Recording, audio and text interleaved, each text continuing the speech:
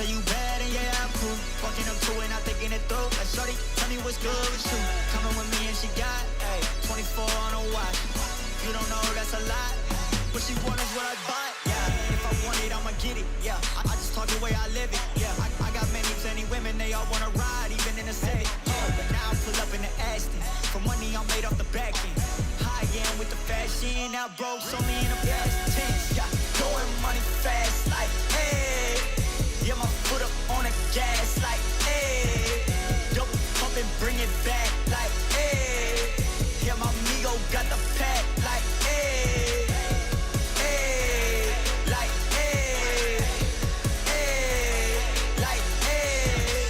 Yeah, throwing money fast, like, hey. Yeah, my foot up on the gas, like, hey.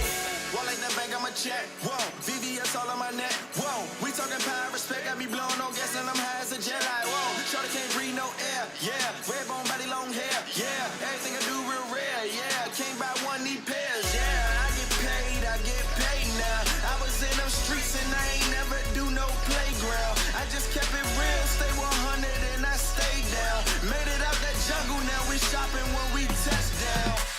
We riding around, my windows down and my speakers loud. Hate my grind down, like a shine, I'm one of a kind, no stopping mine. I'm certified, can't copy me. Got the bank like Monopoly. My tie fly, that's all design. I'm dripping shorty, know it's hard to see, but best believe live. Yeah, throwing money fast, like, hey. Yeah, my foot up on the gas, like, hey. Double pump and bring it back, like, hey. Yeah, my amigo got the pack, like, hey. Hey, like, hey. Hey, like, hey. Yeah, throwing money fast, like, hey. Yeah, my foot up on the gas, like, hey.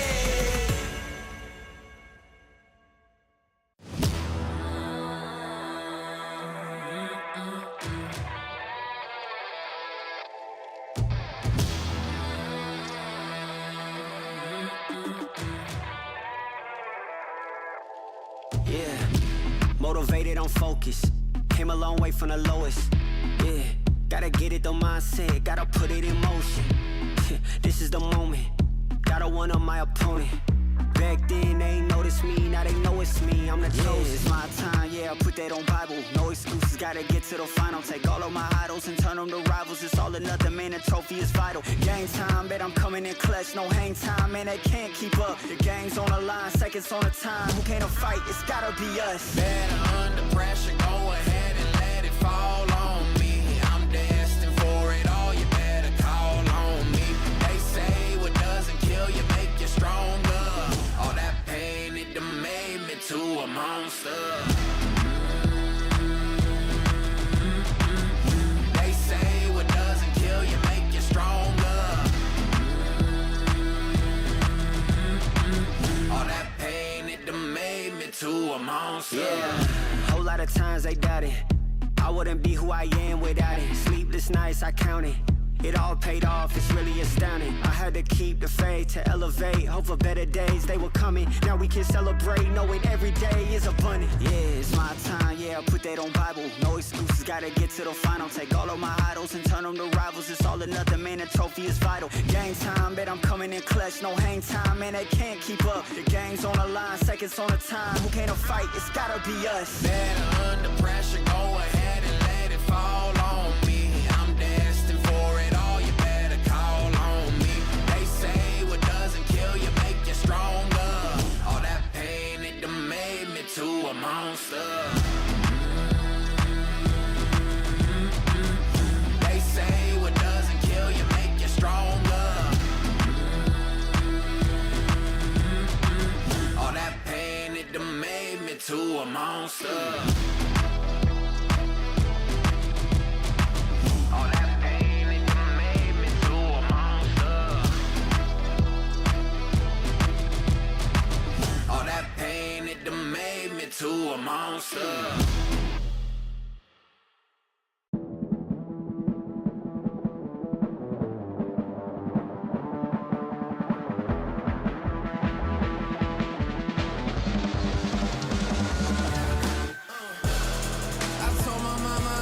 I make a couple mistakes, but see I stay in my lane. my feet on the pavement, and don't you ever mistake it. No, this ain't never been a game. Tell me where the competition. Seem like they all been missing. Never made a wrong decision. It's got me walking different. I stay gassed up. Please point the opposition. No scope is no joke. Just know I aim with raw precision. I went and got my bid up quick, 100 figures. They once was competition, now ain't sitting with us. Been on a wave since we've been away.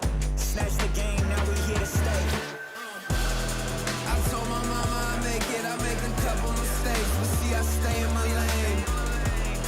I keep my feet on the pavement, and don't you ever mistake it. No, this ain't never been a game. I told my mama I make it, I made a couple mistakes, but see I stay in my lane. I keep my feet on the pavement, and don't you ever mistake it. No, this ain't never been a game. It's that you can't touch me. Things get ugly, they mad now. This all must be a whole new level to count. I'm packing on the pounds, pulled up with the dog hound, and I still had time to shut it down. Now you see them all screaming my name. See them trying to switch to my lane. They ain't never fit that frame. Only present when the cash came. Plenty days I've been on the road chasing. No legend ever said they was complacent. Nah. I told my mama I make it, I make a couple mistakes, but see I stay in my lane. I keep my feet on the pavement, and don't you ever mistake it. No, this ain't never been a game. I told my mama I make it, I made a couple mistakes, but see I stay in my lane. I keep my feet on the pavement, and don't you ever mistake it. No, this ain't never been a game.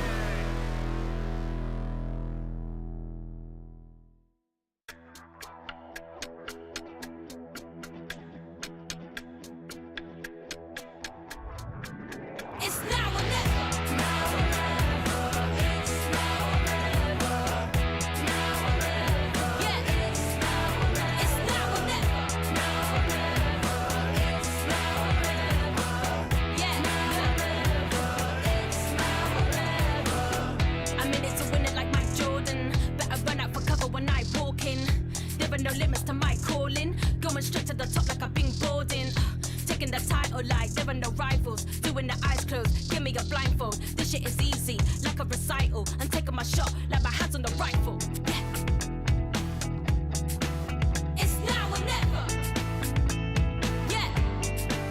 It's now or never. Now or never. It's now or never. Woo. Now or never.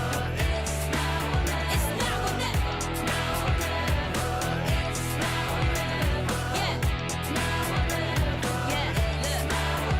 Look. Keep quiet, the queen's talking, keep walking.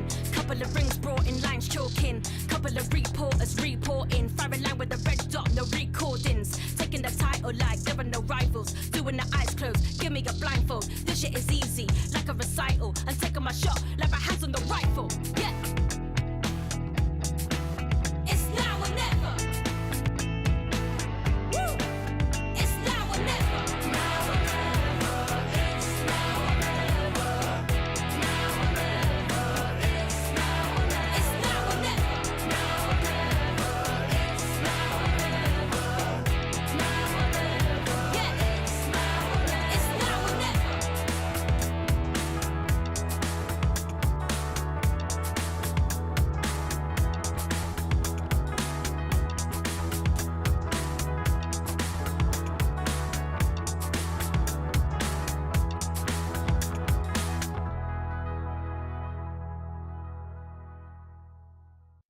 Let's take it up a notch. Running out the clock. I shoot my shot. I cannot be stopped. Let's take it up a notch. Let's take it up a notch.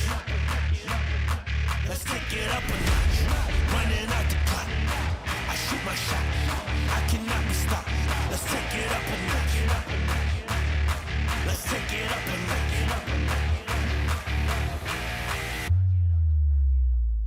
Let's take it up a notch.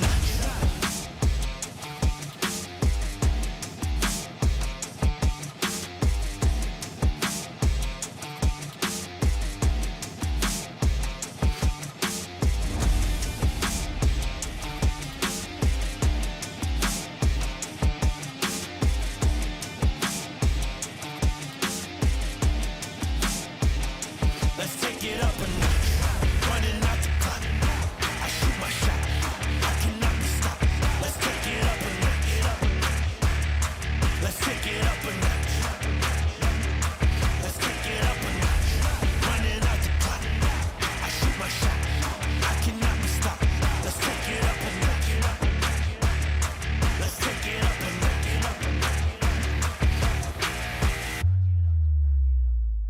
Let's take it up a notch.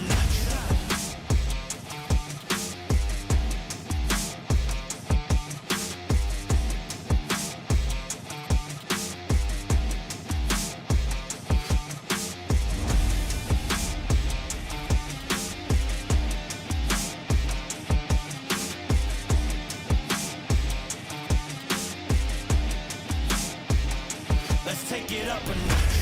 Running out the clock. I shoot my shot. I cannot be stopped.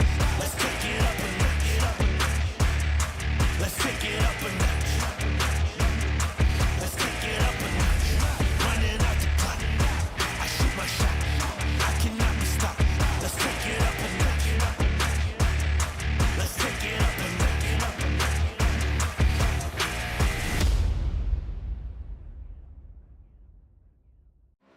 One time for your mind, get rockin'. One time for your mind, we poppin'. One time for your mind, no maybes. Just yes, yo, release the stress. In the place to be, we rhyme. Getting down on the mic, no crime. Hip hop, everybody know it's time. Yeah, we're gonna rock like this.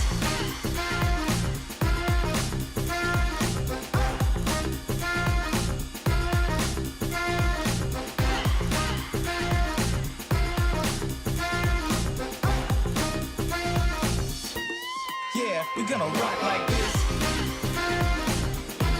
Yeah, we're gonna rock like this. We're gonna rock like this. Yeah, we're gonna rock like this. We're gonna rock like this. I just can't stop. No, no. Yeah, you got me, yeah. Ooh, no, I just can't stop. No, nothing you could do. I just can't stop. I just can't stop.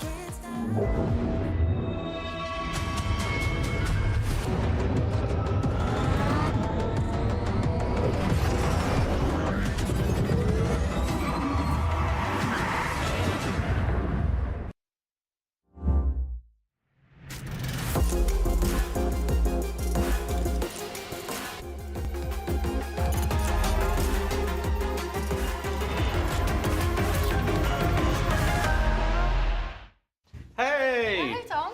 Alberto was looking for you, by the way. Really? Yeah, you better get there Okay, quick. I'll go check.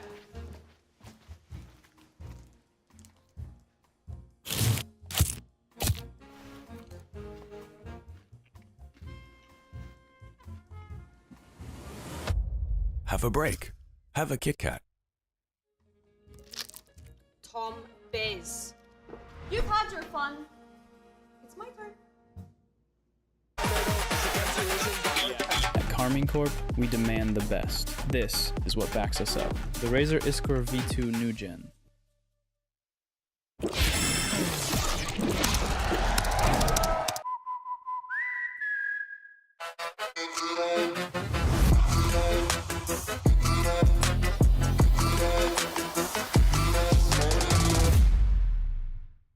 Want to find your fastest server every time? Express like a pro and optimize your connection in one tap. Express and game without ISP throttling. Express and shield yourself from DDoS attacks. Express and choose the VPN trusted by gamers everywhere. Express VPN. Experience gaming the Express way. Fast, stable, competitive. Outplay the world. It's time to Express. Unlock free cosmetics, including Lightning Kicks Buddy and more. Scan to subscribe.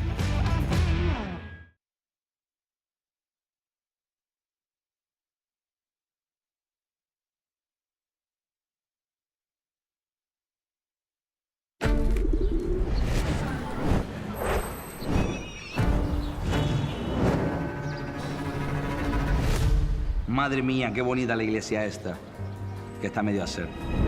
Qué ornamentos, qué claraboyas. Irradia más luz que una flash de Sky.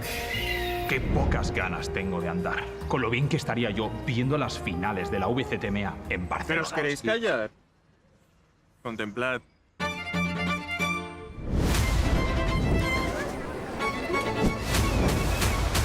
¡Cautico! Estoy aquí en el paso marítimo. Vaya mar, vaya ola más grande. Parece la ulti de Harvard. Qué rico me está sabiendo este heladito que me estoy comiendo poquito a poquito.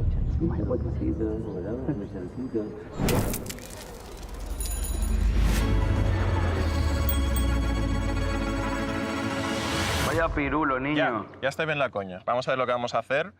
Porque las Ramblas están muy vistas. Y un museo como que no, ¿no?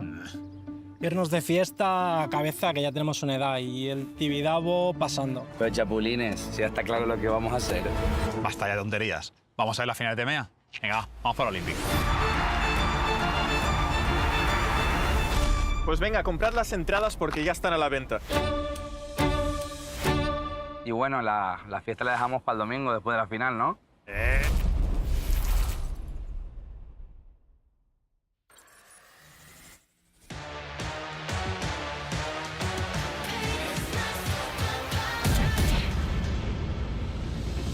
틱틱 문을 차고 있던 이건 데ja vu 이미 와본 걸까 내 성공을 전부 담긴 그릇이 작아 I can't lose 점수 그건 의미 없는 숫자 내 열의 top 10 거는 식당 행걸로 채운 옷장 전부 대스탁 상시주의 red dot 경고는 없어 better not 난 사방에 다 뿌린지 마치 red hot Broken embers, what's left to lose here on the edge of forever?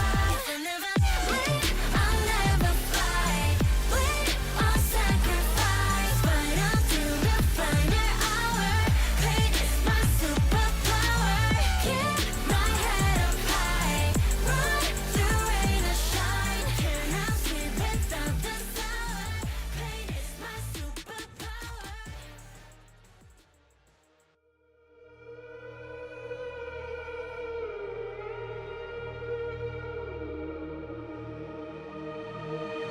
I'm out here in the cold night, running till I barely feel my feet. Wanna see it through my own eyes. There's no going back, and I'm not afraid anymore. Cause I know I'm gonna be the last one standing. Yeah, I'm not afraid anymore. Yeah, I don't wanna wait anymore. I'm ready to fall, I'm ready to rise up. I will do what it takes, I'll run blind straight into the flames. Watch me burn, alone in the shadows. I'm carrying you home on my back. If it's you or me, then I'll take the shot. Still they say I'm the villain. I scream and nobody listens. Still they say I'm the villain. Too bad you can't take me down. See that I'm surrounded by predators. It's critical they got me in my element. It's dirty how you trying to keep it elegant. Keep my eyes open wide when everyone around me is an enemy. See my life cross my eyes. I'm ready to fall, I'm ready to rise up. I will do what it takes. If it's you or me, then I'll take the shot.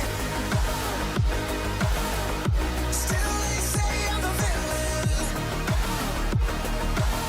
I scream and nobody listens. Still they say I'm the villain.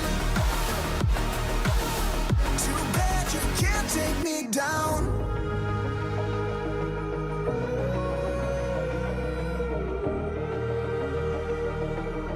Too bad you can't take me down.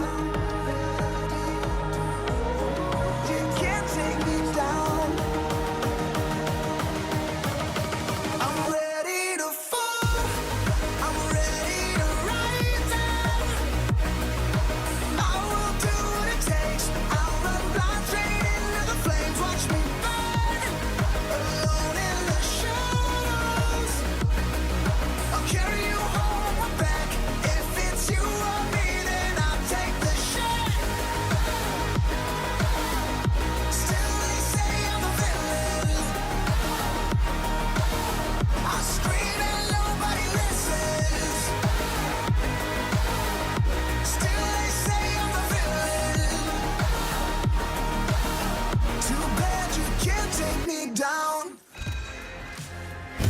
Welcome to VCT EMEA today. The play-ins continue and two of our big hitters return to the party. But can they overcome our challenges? Welcome to Billy, to Kakuka, and to the top shagger, it's Neil Zenio. Neil, are you excited to be an analyst today? Yeah, should be fun. Never done this before, so yeah, it'll be fun. So you never criticise your own team to their faces? Because they're actually standing over there watching you right now. To their faces They can't for sure, hear but you, never though. like on public. Yeah, they cannot hear you, so you can say whatever you like about them. Hopefully they're going to behave themselves. We're going to take a look at the bracket so far because Team Heretics, this is the first time we're going to be seeing them in the play-in. So, Neil, have you been seeing many of the games so far? Yeah, I've been watching pretty much all of them. I've not had much else to do, to be honest. So yeah, it's been interesting. Not much of a surprise. I think a lot of the tier 2 teams are really strong. So yeah, some fun games. Which one is the strongest, though? Which one do you not want to go up against?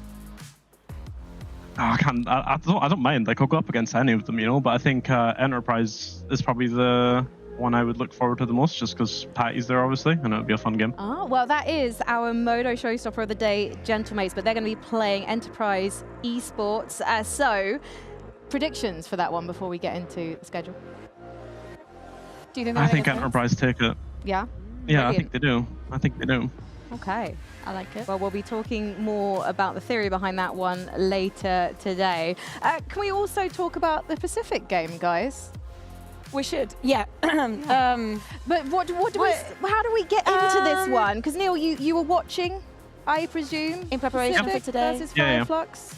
I think we can take a look back at a particular round that I think Mitchman will never forget, shall we say. You might remember this one on Split, Neil? Oh, we can hear it, we can't see it. Yeah, I was going to say, I can't see it, but I can hear it. This is good space taken There by we go. Denning towards the B. Somehow he's in. He's not dead. He's still not. How is he not dead? It's this. He's reloading. He's got another shot off. He's got that kill. Why is it always Mitch and Tom on Split with Pacific playing? But that's the best thing. Why is it always? Look at this, look at this. I don't care about Nick. Why would you show me that? Look at this. Look at this. He dives this forward, really far away. He's just spinning around. Move out of his way. And then... No, but no, not from Cupid's perspective, please. Please, please. They've done him dirty there. I bet that was Andy, but I am so happy that it was Mitch and Tom. You can tell how crazy it was because Tom actually started singing it. Like, we've heard Mitch losing it before. But yeah, we didn't want to fully talk about that best of 3. We thought that one round was just enough. Was just enough. Neil, how has that round impacted your preparation with Team Heretics for today? Not so much. I'm just hoping that we don't replicate it. That's all I'll say. Yeah. We forget about those ones. You know, it happens to the best of us sometimes. It can. I was about to say, if any of your players were to replicate that, who would that be? But I would not want you to throw any of your players. Honestly, I do not think any of his players can replicate that. Exactly. And how could they? Benji, 100%. It'd be Benji. Well, it definitely wouldn't be Rian's, and we've got to be excited today. You've got to be excited about this one, Neil, because we know what Rian's is like when he goes up against Turkish teams, Billy. Oh, it's not just that. The results that Team Heretics have been able to have throughout this, let's not forget there's been 2 13-0 maps in there as well. How much of a confidence booster, I guess, is that for you, Neil, coming into this play-ins bracket, knowing that you've been able to 13-0 teams so far at this stage?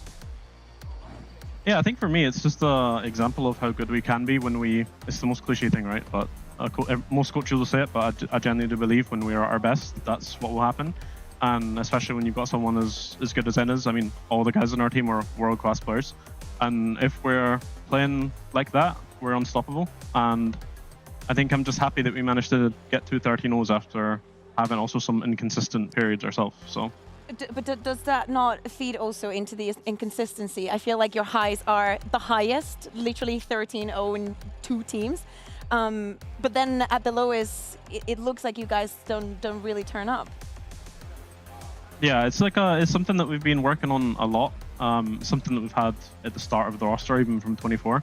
And I think it's something we've got a lot of focus on in the last couple of months. And honestly, it's crazy. Like, we do a lot of work on it, but sometimes I've called it like a switch. Honestly, there's a switch in these guys' heads. If they flick it on, they're unbeatable. And if they just believe in themselves and have the confidence to play with the freedom that they have and that they should express in themselves, they'll dominate everyone, you know. But this game is such a, it's all about your mental when you get to this level, because everyone's so individually skilled, and the mental aspect of it is just so overwhelming sometimes. Neil, what do you think it is that turns the switch off? I think it's pressure, a lot of pressure from obviously the fans, the community, where we are. We expect ourselves as well. We put a lot of pressure on ourselves because we want to be the best, and I think that's pretty much what it is. It comes down to pressure, and if we handle the pressure well, we don't even care about it, you know. But it's a lot easier said than done. Just ignore it, you know. It's not that easy. So, for the map veto today, do you feed that to Weber and then you have to trust him to get the veto right? No, we do the map veto as a team. We've always done it since 2024. Every single player gets to have an input on how we do the veto, and it's never changed since. So, yeah, it's the same process as always. We do it as a team.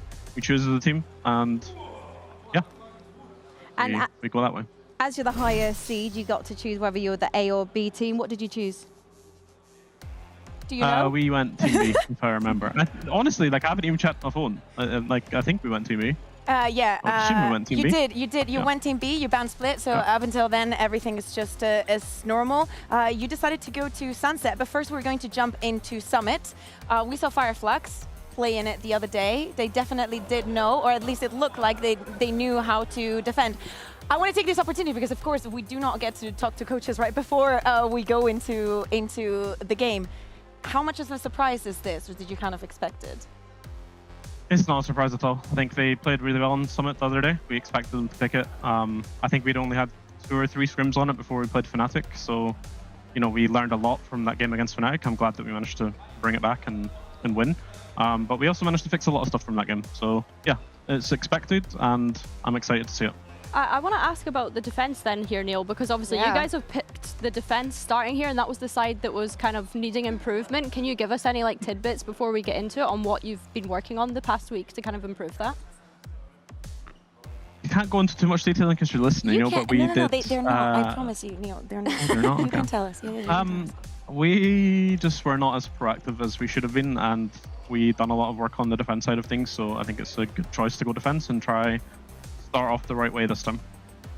And do you think proactivity is particularly important against a team like Fireflux Esports? I mean, we saw them the other day. They're very keen to shoot you. Yeah, 100%. Being proactive, I think the worst thing you can do against a team like this is sitting behind the line and inviting pressure on yourselves. So, not saying we're going to run at them, but we need to take the fights to them and respect them, but in the right way. And we'll be getting into Agent Select after the fist bump moment, but were you looking at the compositions during your prep for this week and rethinking any of those? Just a little tease? You might see some. You might see some surprises, but again, we didn't have too many days preparation, so we've not gone crazy. But yeah, you might see something. Sunset maybe? Sunset maybe is what I'm thinking, because I think we saw Woot on the KO. He doesn't know. Maybe? Okay. I have no idea. Listen, I've been in operation the whole week. Like, I don't know. How are you, by the way? How's the recovery going? We haven't asked you. That's her. Yeah. Sorry, Neil. All good. How are you? All good. Honestly, really good. Yeah, really good. I was said to the camera before as well, like, I can't show you like below because I have a brace on and only boxer shorts. So And it's a family show. I'm just but hoping the yes. camera doesn't fall. Yeah, of course. PG. But it's fine. It's doing good. Good. Doing good. We're very glad to hear it. Predictions-wise, we have added Neil today. Neil, I can't believe it. You're saying Team Heretics. Talk us through this prediction. Yeah, I mean, I don't think I got asked to vote, but honestly, I would have voted Heretics anyway. So, yeah, I believe in us, and production read your I'm mind. excited. Wait, Yeah. you say that. I want to know why you went for Fireflux. My logic is I'm going for all the challengers teams every time they face up against a tier 1 team. So sorry, Neil. I still believe in you guys. I still think you're great, but that's my thinking. Yeah. Billy is the queen of the challenges, and she's been representing them all week. So I'm gonna be in her corner here, Nilzinho. We tried to persuade her otherwise, but let's see if she's correct or you are, Neil, because we are ready to head into this matchup between Team Heretics and Fireflux Esports.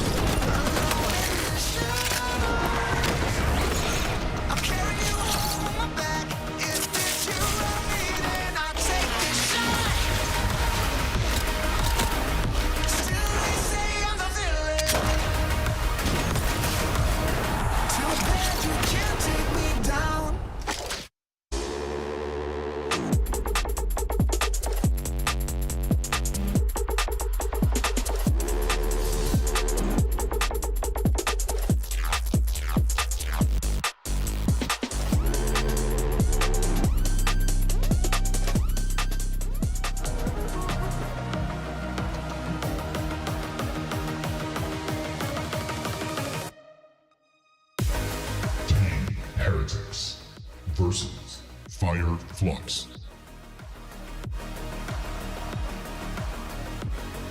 Last time we saw Fireflux play, they played against Pacific, and that game wasn't even close. 13-5 on Summit, 13-6 on Split. Fireflux able to punish every out-of-position mistake from Pacific, but we're not going to see that from Team Heretics today, Billy. Yeah, for sure. I think I want to pick into Neil's brain whilst we still have him here as well, though. Root on the Yoru, when did this kind of discussion come into place, and why was that decision made? Why should we be thankful?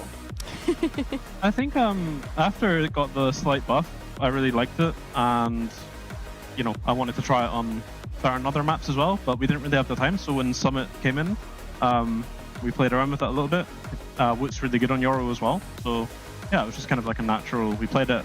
We didn't have much time to try different comps, and he loved it, so we stuck with it. He loved it. He's very good. We're very happy that he's on the Yoru. I do want to ask you about the Sunset pick, because of course it's not weird that you guys feel comfortable on Sunset, but what about the question mark on the other side? How do you navigate through that? Yeah, I think we've just focused on ourselves really for this match. I think Fireflux are a really strong team.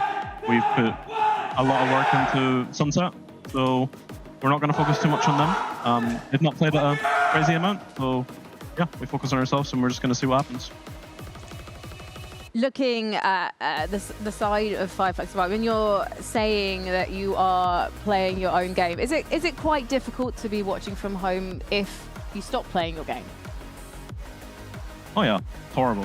Like, do you have those kind of moments where you want to like ask for a timeout and you're like, why you're not doing this? Oh, honestly, I've had to move like anything by my bed that's throwable at the TV sometimes. So like, wait, where do you, what do you throw just at that? soft object, anything like my phone, I don't know, headset, crotches at this point. I don't know. Well, luckily our players are safe from Neil's phone being thrown because they're relaxing in their Razor chairs, and we can see the agent select on screen, and we have Neil to actually talk us through it. So, looking changes-wise, you haven't actually made any. No. Yeah. So where are we going to see the changes in the play? Again, they can't hear you. They're literally already like have the white noise on. The way you're covering your mouth. Yeah. So just in case they can read my I'll cover my mouth, yeah? Okay, yeah. Yeah, like I said, we didn't really have time to change comps or anything, and we spent a lot of time VOD reviewing the Fnatic official. We had a couple more scrims on it, so it was mostly just like the macro and the micro of how we changed. We were playing way too passive, we were sitting way too much behind the line, we didn't fight middle enough, so those are the kind who of are you sending changes middle? that we want to make. Oh, you have to see. There's an array of people going middle, you know. Fireflux Esports. I know, it could be Woot, it could be Kosh, anyone. They're bringing what you expected today, Neil. What do you think of this comp?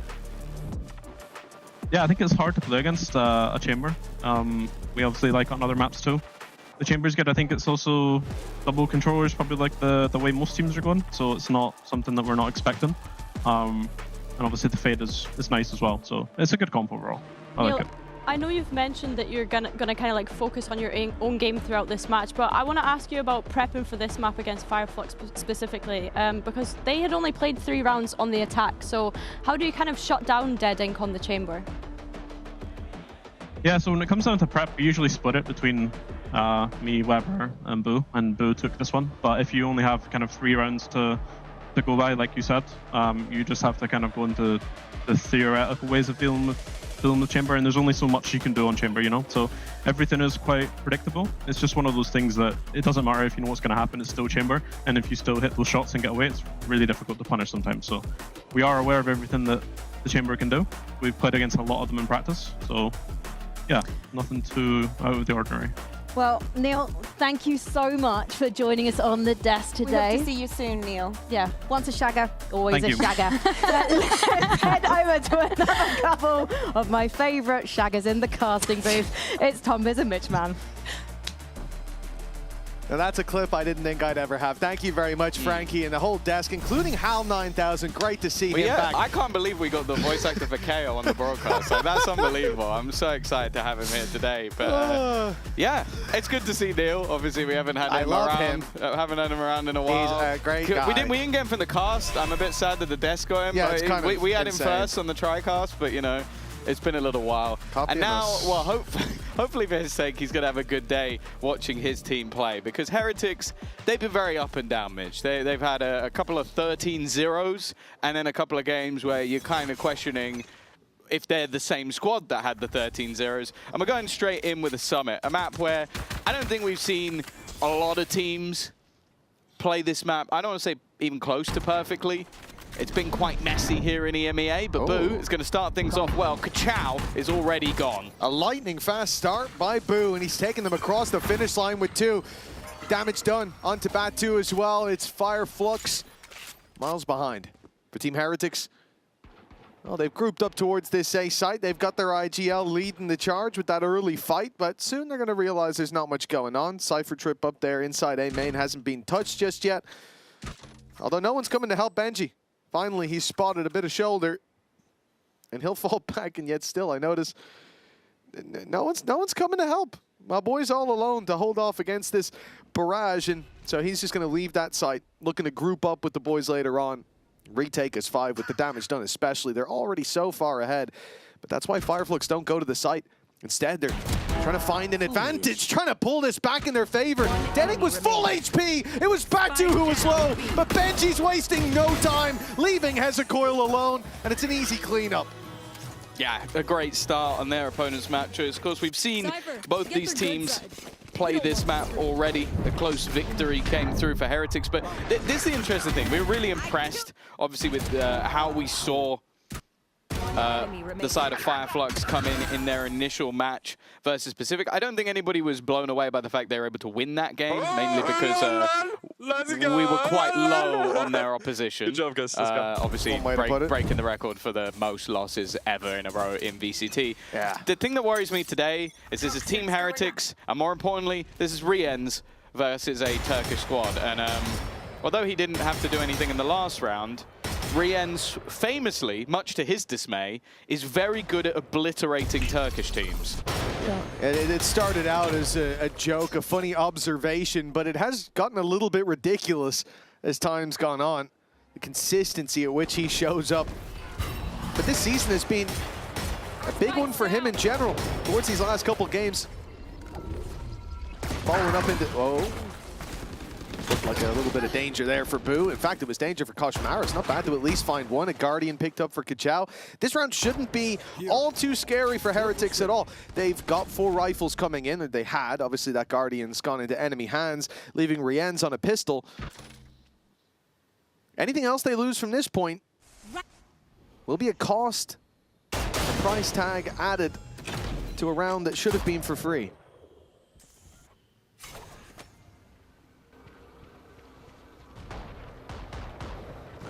They've got the A site. 30 seconds left. An additional orb for Reezy onto that Viper's pit. Spike planted. Obviously, he's the man without any form of weaponry, so it was also just the safest, but a quick flood back in already. Finding an additional man in the walk-up is being watched. A nice shot, at least, by Deading, so it will be something being dropped off of the table at a minimum. I think it will only be the sniper that's gone, and then they should be able to retrieve any other weaponry into the hand of Rienz at the end. So they're going to keep the majority of the rifles at least. It's not too bad around for Team Heretics, and for Fireflux, it's at least a bit of additional damage. But this is kind of why we want to see them get off the mark onto this attack side, because I do think it's going to be important for Fireflux that obviously they had a lot of momentum when they played in their last match. I think they pretty much dumpstered Pacific. I'm a little bit more wary that if Heretics get going, well, we've already seen it. They are a team that has multiple 13-0s in the last few weeks, so you don't want to allow them that level of momentum.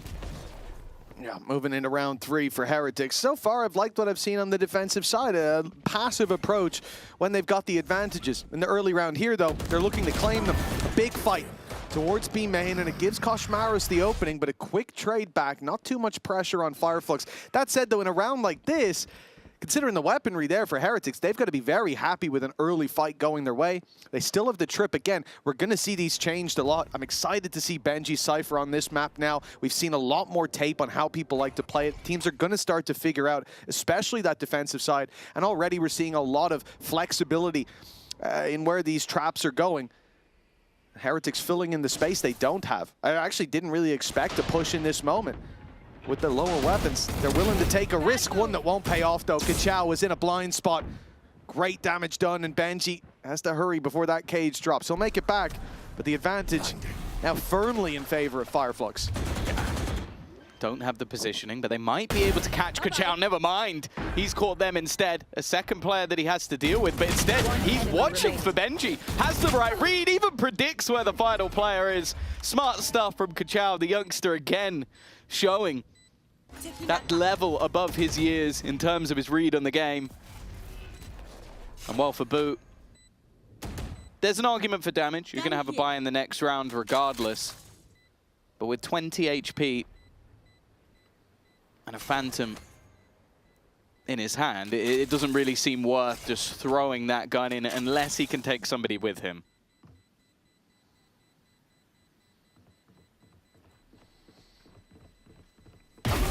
Well, he'll find himself one, but it's time to run, surely, at this stage. No, he's going out for more. It's a little greedy from Boo, but well, he's backing himself with what was a very good start to this map so far. Damage done here, and for Heretics, again, like I say, my curiosity here is really around what comp works. You look at Fnatic, for example, they've played the map twice, and we're running what, 9 different agents that they've played. Like, figuring out this defensive side has been a problem that I think requires Everyone's something going to like a copy Cypher. them, right? That's what I said on the map. Yeah, well, I guess now if you play every agent, you can claim everyone's copying Exactly. you. I love that. The more the merrier. I am excited for the Yoru, though. I think it was one of the picks early on. I think especially with the distance change, so many fallback angles that you can have, especially on this operator, and gives you a little bit more flexibility on the attack side than Chamber does. I think Woot especially, look back to his last game, 26 and 15 in a close victory. He was definitely the difference maker. And that was majority on the attack side, 10-2 after a very slow start. I believe that was versus Fnatic. Now at least he's going to get wrecked. Kachao again, quickly becoming more and more a fan of this youngster. No fear, no matter who he's playing against. And a man advantage now for the side of Fireflux. You got Woot here to help out Benji. He's given a trap to those A players, covering in that blank spot. But now instead, he can't really hold that site the same. So Woot's there to help out. But Kachao, making quick work of him, has left him in a pretty tough position. From Koshmaris' perspective, there's nowhere he can really go. He's already tagged the 46. He's stuck in this corner. He has to fight his way out. So even if you wanted to go for a save at this point, it ain't possible. Kosh gets in there quick, though. They didn't think he'd be that close. Only one found, and the pressure doesn't come from both sides. The Neom Wall slowed them. Benji starts picking up a few, though. It looks doable. Batu down on a sliver of health, and he won't last long. Heretics, they get there in the end. More than enough time on the clock for the defuse. And a 3-1 start here on Summit. Yeah, I like the idea. Like, you've got Koshmaris low, you send a dart through, he takes a big gamble. Everybody's now looking at either the dart or Koshmaris, and then the other players swing through in a similar time frame. Benji doing excellently, and the second you get down to a clutch and it's Rien's left alive, you should believe in Rien's, no matter who he's up against. Well, a round that was looking like it was in an incredibly good spot for the side of Fireflux, ends up going in Heretics' favor. It's going to put them into a bit of an awkward purchase, but an awkward one that comes with an outlaw. And I don't mind this. You see this occasionally in like high-risk rounds, but this is just an additional weapon that can make those pistols more deadly, and already Koshmaris is down to 10 HP. He was hoping to use the overdrive. That is now worthless. The only man that can sustain a hit now is Woot. Anyone else will go down to that outlaw in one, so it really is a viable strategy that Fireflux have gambled on. They don't know it just yet, but the reward is just around the corner. Kosh will evade another bullet, but he wants the info. He wants to know if they're getting close, and, well, he wants to find them close with that Bucky. They'll be lucky to find one, and Kachao's ultimate makes it a quick kill, clean as can be. They've got the B side under their control. Okay. They've got Benji as well.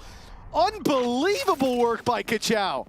Yeah, I remember initially looking at this ult and thinking, it's okay. And then they added the ability to headshot with it. And some of these players are just so crisp with it.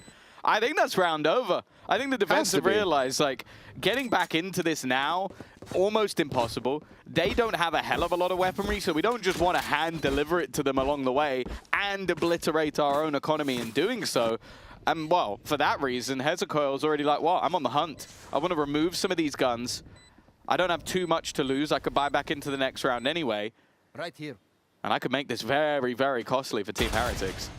I'm not wrong, right? Kachao did start with the Outlaw as well. Great damage by Boo, okay.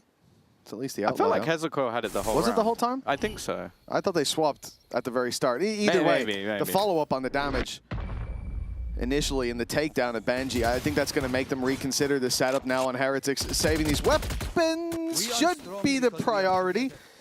That was a bit whiffy, and Batu's having a laugh at it. 3-2. And with Fireflux finding that round, though, a save at least for Heretics. They're not economically crippled, but I think the problem is like they haven't been able to defend this site now. Kachao's just come at it from 2 different angles in 2 different rounds and found no resistance either time. Yeah, another one. Like we talk about it in terms of those superstar youngsters. Someone with the ability to take over rounds while not even technically being old enough to play in the partnership format. But here's the reason that Fireflux have a couple of rounds on this board as of right now. We'll see if he can keep up that level. Definitely slowed down a little bit with other players stepping up. I think Batu had an insane performance versus Pacific, but for now, with their economy in a pretty decent spot and their opponents on the brink, they could make this half very interesting.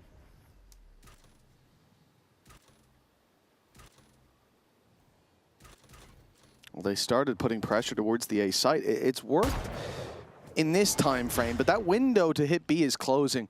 Woot's now coming over. He started on mid. It was Koshmaras they would have had to deal with alongside Benji, but instead now the operator's there. But the door closes. Woot misses his chance. Might go down to meet up with Benji. Has a TP to get out if the pressure's put on. Decoy sent through. 30 seconds And he'll TP. They're sensing this is a fake. They sent Woot to the A site. They thought the hit was coming in elsewhere. But Kachao comes in, takes down one, tags up the others. The snake bites, shredding their HP.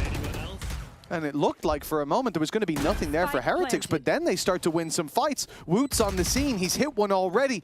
And Fireflux not peeking, not putting that pressure on the same way, but they've got the plant down in the 3v3. You are divided. Batu low.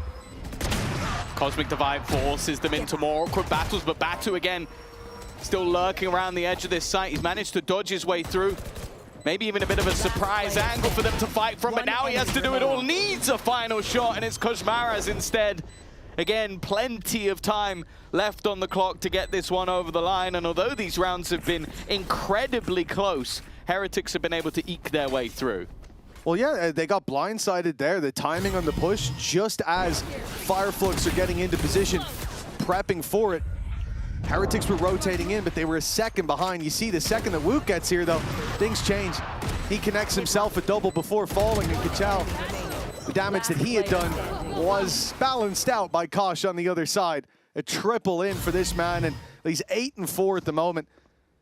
A big round for him that has presumably pushed them up to a 5-2 lead. It's a very light buy by the attackers here. It definitely feels like they think that B is the weakness, and I think they felt that so far. I think they're right. yeah, definitely. They've been able to get the openers. I think in that round it was more so overextensions. Like they get into a post plant there without peeking into the operator, without getting a little bit deeper, trying to fight for control. That might not have gone back in the other direction. And if you're able to get into a site like this regularly versus a Cypher setup, that's definitely a vulnerability that you've exploited. This time, though, you don't have Kachao, but you do have Deadink. They were swinging him all together, and he still takes down Rians, who's had a bit of a rough start. And on the further aggression they've caught, Koshmaras and Boo. You might be looking at this thinking, well, one of these teams had a weak bye. Well, guess what? It wasn't Heretics. Yeah, I mean, obviously the ult from Deadink makes a big difference. He finds a double with it. That's already put them ahead, but towards the A site, landing another now, that's, I mean, forced the save from Heretics. And like we said, it did feel like the weakness was towards B. This time, they put a lot of players there looking for that early fight. 3 of them catch Deadink unaware. He wasn't scoped in. He wasn't ready for that fight. He had just quick enough to take a kill, get out of there, and then finds another when they try to scale on his position. Little consolation here for Woot. The walls are closing in, as now they know where that op's being saved. That's not a weapon they'll like Heretics to have. And most of them don't have anything to lose. Deading, for example, you're not going to save the big golden gun, are you? So he'll be hunting them down to the ends of the earth. Well, you would think. He's actually chilling. Yeah, I'd say I'm a little bit surprised by Koshmaris in this round. Just because, like, you have the early fight, I can understand, like, you triple peak, maybe you don't expect the tour de force, but he then slides in trying to kill him afterwards. It's like, well, you know they have one weapon. He's reset. And you know what it is. Like it's this. Like, look, he had, like, a full 5 seconds to get ready for that fight. Sure, he didn't go too far out. He was just trying to get the extra information, but it's like, you know you're versus a low buy. You're giving a lot of opportunities in those moments, and maybe that's just confidence. Like, he's been playing well so far, but you kind of don't give Deading too many opportunities. Well, the guy is talented with an ult. Especially with that ult, even if you bait out the shot, you can't close the distance before he can shoot again. So he needs to miss twice. But he'd already TP'd, right? So, but it's still, he has 2 shots on you before you can actually close that distance and get a shot back. So the risk reward not really paying off there. Wanting a little bit of information, perhaps see if he was still around there running to the other side of the map. That info was found the hard way. Hello. Nice angle from Boo. Reezy does really well to clear that. That could have been a big mistake, a thorn in their side, but problem-free now for Fireflux. They've got the site, they've got the plant. And okay, Kachao might fall, but Koshmaris ain't going to be popped in the ultimate, but he will actually get a rifle. Benji's going to bring it all the way to him. Oh, almost all the way to him. Oh, that's rude. Sound cues. Go pick it up. Brought it far enough. They can get a purchase. So they're going to try and risk this one. Wow! There's the Batu we know and love. Maybe a quieter start to this map, but a quick collab with the operator. Maybe not the weapon that he's known for nowadays, but able to make it work nonetheless. 4-4. I think even going out of the map just because they know that they can likely utilize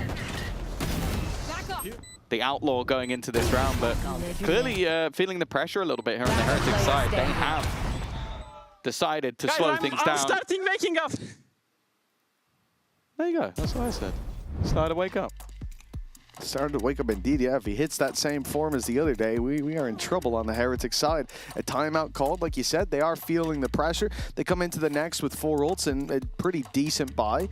But like you said, there will be some light shields there. And the idea to get rid of the op and take in the Outlaw is one that a lot of people won't go for. But Deadink, he's making the read on where their econ's going to be at. And so far, I think defensively, like 4 rounds on the board for Heretics is decent, but it does feel like Fireflux are very quick to come up with solutions to this defensive side. I think the timeout here is going to be needed with the last 4 to play for it. Well, yeah, I think a lot of it has almost just been disrespecting the Cypher setups. Like, even that round was Kachao sliding directly into a trip that it seemed like he knew was there because he was spamming at it the second he hit it. Like, he just didn't care. He was trying to get people to swing and fight him. The same when they're going into that B side. Like, they know the Cypher setup is there. They just don't care.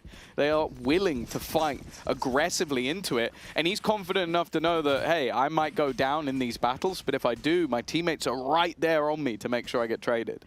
And it's for Heretics, I think the way that they've been setting up looks to solve a lot of the issues of losing that space in the late round. But Fireflux, their mid-rounding seems to be this very direct play in the late stage, default to start. Let's see how they adjust to this pacier play by Heretics. DP'si bende. DP'si bende. Vur onu. TP'si bende. Sakin. Neyim var Tutku? Otta val, herkese vurursun. Dönün A gelin. Hava da bu arada. Tamam. Kurusun botu. Bir canım var ha. Kay Kroska. Babalım var midde. Geldim kanka. Volaç kapa birazdan. Sen filan pushlarlar arkanızdan. Arkada hep yok. Kapadım. Boluna bakıyorum Batuş. Ahmet şu bombayı alsana giderken. Bola, dinle Batuş, beni. bomba Dinle 14. Tamam, bir tane var. Paranoyam da var. Bola aç, kapama, side'a girelim, go.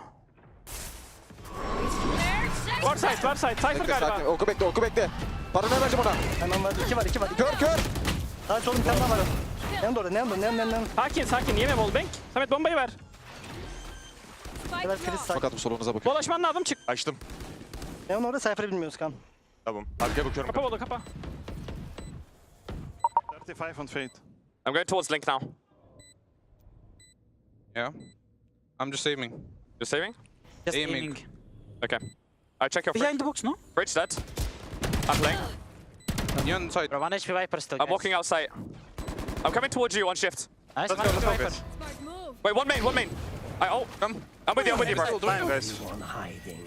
Bro, we to stick. I'm out of here. Last Bro, nice try. It was really close.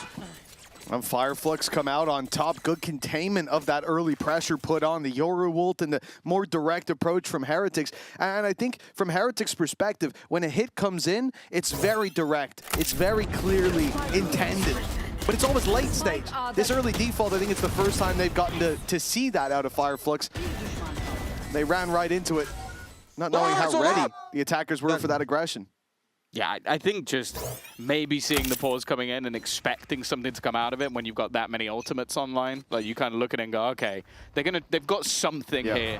Just being a little bit more patient and soaking up the pressure well. Like it can be difficult, especially when it's a Hunter's Fury in combination with the Dimensional Drift. Like you expect the two ults to come out with an advantage, and in fact, Fireflux soaked up the pressure and went a man up. So very well played by them. It's set Heretics back down to a lower purchase, and well, there's been few teams that I've seen pick into this map and been genuinely confident that they will come out on top. But right now, it seems like Fireflux, at least in this first half, are the better squad. Again, going down to the minute mark, they're spread, they're waiting for pushes, they're holding that space. Now it's time to make some presence towards the A side is where they do it, and Heretics have this idea. They want to flood back in. They want to take back that space. You want to fight for it? We'll give you a fight, except no one's here. No one's home as they move back towards this B site. Fireflux have done this a number of times. The A pressure into the B hits. And most of the time they found their picks by now on the way into the B site. Benji's fallen, Koshmaras has been picked, but Heretics are playing this much more slowly, much more ratty. Unfortunately, again, Fireflux freeze and then burst aggression as a unit. And they have destroyed them. They or he? He, yeah. Hezekiah, again, didn't do too much in the first few rounds. And then I think just almost got 5 kills in a row. That was very, very clean.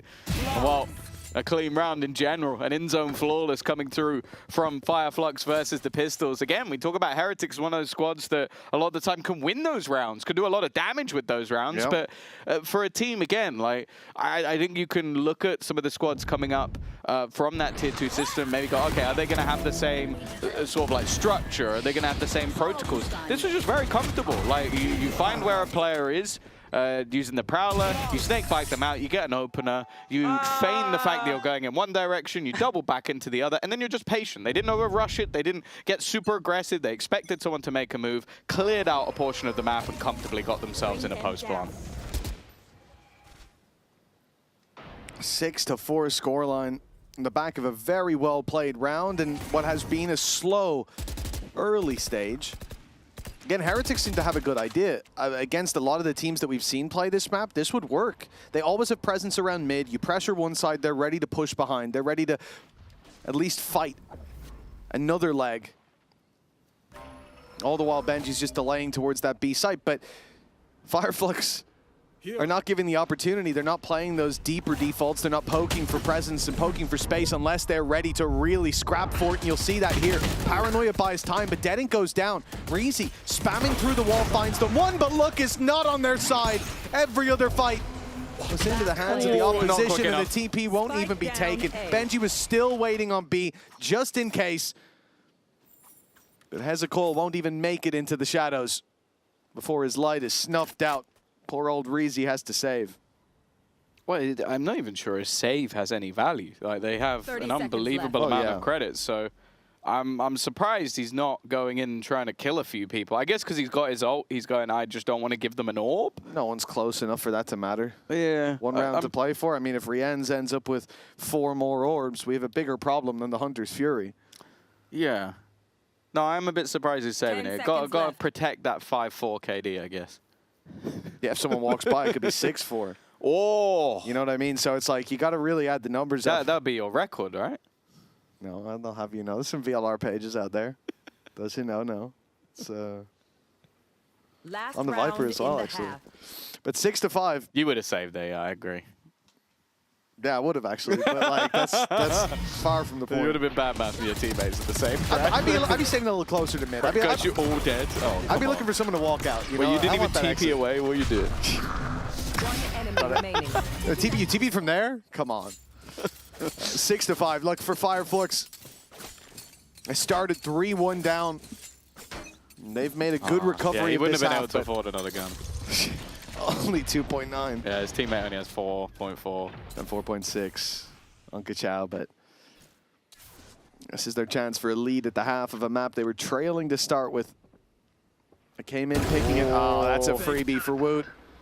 As a goal not quite wide enough the first time, and the second, Woot was more than ready for it. Nicely done.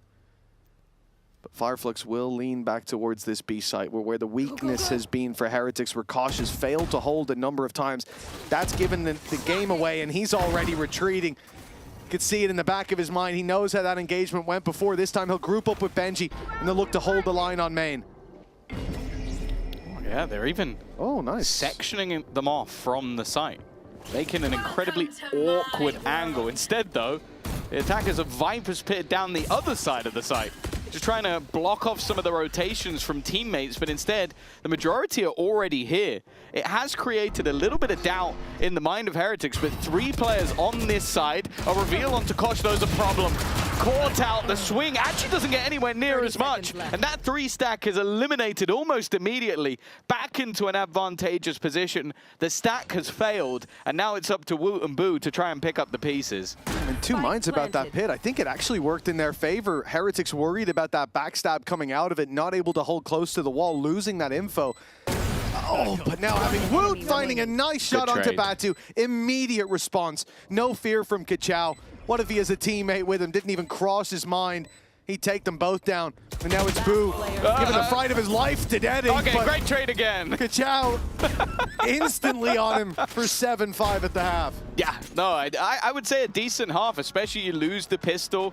It becomes a little bit more uncomfortable in those moments that maybe that could have slipped away from them, but no, coming out with the half, obviously for Heretics, definitely proving that there was maybe a little bit more on the attack side last time around, so it's still an opportunity to turn this one back. Either way, we will find out after the break, but first, let's have a little bit of a chat with Benji.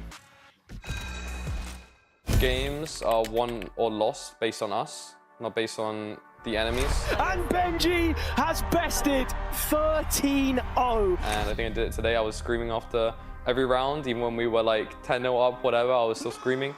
So yeah, for me, that's my role. I really like Boaster. I think he's a great leader. But for me, I try not to focus too much on enemies. Opponents can play well, but if we're playing at our best, nobody can beat us. I think today, we did play with Bulls. We've had a lot of confidence, and I think it's pretty hard to stop us when we have that level of confidence in ourselves and with each other. I think I get energy from my teammates helping me and complimenting me. I'm a very emotional person, and if I have my teammates gassing me up, it gives me a lot of confidence. Let's go. Good job, Ward. The VCT EMEA Finals breaks tradition and leaves Berlin for the very first time this summer. It is Barcelona's turn. So live one of the best experiences that our region has to offer alongside the best teams in EMEA. Because the best players ultimately deserve the best, most vibrant crowd. In the end, this is what they have been fighting for all year around. Buy your tickets now. See you in Barcelona.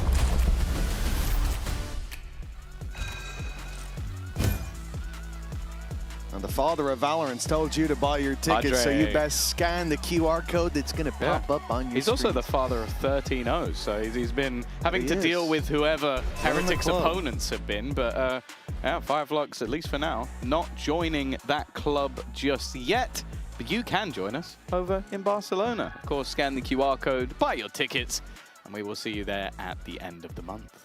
Indeed, we will. Not far away. We have to find out still which teams will be joining us. Either of these having the possibility, and no doubt for Heretics, it means a lot to play in front of a Spanish crowd. under the flag and the banner of their club. Now for this attack side, it's been a while since we've seen Heretics put rounds together. They got 4 on the board early on, but it slowed down. They were expecting split plays from Fireflux, but they didn't get many. They got direct attacks every time, and a direct play from Fireflux to go straight in towards this A main fight, go straight in towards the con fight. It's left Hezekiah a little alone, but it doesn't look like he has any problem with that. Back up on the scene now, and Rien's, well, it hasn't quite been the performance that was foretold from him, and the pistol round won't see any change. Maybe we found the one Turkish team that the prophecy doesn't apply to. Maybe it only applies to partnership teams in the tier 1. If it's versus anyone else, it doesn't count. I don't know, but yeah, he's 3-8 right now. I would call that, especially for Rien's, an absolute stinker.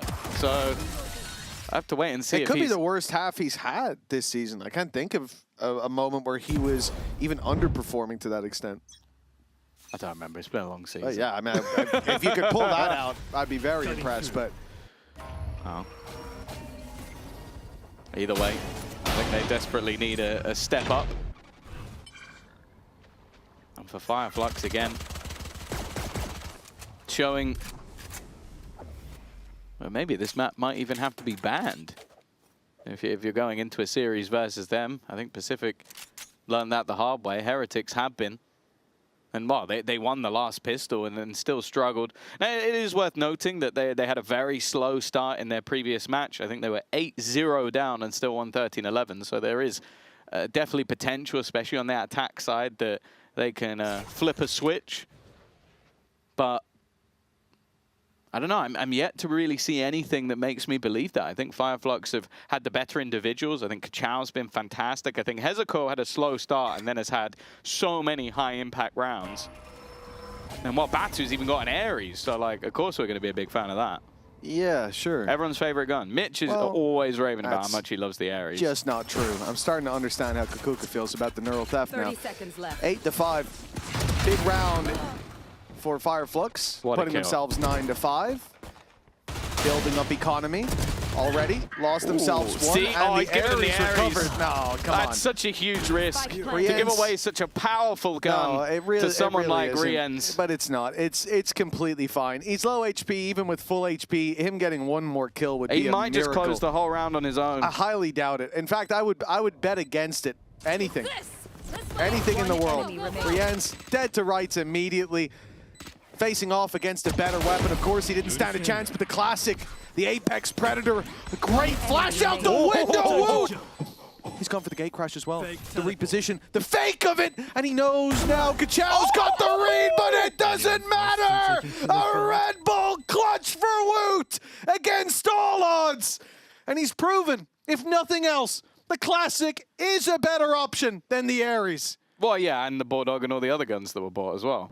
No, but they got unlucky in their fights. I mean, Rien's had a chance. To be honest, without the one kill he got with the Ares, that would not have been possible. That's just not true.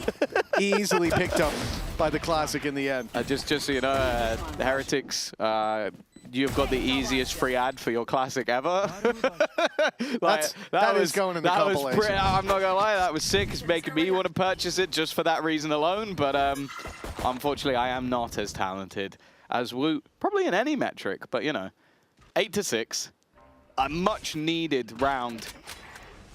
And I said a lot of the hero plays felt like they were going in the other direction, but Woot had something to say about that. Here. It is now going to be them with the purchase, them with the extra credits in the back pocket as well. Boo will sit with 3K after having a rifle in hand, and Woot even has himself an opportunity to earn up some extra orbs along the way. Here. Not a great start with Benji going down. Flank protection gone. It's going to force you into this B. Hit the drone, saw close right was clear. Well, close right wasn't clear anymore, but Kosh luckily dealt with that danger right away.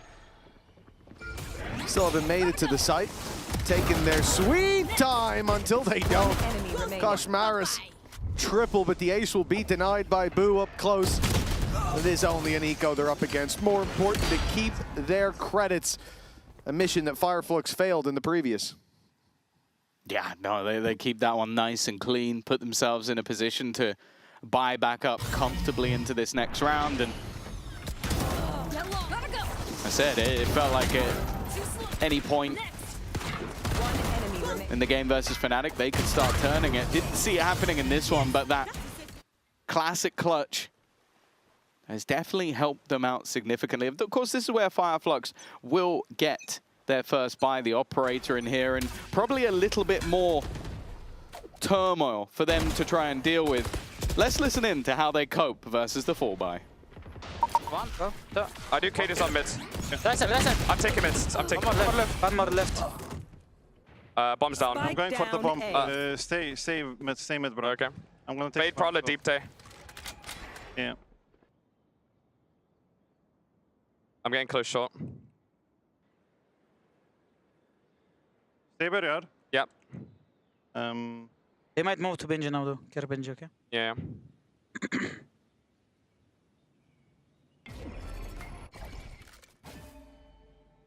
Concealment. They are not doing anything. Okay. They gave up the spike, looks like. Okay. I think I'll just try walk on short, bro. Yeah. Go try. I'm peeking. I can smoke something. They are not me. Can you smoke this? Here. Yes. Smoking, no? I'm just walking, bro. Event art. I can break the door and we can go, okay? 30 seconds yes. left. Go. Fade CT. Fade and Neon. Fade Neon CT. I think they're offside. Clear. Okay, yes. Above cave. Listen, I'm bro. smoke off cave, okay? Deep. Okay, go. I'm gonna go into fridge, okay? And just aim link. I mean, someone could be still side, but... Okay, I don't think so. Nice. Nice, one more, care close. Could be. Last player standing. Nice. 8 seconds. Stop, both. Bro, you win this. Here. Geçti, sola geçti. Beyler. Sakin olun. Oğlum sakin. Beyler, ente. Wow. Unbelievable. Wow. He got both when the smoke went down.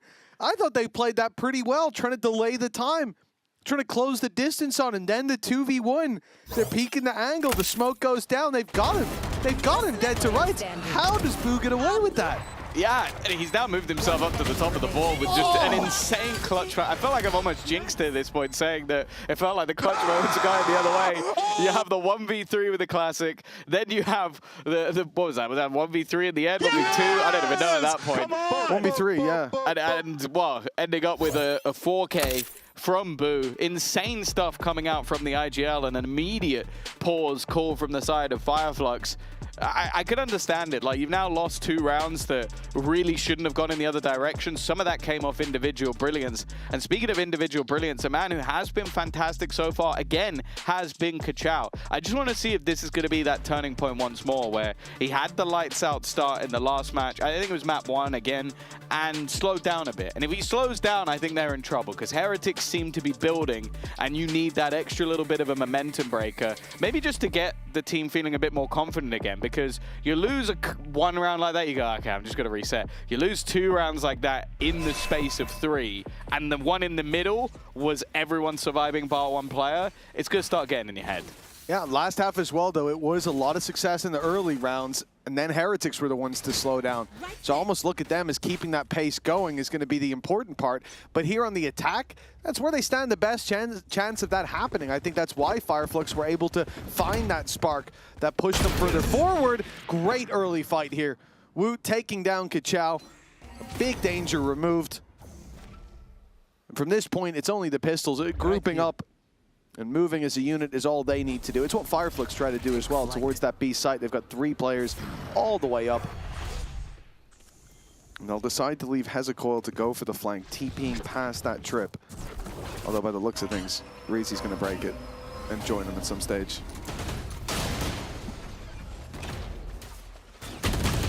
Oh, it looked like there was an opportunity for Batu, but Benji was watching. Deadink trying to find the timing of his own. Good paranoia, but Benji still standing and now creates a gap for himself to play around. His teammates locking out the remaining players from escaping through this gap. And from this point onwards, it's going to be difficult to find anything from this point. It's also devastating because that economy really is now starting to build up for the side of Heretics.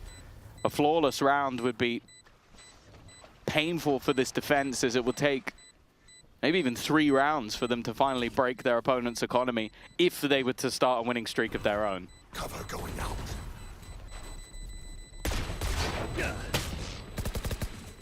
Well, they're going to get out with 5. No further damage done by Fireflux, and for Team Heretics, yeah, despite, like we said, last half they went missing a little bit, but don't see that in their future here. It's got to be a big solution for Fireflux coming into this next buy round. They've got an operator on Deadink. Here. Finding him that early fight, especially having a chamber on this map. I mean, the amount of defensive aggression you can go for, be it on mid, a plethora of angles, but on the extremities as well. And we'll see that position taken towards A. Unfortunately, from what we can see, Heretics are set up to play the other side of the map. So the big investment from Fireflux might have to be used in the late round. Here. Oh. Early move from Woot. Only goal is to try and create chaos. Hunter's Fury going through. I didn't see Hezekiah. It wasn't aiming for Hezekiah. It might clip him, but even still, that corner's going to be checked by Koshmaras. An important clear, and it doesn't look like the momentum on this attack side is going anywhere. Spike planted. Batu does have ult, but it would be almost audacious to try and throw it in at this stage, and I'm surprised he's even pushing forward. His teammates are not particularly close. They need the even guns. Still, the second they're spotted, he has no choice but to fade away, and eventually Kachao is going to have to do the same thing. And nice, this is kind of what you expect to see with those 2 ults in a set play. Obviously a little bit easier on the attack side to make that work, but that was really clean, especially when knowing the spot you missed. I think that was the most important, because it did look like there was an opportunity, especially for someone like Hezekiah, to rip that apart. Yeah, they were very conscious of it.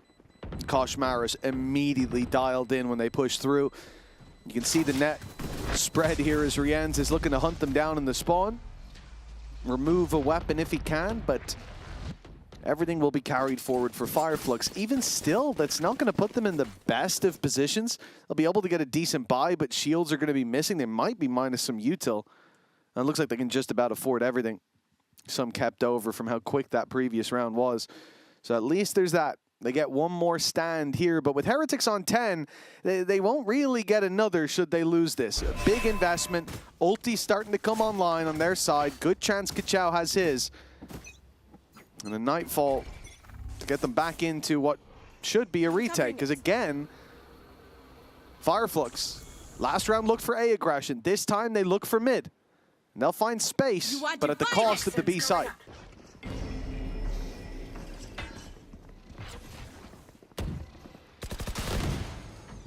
This is completely under control, but it does seem like the defenders are happy to play the retake, still having that Nightfall available. Yeah. Kachao 1 away from his ultimate as well. There goes the Nightfall. Can get caught. But counter stuns, slowing them down. Eventually, we're going to see some of it fade, but now they're ready, waiting for their opponents. The attackers have held the line well. Woot and Benji, and leaving just Deading. And this is not the gun you want to try and take a 1 versus 3, especially if your opponents are not being over-aggressive, not taking too many risks. And while even if he was maybe caught on the way out, he's not even going to get a chance. Rienz to close 11-8. This attack side looking flawless.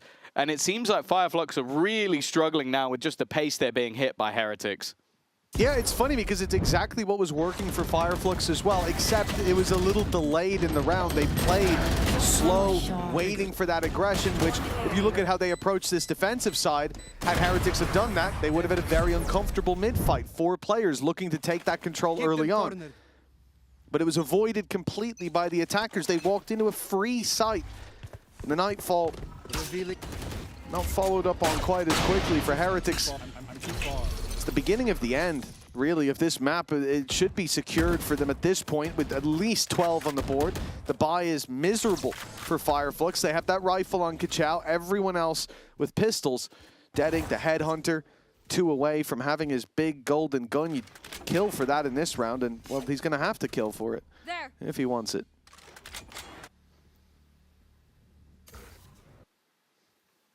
Heretics again. That first half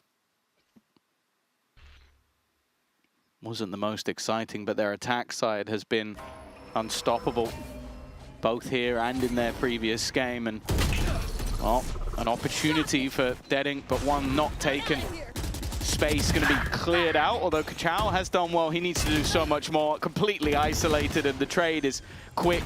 Deadink taking a risk, but they're expecting this now. It's been 2, 3, 4 times attempted. Somebody going through the edge of a smoke, somebody trying to be the hero, and you understand it in these sort of rounds, but it's why Benji's either had a cam, he's had a smoke, a stun, something watching that angle, and then him just facing it this time. A little bit too predictable. And well, for Batu and Hezekiah, even just trying to be a bit patient with the kill, ended up with absolutely nothing.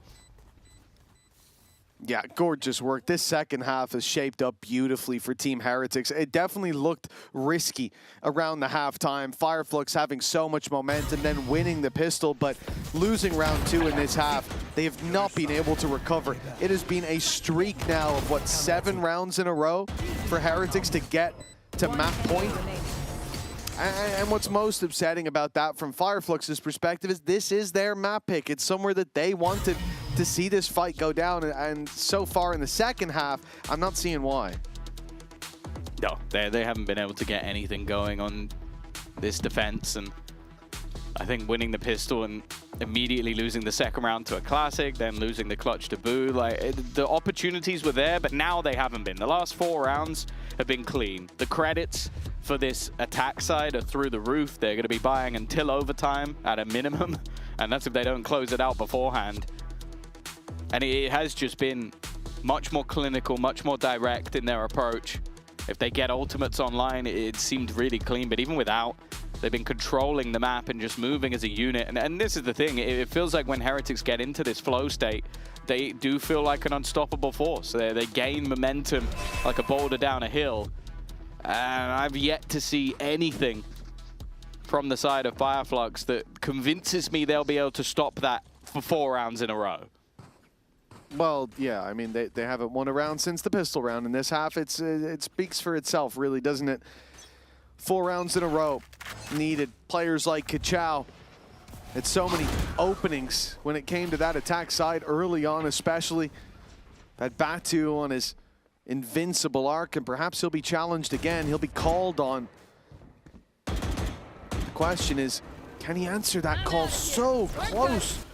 Hezekiah almost took the head clean off a player through that smoke. Batu, he will deliver a double, and the rest of the team miles behind, but it seems like there might be a gap. Benji's been able to slip through. Now, they should be aware of this.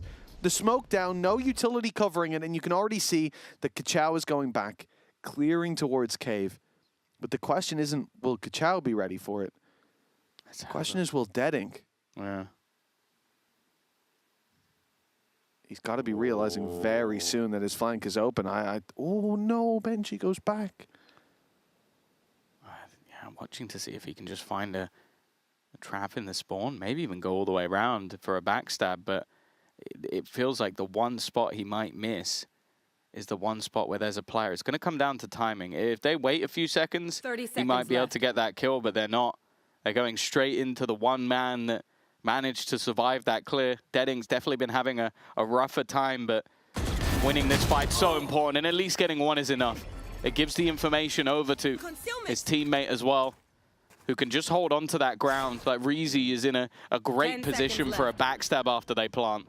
Yeah, the fact that he pushed all the way up to the trip and waited the entire round, it should catch them off guard. Now the cage activated towards main, and Heretics look to fight on the connector, but this is where the majority of Fireflux are coming from, and Benji can't make it away. He's caught up close, and Fireflux will have themselves a 9. Their first of a 4-round streak to make it to overtime. Yeah, no, a great round from Batu. I think under some serious pressure, being able to hold them off, and then the rest of the players reacting off of that. I think Benji is a little bit unlucky that, like, pretty much the one angle he doesn't check, but he doesn't want to overextend and get caught and give the game away, and Deadink does what was needed of him. Even still, though, It's another 3 rounds in a row. Just check your angles, man. Wow, that's enough for Heretics to take that second pause. They've been very, very clean in the last 7 rounds, and even just a singular blip is enough to cast that bit of doubt. But I guess if you got the pause to spare, you might as well use it. Well, yeah, you're sat at 12, 3 rounds to go. Why not? It's not like we're 0-1 down in the half. We're 0-3 down in the half. But for Heretics, I mean, obviously it's frustrating to sit there in the coaching booth and see small mistakes, see angles not cleared and so on. But I think the way that they've been able to fight their way back into some of these rounds is definitely a highlight. Like that 2v4 from Boo and Benji to close out in the previous half was sensational. Or in this half even it was on the attack, no? And like considering now they're losing 1 round after a streak of 7, I certainly wouldn't be too worried. This was a well played round by Fireflux. But the problem has been those more direct hits. They haven't been able to deal with the brute force of Team Heretics, and the splits are finding a lot of space. Now look at the start here for Fireflux. It's 4 players towards the B site. We've seen them scrap mid, we've seen them scrap towards A main. You want to play? This time again, they'll be missing the boat. Deading's ultimate popped. They will slowly push forward, but for now, there's no one for them to run into. That might change soon, though. Rienz is very far away, and he seems to be quite cautious. It looks like he's aware they could have this angle.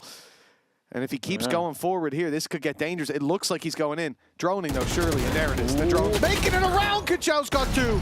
The trade back, though. They had the right read on where they were going. Deadink again put under pressure. Still has the rifle to fall back on, but Boo and Woot have won their fights. And even with them tagged down to 1 HP, that's enough to get that dimensional drift online. Oh, what?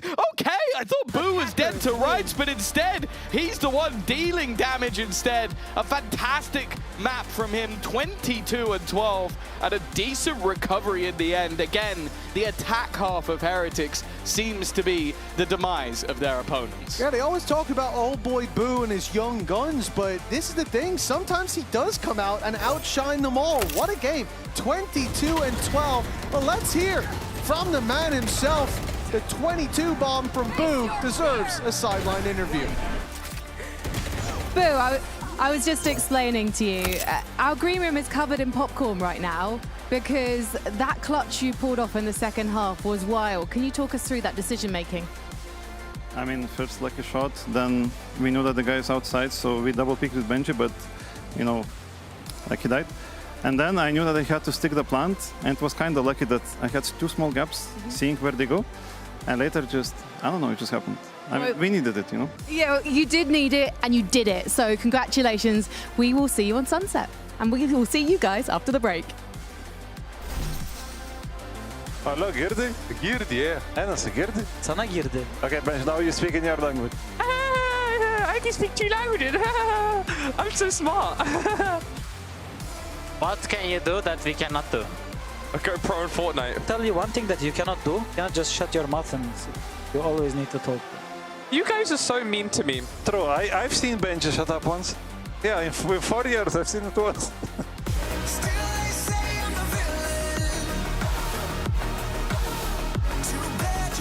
Take me down.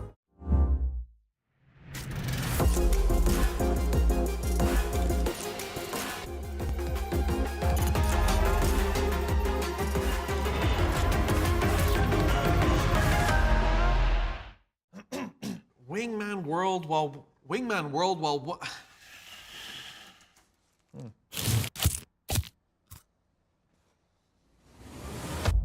Have a break. Have a Kit Kat. Wingman World while wanting a well-won break. Let's go! At Carmine Corp, we demand the best. This is what backs us up. The Razer Iskor V2 New Gen.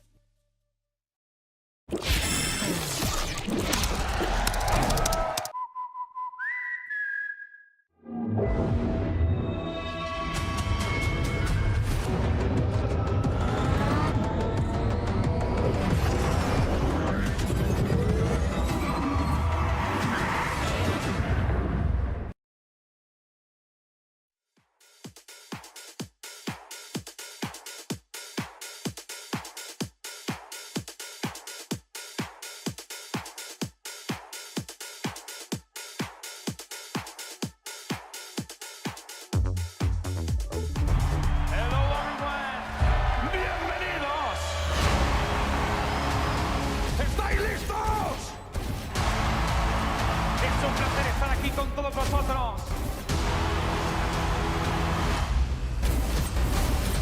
push, nice call, nice push.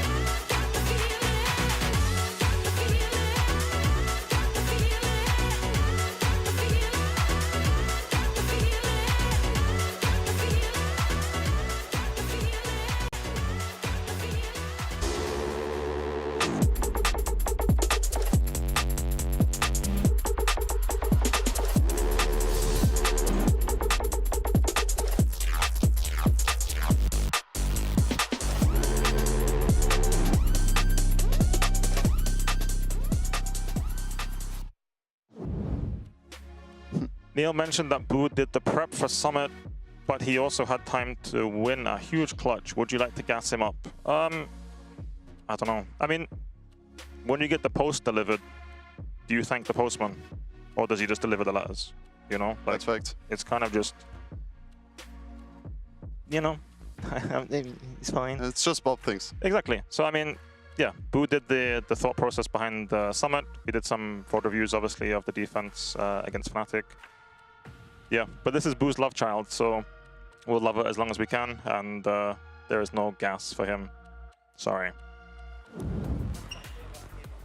An interesting reaction from Weber, and given that in the last timeout we heard him tell the boys to check your angles, I think he's still unhappy with his team there. I will say one thing. When the postman delivers my mail, I do say thank you for what you're doing, and you know, he's always been very nice to me back in Spain, you know? Like, I know him, he knows me.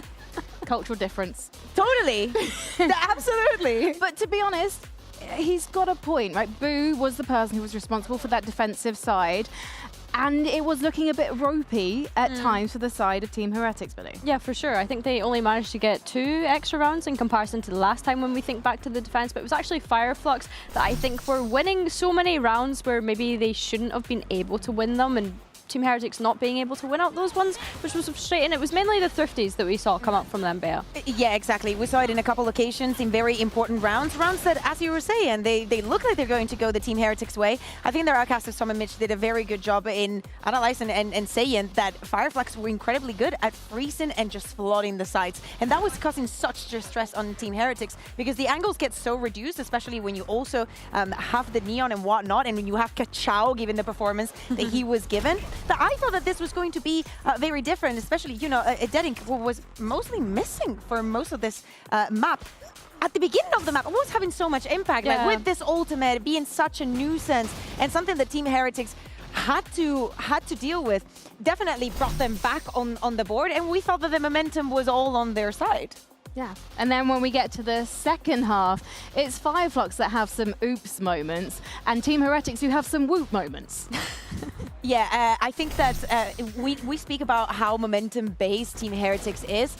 This is the perfect example and reason of why you should buy the Team Heretics bundle, because it is guaranteed that you can do this at least once per game. Insane clutch here from Wood, isolating all of those duels right after the pistol. And this 2v4 was absolutely insane. We even got a Samaya from Boo at the end. Yeah, it was so nice to watch. The fact that we had the voice comms to go along with it as well throughout the round. So you're like, oh, sure, for sure they're not going to go for this with a score like this. Let's see. But the fact that Boo was able to do this, just showing exactly why the Astra is such an incredible agent, being able to isolate them. It was just so nice to watch. And it's fair to say there was popcorn that went flying in the green room over our excitement when he won that clutch. I am sorry. It did happen. I did not expect it, because when I saw him like retrieving the stars, I was like, oh my god, it's happening. Yeah, and he's winning. It was absolutely perfect. But looking into this, I expected when we moved on to the second half to be a little bit of the Kushmar show. We saw it at the first 2 or 3 rounds, and I'm like, oh, he's really going to be facing off against like a Chao that has been the talk of the town. And that was not the story at all. I think that Kosh was having a much harder time. But he can always bounce back on Sunset. Speaking of bouncing back, Fireflux will have to bounce back entirely on the second one. I think it's going to be really interesting to see whether Fireflux can reset. I think they will be able to. I know that they had an easy time of it. That 2-0 was pretty smooth and very fast against Pacific. But having watched this team observe them on the sidelines, this is a team that's not sweating right now. They're literally laughing in their Razor gaming chairs. The question is, though, are we going to see a change from Heretics? And it looks like we're already seeing it, Billy.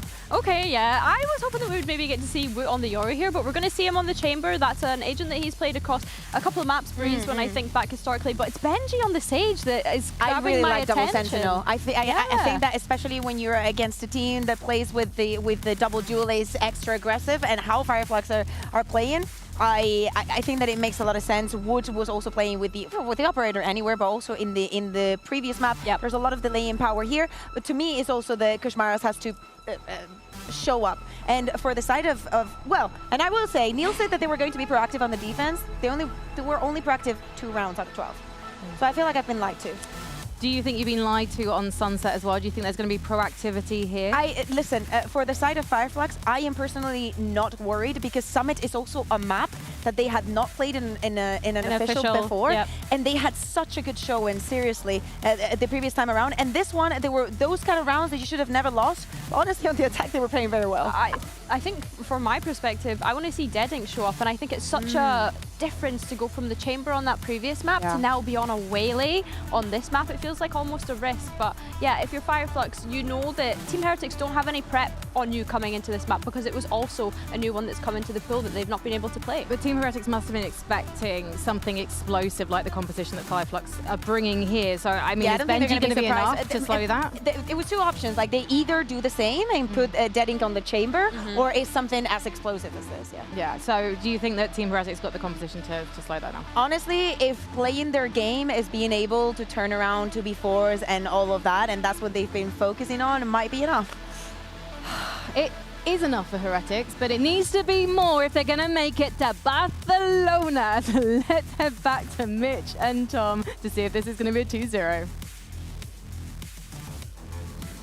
Frankie's been working on her pronunciation, hasn't she? She's been in the mirror this morning. And if you know any loners, she will bait them. So Barcelona, that's what she said. All right, well, I was trying to give her a compliment there. Tom, there was no need to turn that so negative. If you would like to Barcelona, talk to Frankie, I guess. I don't think she's going to appreciate the DMs that come out of that one. So for Fireflux, now map down, stepping into this map, and this is where Heretics wanted to fight.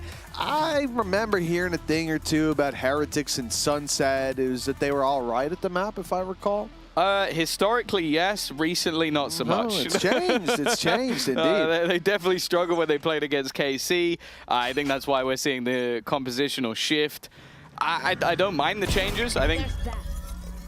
I was going to talk about Whoop. He's already dead. Yeah, dead ink on the waylay. Very exciting. He likes to get aggressive. I don't think there's any doubt this confidence is still there, even after the struggle bus of the last map. And while Batu now under some pressure, great paranoia. Deadink went to try and save him, ends up going down, and the trade's thick and fast, but it's Kachao to come out on top, leaving just Boo. But after the last map, just Boo sounds like an insult. Yeah, my guy coming out top of the leaderboard. And he'll be in the same position if he can manage to find this one. The spike, well, it can be taken.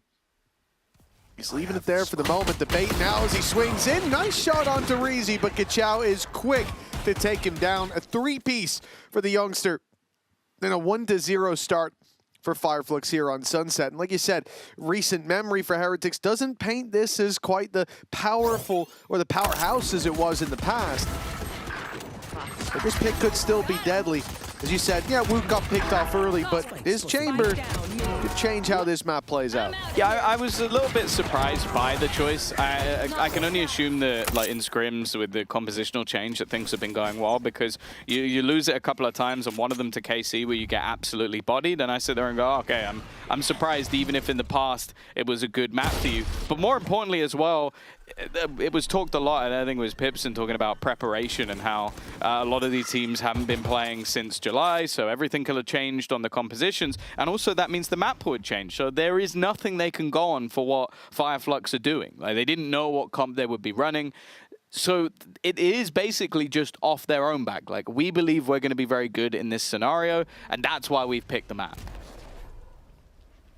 No, a start hasn't gone as they wanted, but these second rounds have flipped, even on that previous map. Deadink under pressure right away. It looked like a good start, but that slow has certainly caused trouble. The rest of the squad not able to follow up quite as quickly. Kosh goes down. Your ability to close that distance very much nullified. And look at how Fireflux approached this. Batu sent out to contain this crew while there's 2 death squads waiting for this peak to come in. Easy cleanup and an in-zone flawless for Fireflux in round 2. Yeah, great round for them, earning up those additional credits and putting themselves in a position to challenge at least. And well, from what I can see on the board right now, it seems like they're going for a little bit more than just challenging, because Deadink's gone straight in for an operator. So they're going for the surprise factor. They want to try and convert this round. I do feel like this means it's going to have to be him manning one side of the map. If they go that way, great. If they don't, and they've lost players on the other side, he needs to save. It's a gamble to see if he can find that early value. A 2-0 start. Investment here is, well, as we said, pretty decent at operator on the B site. The rest grouped up on A, so it will be on them more so to do this damage. For Deadink, we'll just be carrying that weapon forward. Paranoia buying a little bit of time, slowing down the inevitable push, but it is coming in regardless. And in goes Koshmaris, the judge, finding Hezekiah. Plant on the back of it. With Batu down, this really is looking like we might see more than the op saved even. Yeah, the rest of the weapons can be upgraded though. That's the argument. It's like you can turn that into a Vandal with the credits that you have, and maybe you can earn an orb or 2 while you do it. Kachao is definitely still looking for that challenge. Of course, for Heretics, this is more about keeping everybody alive, making sure that those credits build on the attack side. We saw it in the last half, where they just built into things and started running away with it. And well, clearing Kachao. It's a slight upgrade, but at least Reezy will take 1, and then he's going to opt to go down to the spike so that he can buy up that trusty Vandal into the next round. Yeah, I think it was worthwhile to try to take more weapons out of Heretics' hands, but 1 kill here sets those attackers up perfectly for this early half. It got some credits to fall back on, minimal reinvestment, and the man that will be looking pretty low on credits is Kosh, who very soon will have himself an ultimate to play with, so they can pad the gap there. A very successful round 3 for the attack, but these are the building blocks of the early half put into place. This is really where things get interesting. Full investment coming in for Fireflux. The saved operator again in play, this time towards the A site. And that change is going to get Deading some action.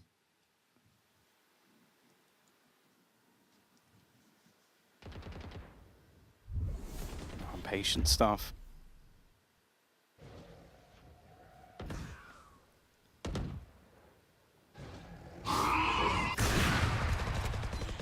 This round at least, a bit of a slower walk up after the last round, but it seems like they're going to go right back to the same operator this time in the right place, but it doesn't matter. Riens has ripped Deading's head clean off. Oh, now they wait for that swing to come back in. Kachao at least managing one, and the HP on Boo is desperately low. Hezekiah maybe not clear, but Riens is just taken over. Acquired to previous map, but now he gets the Nightfall online. Now, maybe even has to do it all himself.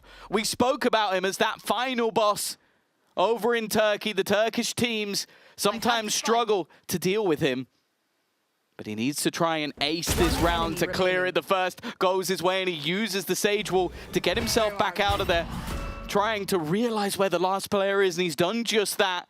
Him facing off against Reezy, a chance for that ace, but just waiting for his opponent. The problem now is that time is ticking, hoping for that final kill, and he will clear it as well. It might have just been him giving them a chance in map number 1, because Riens is back to his old tricks. Yeah, this is the Riens that was promised today up against the Turkish team. We know he finds another gear, but he was stalling out. 2 kills for the majority of that previous map. Finally, we're starting to see him wake up, and well, it is certainly not too late. That's the round that puts Fireflux economy in the bin. And it's one that never should have been without this man. It even looks shaky towards the end, but he connects it just in time. For Heretics, a lifeline. That's the advantage now, almost definitely, as they come in up against this eco. Let's see how they handle it. Would come to us, I think. Yeah, I'm walking. But we do it without wood. They cancel rest. We cancel, okay? Okay, chill. Just relax. Cancel, listen, reset the map fully. Okay. Leave me here, okay? They can tiles push, okay? Let's go retake mid, guys. Listen, Boo, can you give us smoke on top mid? Guys, you need to clear tiles.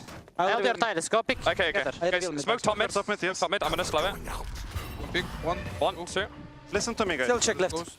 Yes, Check everywhere, please. Listen to me. Can you just go B splits with this wall? Yes, okay. good. Guys, meanwhile, you break door. I wanna just Go 4 people there, okay? Okay, guys, come close. Not yet. Yes. I'm gonna paranoia like this for you guys, okay? Okay, guys, go. Ready? Ready? 3, 2, 1. Let's go now. I paranoia for you guys, go. I do walk. Still carry neon. One more. Just follow. I walk. Go forward. Be one more side. He's behind the wall. Guys, I on the wall. Go together, yeah, go ready? first. Yeah, keep going. I slow CT. Go, I check behind the box. Neon backside. 2, neon by there. I'm holding with you. Neon backside. One market. I will go push backside. Yes. Wait, one. I'm coming up as well. I'm Market. Come. CT, Wiley. remaining.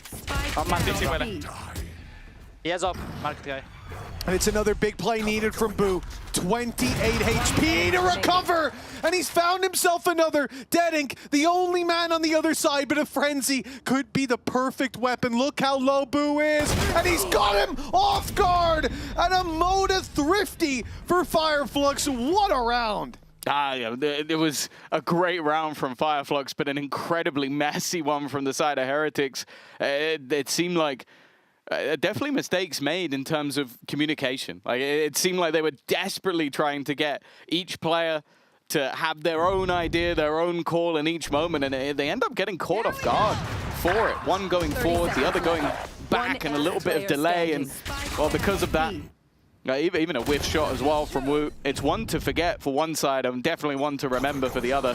A huge boost to the economy, and what it seems like right back to the same strat as before. Pressure put on, the bait thrown in. Nice work from Hezekiah to get, from Deadink to give a free kill. Even still though, they turned this back. Yeah, they got Batu. He was caught between a rock and a hard place. The spam for Boo made it impossible, but Hezekiah, again, a big play from that Omen. And a 2 versus 1, Rien's having to step up to the plate and knock this one out of the park. It will not happen this time around. And Heretic's direct approach falls flat. Yeah, it looked for a moment like that was going to work. I liked the bait play, but the player with the judge in the corner had no escape from that point onwards. And even after the res, but it's Hezekiah. He seems to be a man of moments. Like, he's not going to consistently get you a multi-frag all the time, but when he does, it seems to be as clean as ever. The individual skill, no doubt. And well, from I think rounds where there's been opportunities, rounds where it's been a bit messy for Heretics, it's no surprise that we're seeing a pause at this point. Yeah, I think it makes sense early, especially that round 5. Going in, 2 opening picks by Rien's. They get into the B site. One player's peeking backside, the other's posted, holding. Like, there was no cohesion in that moment. And they gave Kachao an opportunity. He ends up claiming it, now sitting 10-3. So it's no surprise that they take a moment to reflect on things. One good sign, though. Well, it's good and bad. Rien's is having a lights-out start, right? He was missing in the previous map early on. Now we're starting to see that, look, he even looks like he's angry looking across that stage. But the rest of the squad right now, Tom, while he sat there, you can see the stats are impressive. 400 ACS. He's got 9 kills and 4 deaths. The rest of the squad has got 9 kills between them. Very slow start from Woot. Very slow start from Kosh. And we need to see that turned around. Yeah, for sure. Like, they'd probably be 6-0 down if it wasn't for Rien's thus far. And that's not a great sign on your own map choice. On the attack side, which again, if you think back to their historic route, it was Paditek flashing in Woot and him pretty much killing everybody. That was how the game went, and a very different look from this side. Dedink at least seemed like he was in the right position, but for now at least, he has been smoked off. It's aggressive from Hezekiah, though. His teammate's not really able to fight with him. And that will give Benji the pick. The Nightfall goes through the space again. It seems like that's the plan. Dedink can't kill us if we keep blocking him with smokes and walls. Unfortunately, there are other players that can. Kachao again! This young superstar taking over the round! And 4 again from the youngster. Insanity from Kachao. Oh, what a round. That would have been the ace as well. Reezy and his bullets must have landed at the exact same time onto that other. The 5th that evaded him, or the 4th as it would have been. What a hold.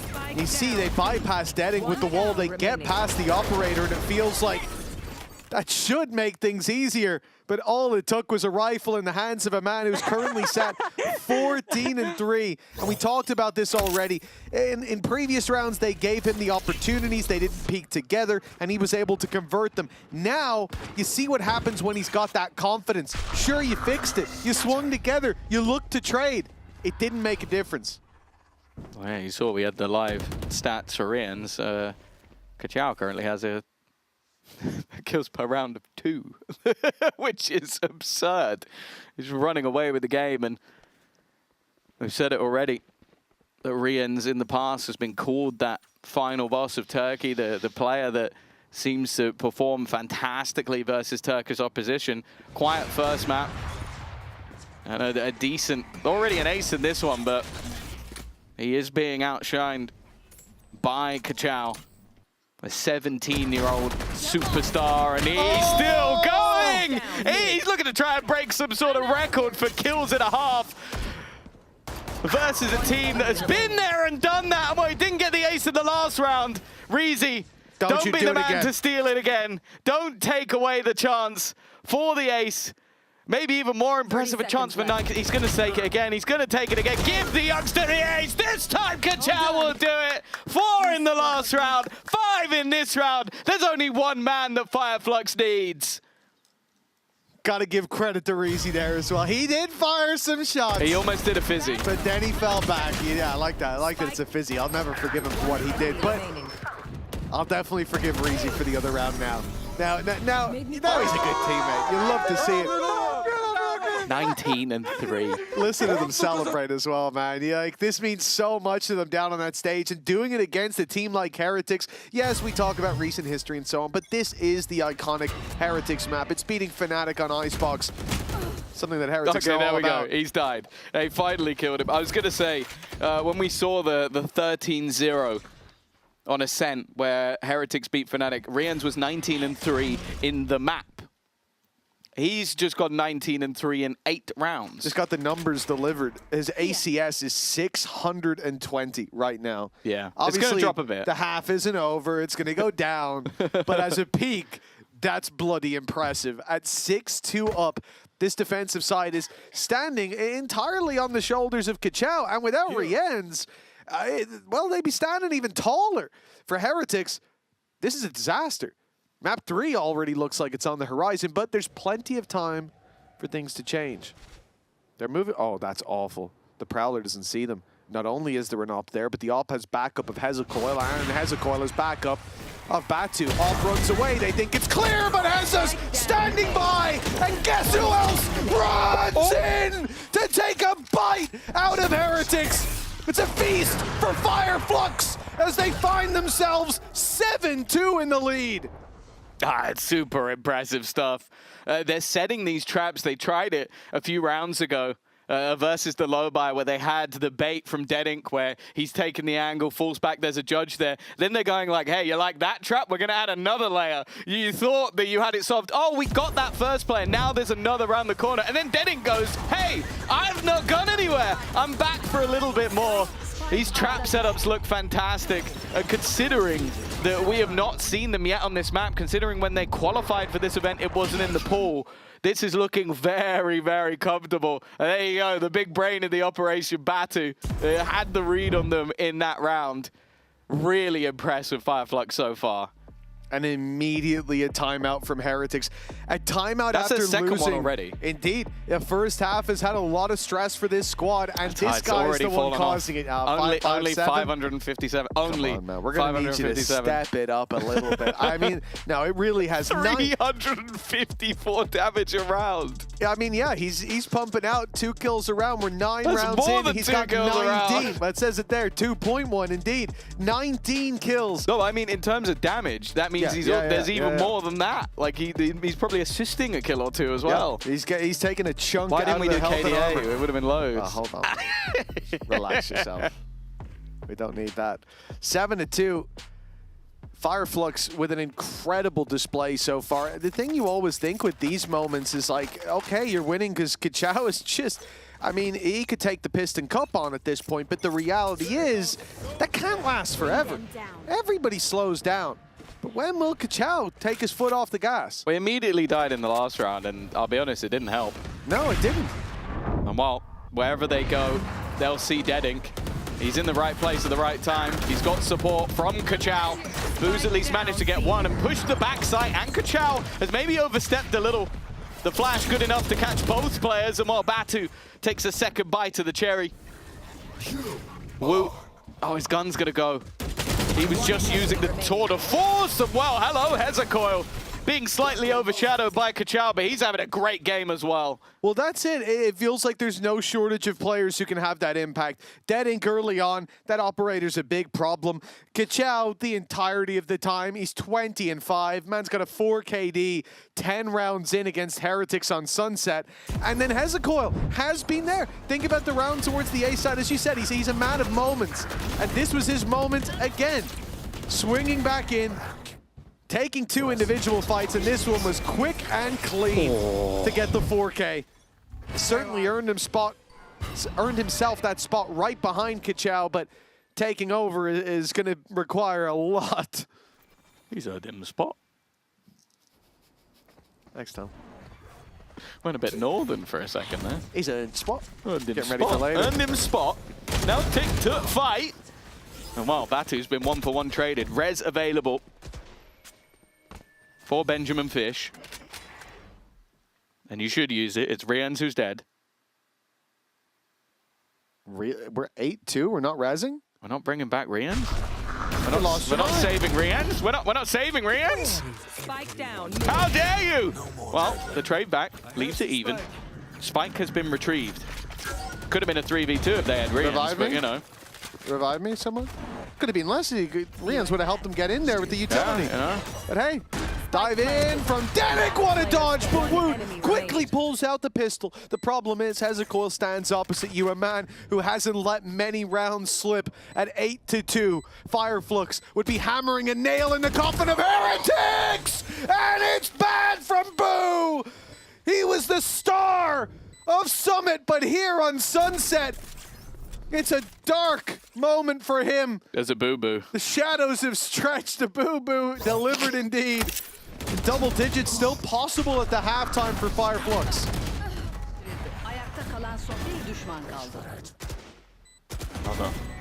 Oh, moment from Hezekiah.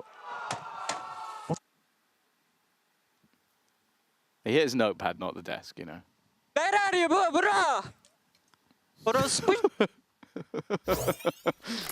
Oh, you got Kachao talking smack.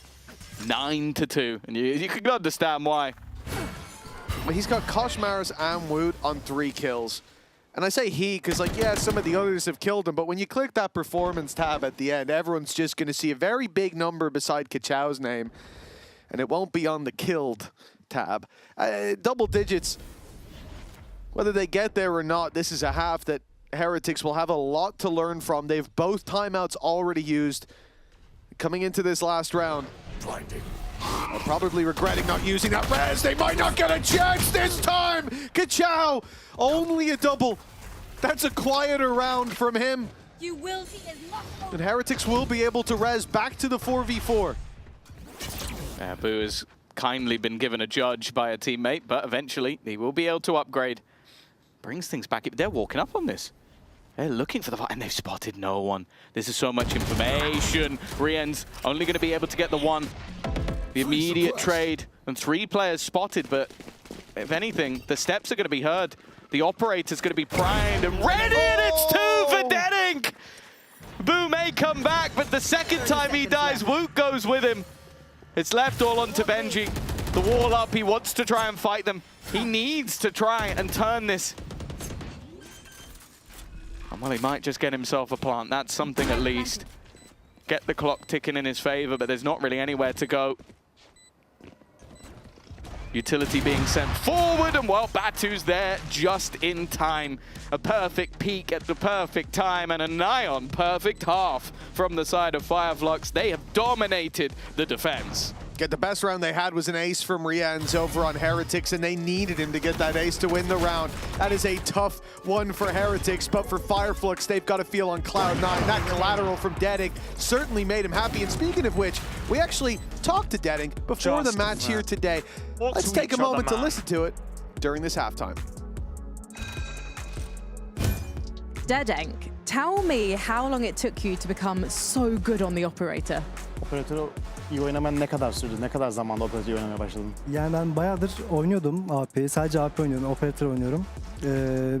Yani bir senedir falan bayağı gelişti bu kendi takımla beraber.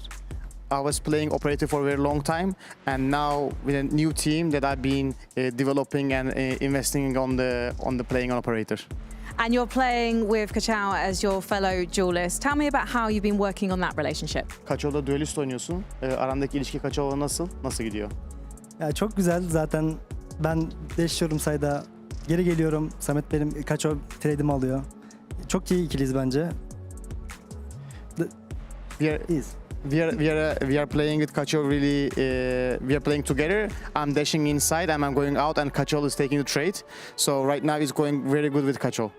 How do you feel about your job being to die for a 17-year-old? 17 yaşında bir ölmek için nasıl bir his? Ya güzel, eğleniyor çocuk zaten. Çocuk eğlendirmeyi çok seviyorum, çocukları çok seviyorum. Çok tatlı çocuk. He's a really funny kid. I really like to make him enjoy the game, and I'm always like this, one of my motivation as well. He really enjoys that. That makes me also enjoying the game. And today we're going to get to see him face Rien's for the first time with Team Heretics. Rien's known for taking down Turkish teams. Have you given him any guidance for this? Riens Türk takımlarına karşı galibiyet alması da biliniyor ve bugün de ona karşı oynayacak. Ona bir guidance, ona bir rehberlik sağladın mı?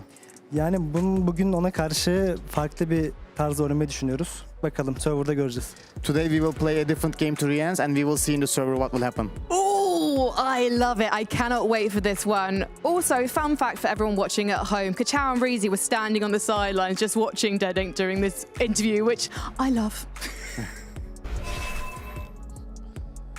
Well, they're supporting Dead Ink in his interview, and the whole team's supporting Kachao on this server. 23-7. They said that his energy, his vibe, and how much he's enjoying the game is something that's driving all of them. Well, this is certainly going to give them a lot of fuel, perhaps enough fuel to make it all the way to Barcelona, which you can do if you scan that QR code. Get your tickets for our Stage 2 finals, but maybe wait till after the game. I was going to say, into things. He might be driving them all the way to Barcelona if he's got his license yet. Yeah, exactly.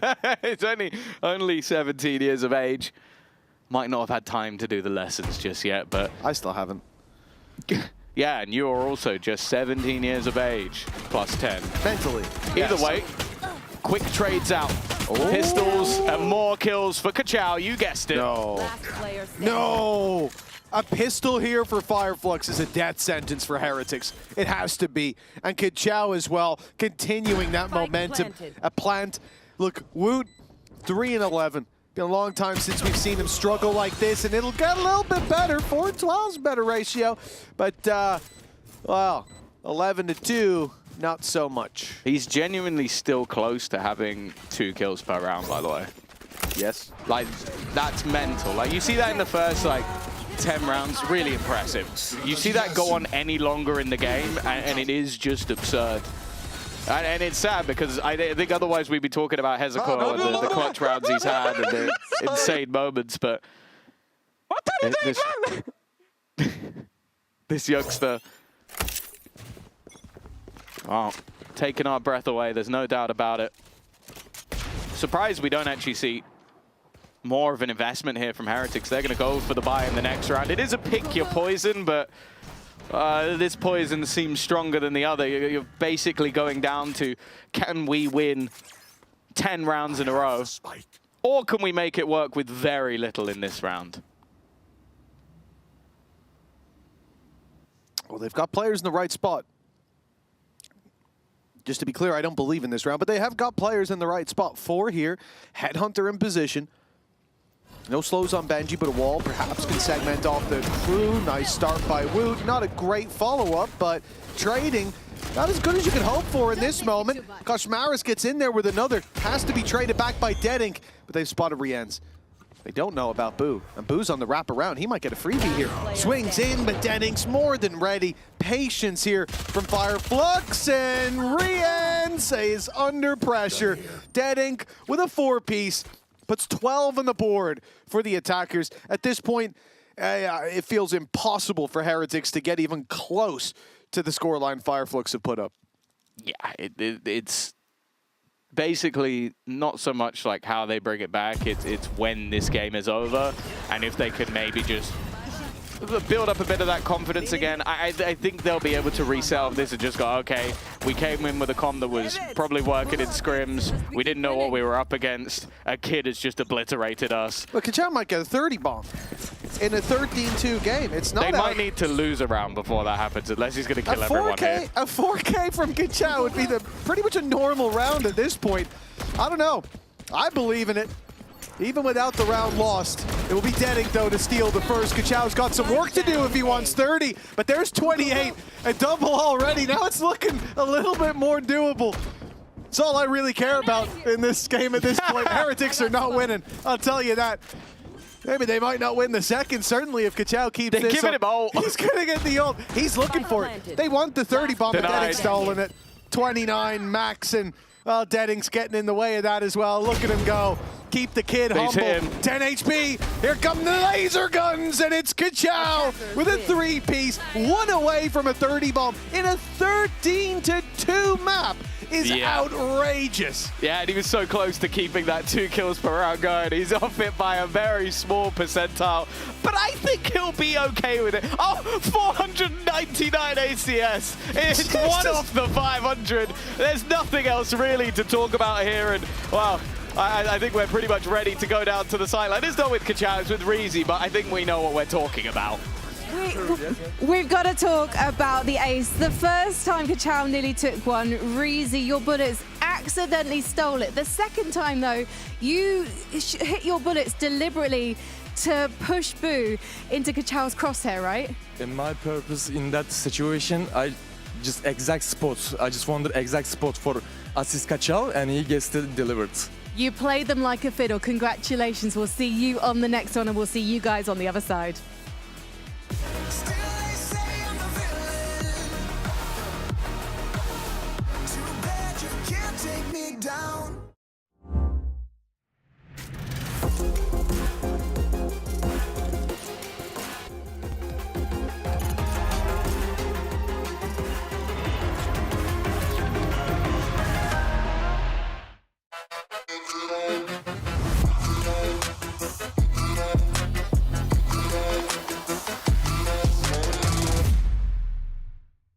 Want to find your fastest server every time? Express like a pro and optimize your connection in one tap. Express and game without ISP throttling. Express and shield yourself from DDoS attacks. Express and choose the VPN trusted by gamers everywhere. Express VPN. Experience gaming the Express way. Fast, stable, competitive.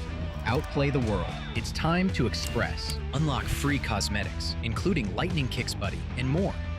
Scan to subscribe.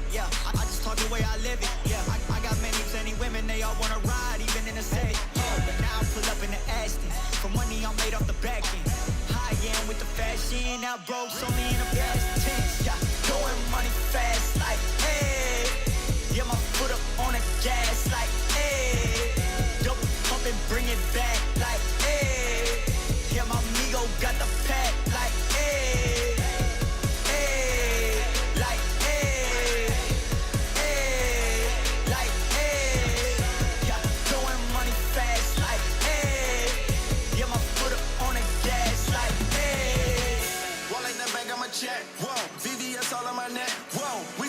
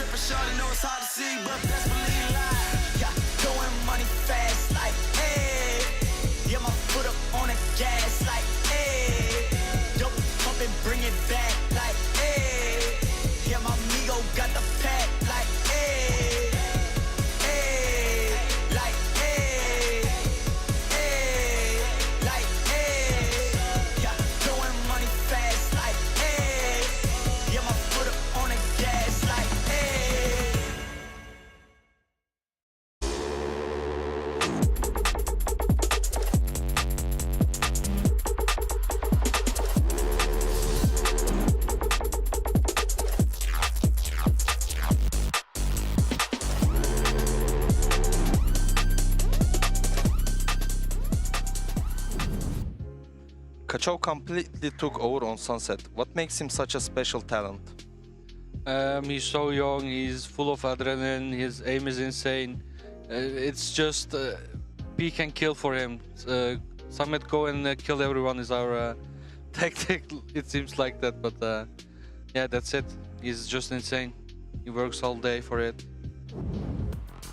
Well, we only got to see 15 rounds on Sunset, and I think if we had one more, we would have seen Kachao move past the 30 mark really easily, Billy. Which is absolutely crazy. Yeah, it's insane because the fact that he was looking for all of those kills in that last round as well. I think he got a 3K at the end there to try and close out. Like, the only way he could get to that 30 was to try and close out there, but there was none left for him to be able to get, right? So he had to end on the 29, but I think it's crazy. I said just before we came live that you're actually going to let a 17-year-old do that to you. Yeah, they did. Look at these numbers. Rians is the only one that goes past those double digits. Yep. On the other side, there is a couple of players on the Fireflag side that don't even need to get this. But I am so happy that whatever happens in this play-in, we have given Kachao a good highlight reel so he can go anywhere in the world and say, like, listen, you should have me. This is what I can do against a team that has been runner-up for champs, against a team that this was their home ground for such a long time, against a team that decided that they were going to play their game. Yeah.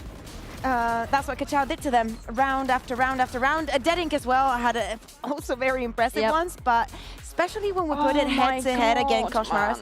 Yo, okay, Koshmaras, not good performance, but seriously, this man got almost 500 ACS. Have you seen that before?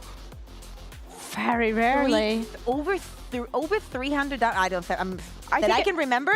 No. We showed a stat, I think it was round 10 as well, where he was like 550 something ACS throughout the map at one point. I think he was like 19 and 3, finished plus 21. Captain count, get working. Yeah, for sure. I think you could definitely see that Kachao carried Fireflux throughout that. As you mentioned, there was a couple of players that stepped up, but we're talking about Heretics not even making it to double digits. There was like 2 players on Fireflux that didn't even make it to double digits. That's how much Kachao was able to take over that map. The thing is, if he wouldn't have been shooting, I don't think that the rest of the team would have had that much of an issue. But it still, to me, is the grace in which they have absolutely no respect when they open the angles, when they go into these duels. And very clean for them. First they did it with Summit, now they've done it with Sunset. A very, very scary team to have coming in and play as some challengers. This is a challengers team who have just taken down the winners of stage 1 on their own map pick, 13-2. Naturally, we had to check in with the coaching squad for Team Heretics to see how they reacted to that map. Tough times on Sunset. What went wrong there? Lots of micro issues, I think. Not a great deal more I can add with that, I would say. I think we did a really poor job of dealing with our reclares.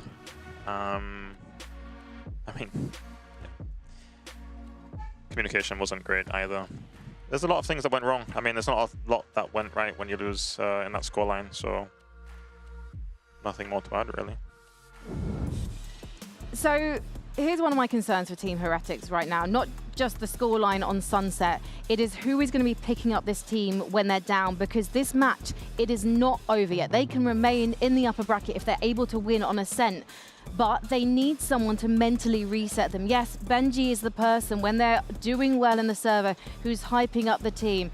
A loss for him, it's like water off a duck's back. But for the rest of the players out there, they're extremely quiet right now. They forget what they can do because they're facing off against a 17-year-old who just destroyed them. I don't know how they can get through this next map if they don't have a word with themselves, and they haven't got anyone to do that for them right now.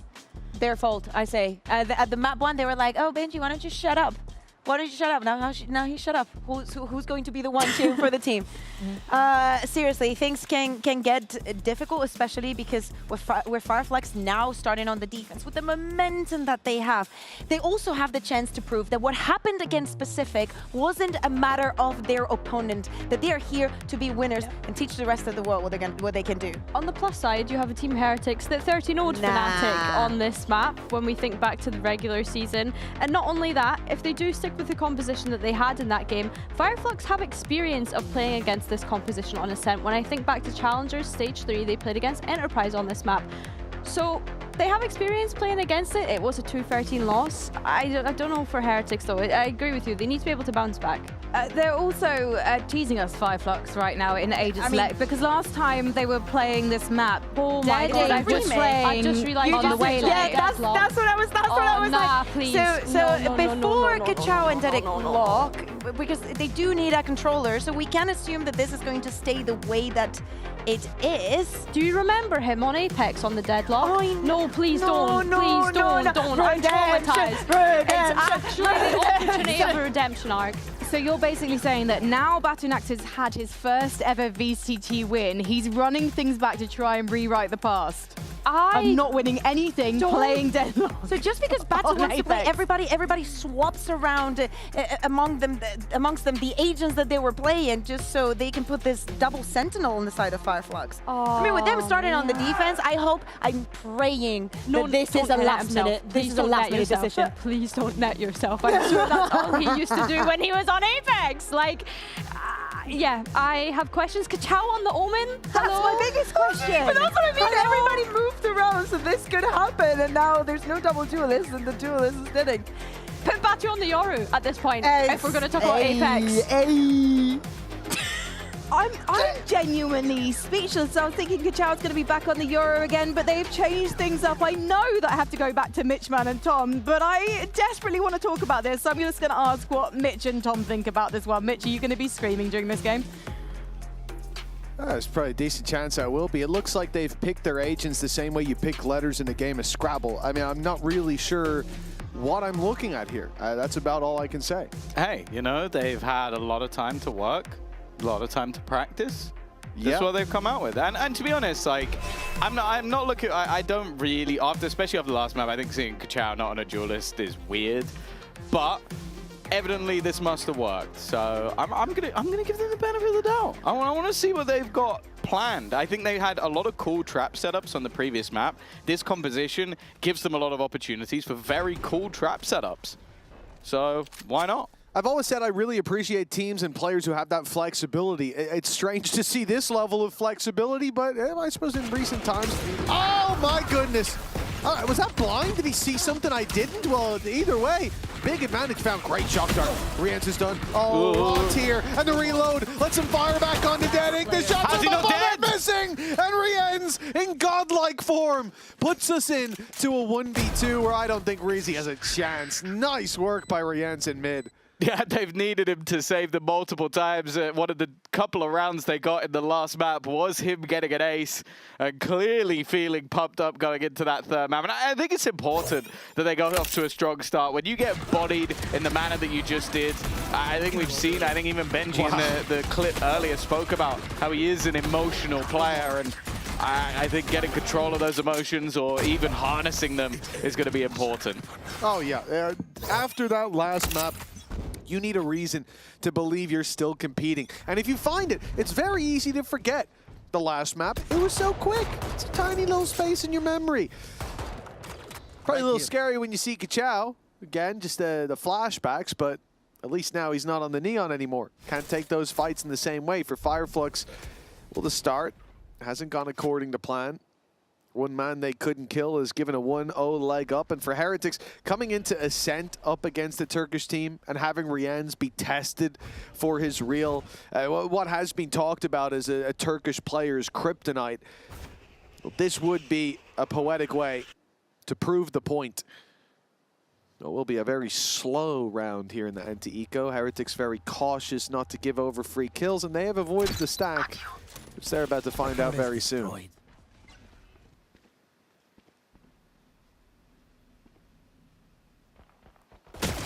Walking in, there's a coil, there's the realization, and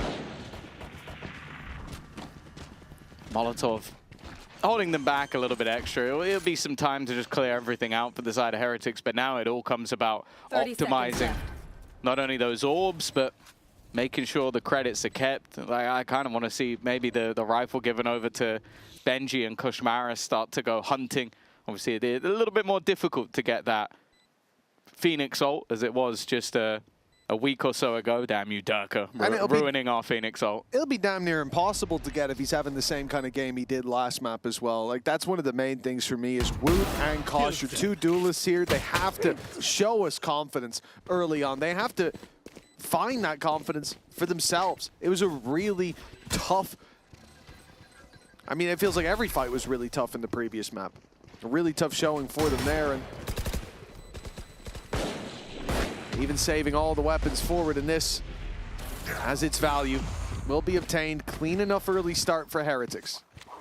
Yeah, they've at least managed to make sure all of the players are going to come in with rifles for this next round. It's going to be too expensive, and an opportunity to start this attack side off strong. Of course, when they played it last, it was their defensive side that was incredibly strong, but I don't think we can take too much away from that because they did win 13-0, and it seemed like Fnatic didn't really come to party at that point. But as I was saying, that bonus round is going to be pretty important for them. A strong one at that, and an early challenge on the fight. Let's have a listen in to the comms. There is no deadlock net and... Get more foreigners. No, he already took him. I'm just gonna watch my mid push now, Boo, okay? Okay. Yeah. Just out push. They don't have only air flash. Yeah. Listen, guys, can you just wait a bit? Yeah. Yeah. Listen, I'm going left. You can pick Enes, me. Short, bro. Yes, Enes, you're gonna go drone short by yourself. You're gonna hit 4. One mid. Okay, one mid. Okay, I'm coming back. Yeah. Yeah, one dash, one smoke. I'm gonna dash close right side, okay? Yeah, Also, be ready to push. Can they be like mid really close mid? Also, yes, they can. Can Yes, play yes, a little bit faster because of the deadlock net. Like, you will have it back in 20 seconds. Yes, we don't wait. Get closer. I'm running. Get closer, get closer. Yeah, get Can ready. you drone now? Yep. I'm gonna put it on the Right, drone, sure. guys. Okay? Yeah, I will dash right. Can you flash this? Go, go, go, go, go. Dash. Let's go. Only heaven. Under right side. Yeah, I see him. Get out, get out. I died. I'm aiming heaven. Wait, I dodge paranoia. Dodge also. Under right side, then I'm in now. Peek here, guys. One. Wait, I'm in now. I can't. Go peek now. One, two. Bro, he's still That's we're real. I'm dead. Heaven. Last player standing.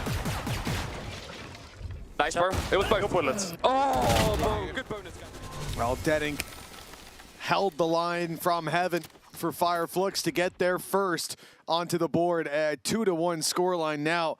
Deadink picking up a little bit of momentum, but Rian's also seemed to start hitting some shots at the end. Yeah, I will say Deadink is one of the more interesting changes going into this one, because obviously he was on the waylay. I do think that, again, since we've seen them last play, the Yoru has gained even more in popularity on this map.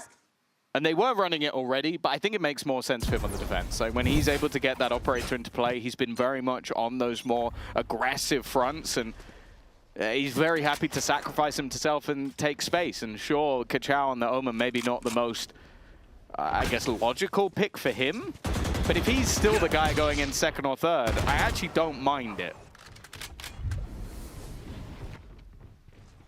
Yeah, might not have the neon slide, but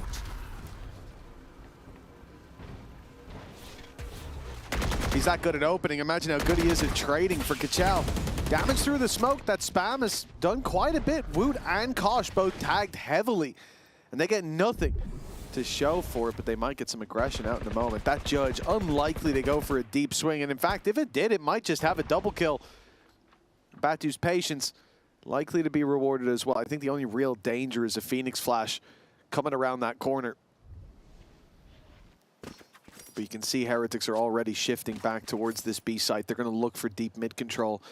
And I assume Kosh is going to put some fake pressure towards this A site alongside Rienz. There's the reveal going up and over. There's the flash. Is he going to swing?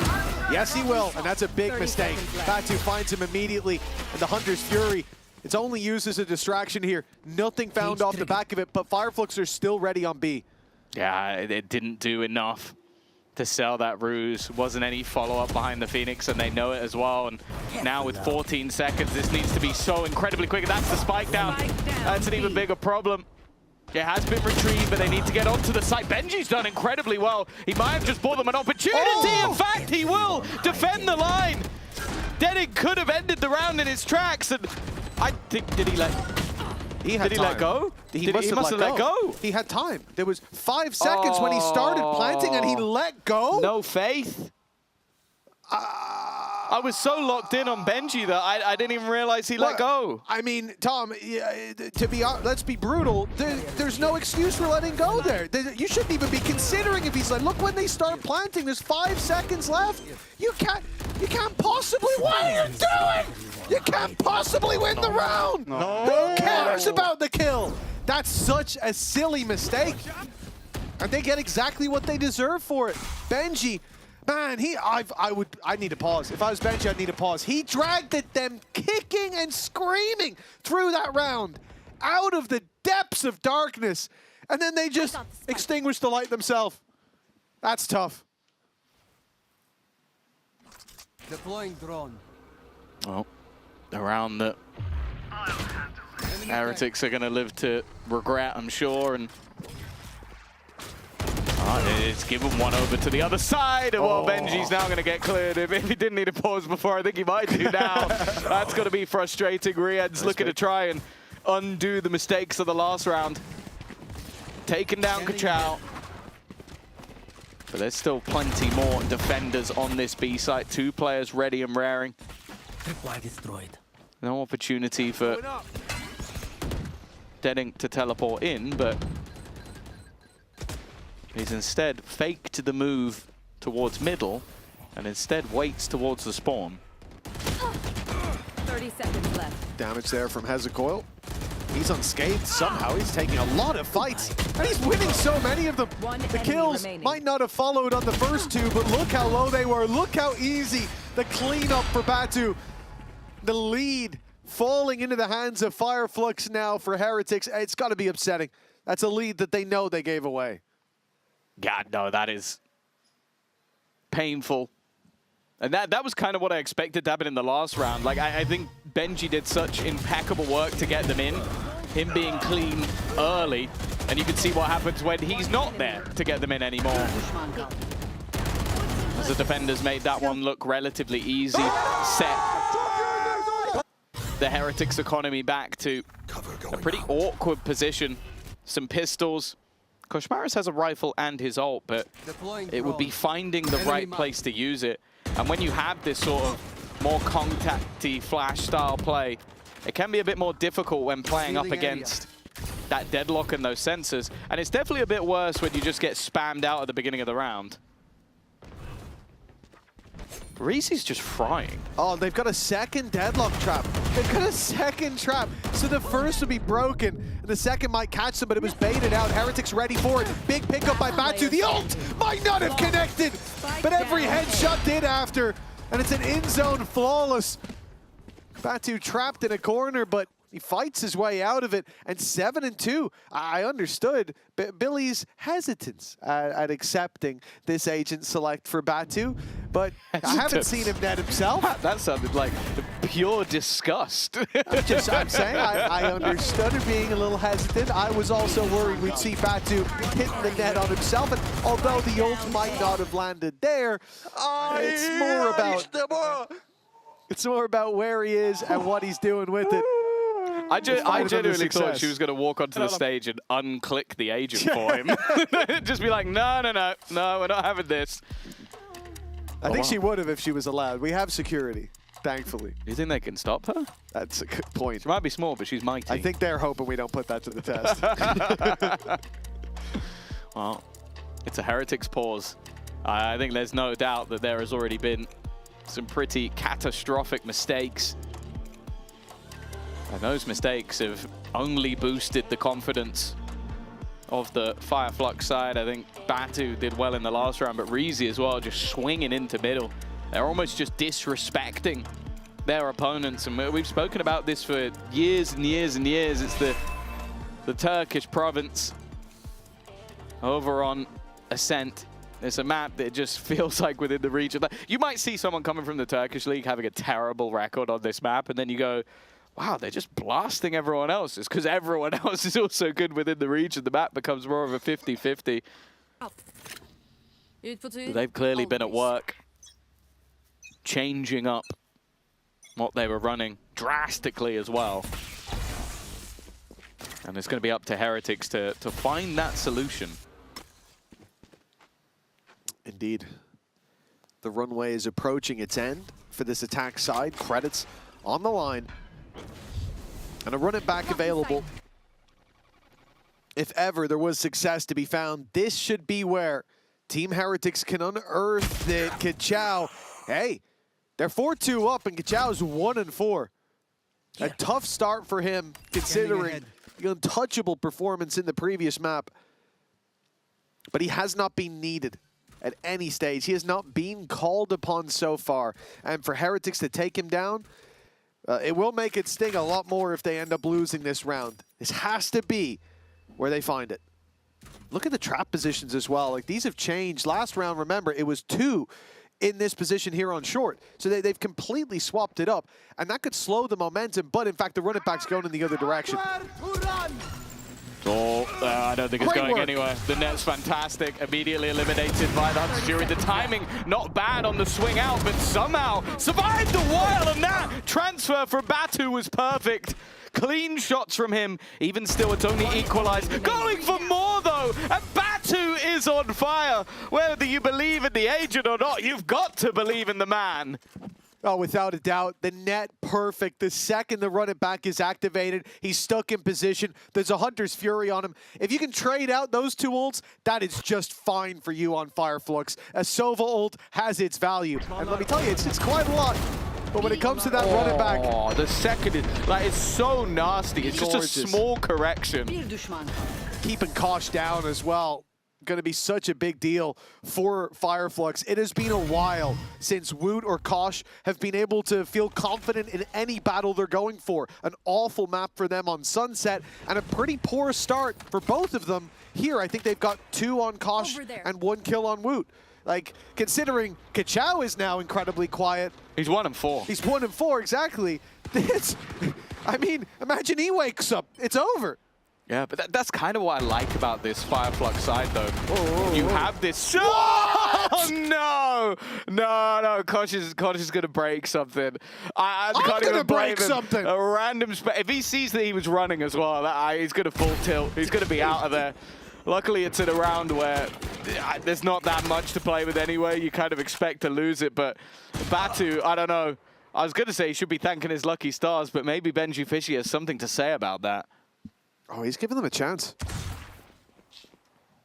After a random kill pulled out of nowhere, the advantage taken out of the hands of Fireflux. The B site now under pressure. The rotate from Batu is perfect.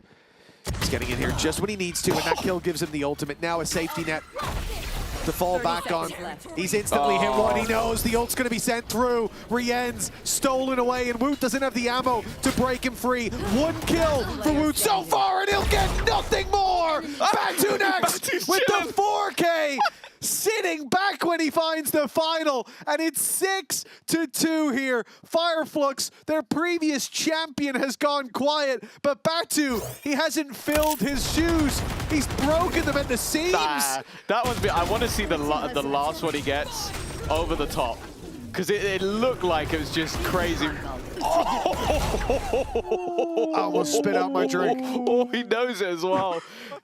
He is on one. Potentially, he's trying to overshadow Kachao. And honestly, like, he's on track. You've got the story of Kachao, this youngster, but you've got the redemption arc. A man who was 0-11 in wins, playing on Apex, almost a laughing stock. And now he's looking like maybe one of the best we have.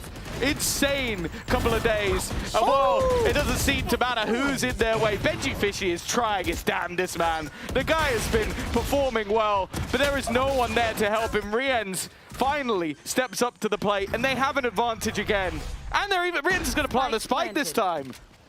Hunter's Fury available. Man advantage to work with. Tag in onto Kachao, but they're not worried about him. The op misses the shot. The spam takes Kosh so desperately low, and Kachao's ready to strike on the swing, but he misses. Kachao not able to land those shots, but he'll pop his smoke, make it uncomfortable for Kosh Maris. Fake the TP across and swing in for Rien's. The first found, 2 more to go, but he's tagged so low. Batu will have to carry this on. 14-2, and he gets the jump on Benji. The net lands on Kosh Maris, and he's up close with the shorty. Batu next. The clock could be his only foe. And close as it may be, I don't think. He's got it. 6-2. 4-3. Heretics win the round, but only time can take Batu down. He is 16-2. It's a round, though. I think that's all that Heretics can look at this point. We know the defensive side on this map has been strong for them and strong for many as well. But the fact is that, yeah, maybe they celebrate a little bit early, lads. But the fact is, I also look at the composition that's being run by Fireflux, and I think, okay, this is going to be tough to run on the attack. Like, you're going to have to be very well-oiled machine to make this one work. But at the moment, it just looks like they have the individuals. Even a round that Heretics win, it doesn't feel like a victory. No, of course it doesn't. Oh my goodness, the net goes through, but that paranoia might just have saved the day. Batu tastes his third death at the hands of an opponent. Kachao, slow as he's been, this has to be the step up. His hero moment, of which he had more than a few in that previous map. And it starts here. He's dodged the flash, but he's being spotted. Doesn't matter, Boo goes down. Only the one for Kachao. The trade outs there for Deadink. He's already doubling up, looking for more and finding it. And the last man standing on a long, long flank. I know exactly where. And he will be found. Oh, the reposition as well from Deadink. He's now backing towards that spawn. They're waiting to just try and lock him in. Look at the gun on the other side. The gun is a judge. The gun waiting for him. The spike's been taken though, but there's no escape. What? Okay. What? Deadink just read that one perfectly. Is he cheating? He didn't see anything. He just shot through the cage. Did he see the spike go, maybe? No, the spike was in the cage. I don't think he could have. I wonder if we'll see it from his perspective, but I think that was just a random shot. Yeah. All right, cool. Okay. I'll take those. Yeah. 7-3. And then you think about the round before, when Heretics find their third, when they break that streak from Fireflux, they still lose everybody. Batu still looks invulnerable. Here, Batu falls early. It doesn't matter. Fireflux still come out with the round. Like, this has not felt like Heretics have won a round since round 2, and they basically haven't.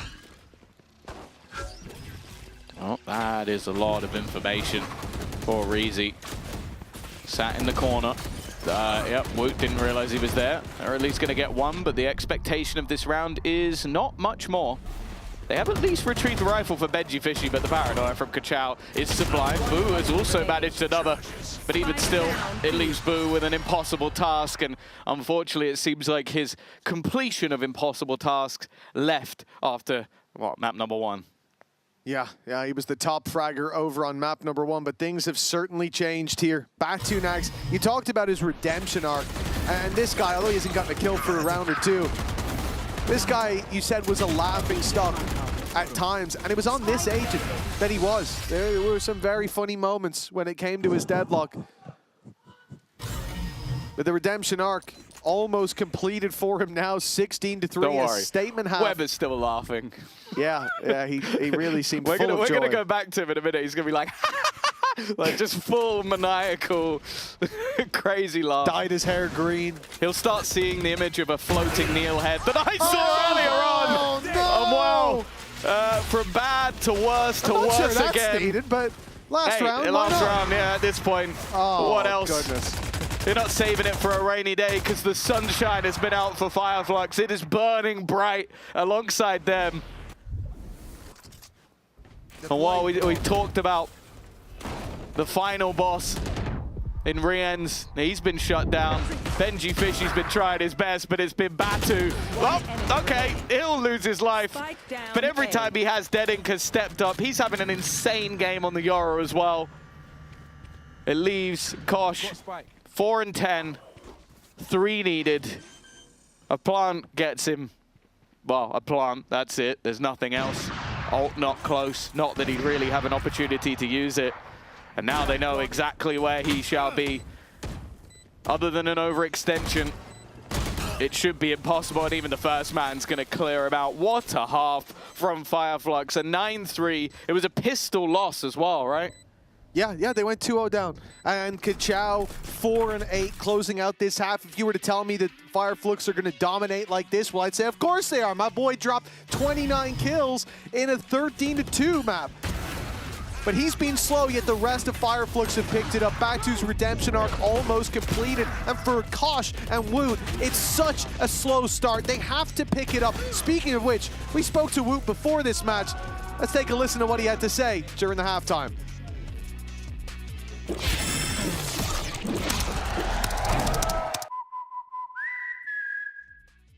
Woot, you actually you started your career with Fireflux Esports. What's it like playing against the org today? I mean, honestly, it's like first time I'm playing against a team that I played before, like organization, whatever you call. I don't know, it's something different and something special, but nothing is gonna change in game, I would say. Like, we will stay play our game. We are Heretics end of the day, not Fireflux anymore. So we will show. Well, you've got Rians playing against a Turkish team. I know you're obviously a Turkish player yourself, but we know what happens when Rians faces a Turkish team. But how do you feel about playing them? I think they're like strong individuals, but I don't think they are as good as we are as a team. So I think we need to put our difference between the team-wise, not aim-wise. We shouldn't like take solo duels. Like, I think they're really strong as a, like individual aims, but we are really good on team play. So we know how strong Team Heretics can be, but sometimes you look a little bit bunkered down on your defense. You know that Fireflux are going to come out all guns blazing. So what's the plan for you guys in your defense today? I mean, play together, play with utility, and don't give them cheap kills. I think they're relying on it so much. And maybe play some more Yoru? Who knows? Or maybe you can tell me after this interview? No. Fine, okay, right, I'm ending the interview there then. Tell me! No, not yet. I guess we'll never know, except well, at least we know for these maps, there's always that. For Team Heretics, 3 on the board. What a different map than what I thought I was going to get to see. For Heretics, they're fighting to go all the way to Barcelona. You can be there too. Scan that QR code to get your tickets. And maybe that's the only way Heretics are going to make it there. Playing like this. Yeah. It certainly looks like it. Last 2 maps are ones to forget, unless this half can change that bitter memory. Well, yeah, I believe if they lose this game, they might need something like 7 in a row. Woot, though, does not want to let that slip. 2 kills in the first half. 3 kills already in this one. And he is not letting it go just yet. He spoke earlier that he thinks they've got the individuals, but maybe not the team play. It's time they show it. Exactly. This is their moment. A 9-3 half, a tough task for anyone to bounce back from. The thing is, I'll think back on that half. 2-0 start. They found the pistol there as well. They found some early success. And then they didn't find anything else to write home about from that time. This guy is the reason they've got anything on the board. Other than the round just should have had one more as well. Exactly, yeah, very much should have. Very much should have. So for Benji, yeah, we know he's delivering, but the rest of the boys, we haven't seen them since Summit.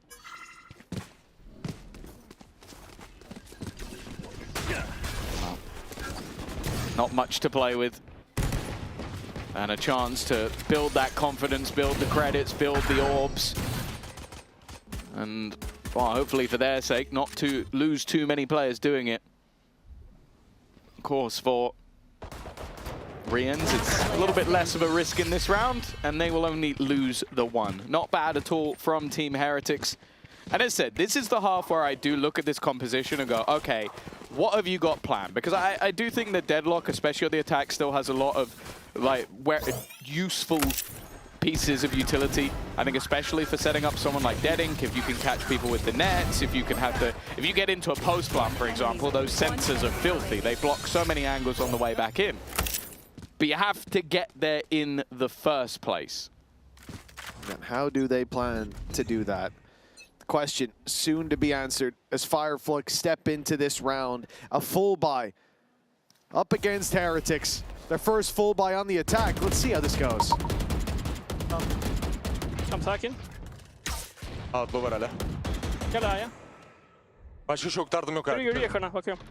Beni bilmiyorlar, ben ghost davranacağım yanınıza. Tabii yukarı zıpla da vur şunu. Main'de bir tane. Kol atıyor galiba main'de. Vur onu. Bekle. B main drone beyler. Yok. Kameramı gördü. Oo tamam atsın. Gidelim mi aynen gel. Bir dakika izin verin. Mide bir tane daha smoke at. Mide bir tane daha smoke at. 10 saniye ikinci. Tamam ikinci smoke'la giriyoruz. Sova'nın drone'u yok. Tamam. Vine'a bakın sadece. Bakıyorum ben. Dönmenize gerek yok. Hazır ol. 4 smoke geldi mi? Geldi. At spin'i. Attım. Attım. Kör. Andreven. Pullu.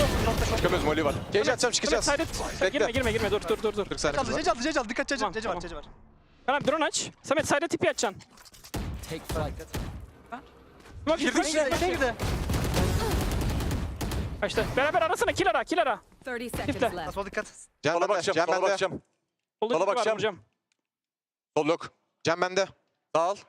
Undersa. Let's go. Birlikte oyna. Cage açtım. Atmayın.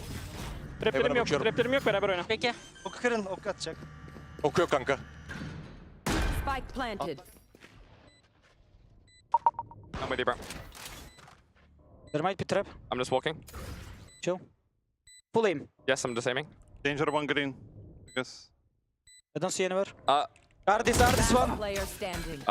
It's on him, bro. Fuck. NT, bro. Fuck. All good, guys. It was a good bonus. Great recovery there. I love that little slip in by Woot, though, into the smoke, dodged the drone, took down the man with the drone, but then still had his judge. Not really a great position to play from unless mistakes are made from that point, and they flood in so well. Another great round from Hezekiah. The only thing that does surprise me a little bit is that the Heretics don't gamble a little bit more. Like, you got a low buy. They still have two players on B. You're still fully committed. I understand that you might expect them to rotate, but if you're in a 4v3, I think play the 4v3. Play the numbers. If you end up having to retake the other side, I think that's fine. But splitting it, especially, again, as you said, when you have a judge, it's going to be so hard to hold that site. And once they're in the post plant, it became even more difficult. As I said, you got that double sentient post plant.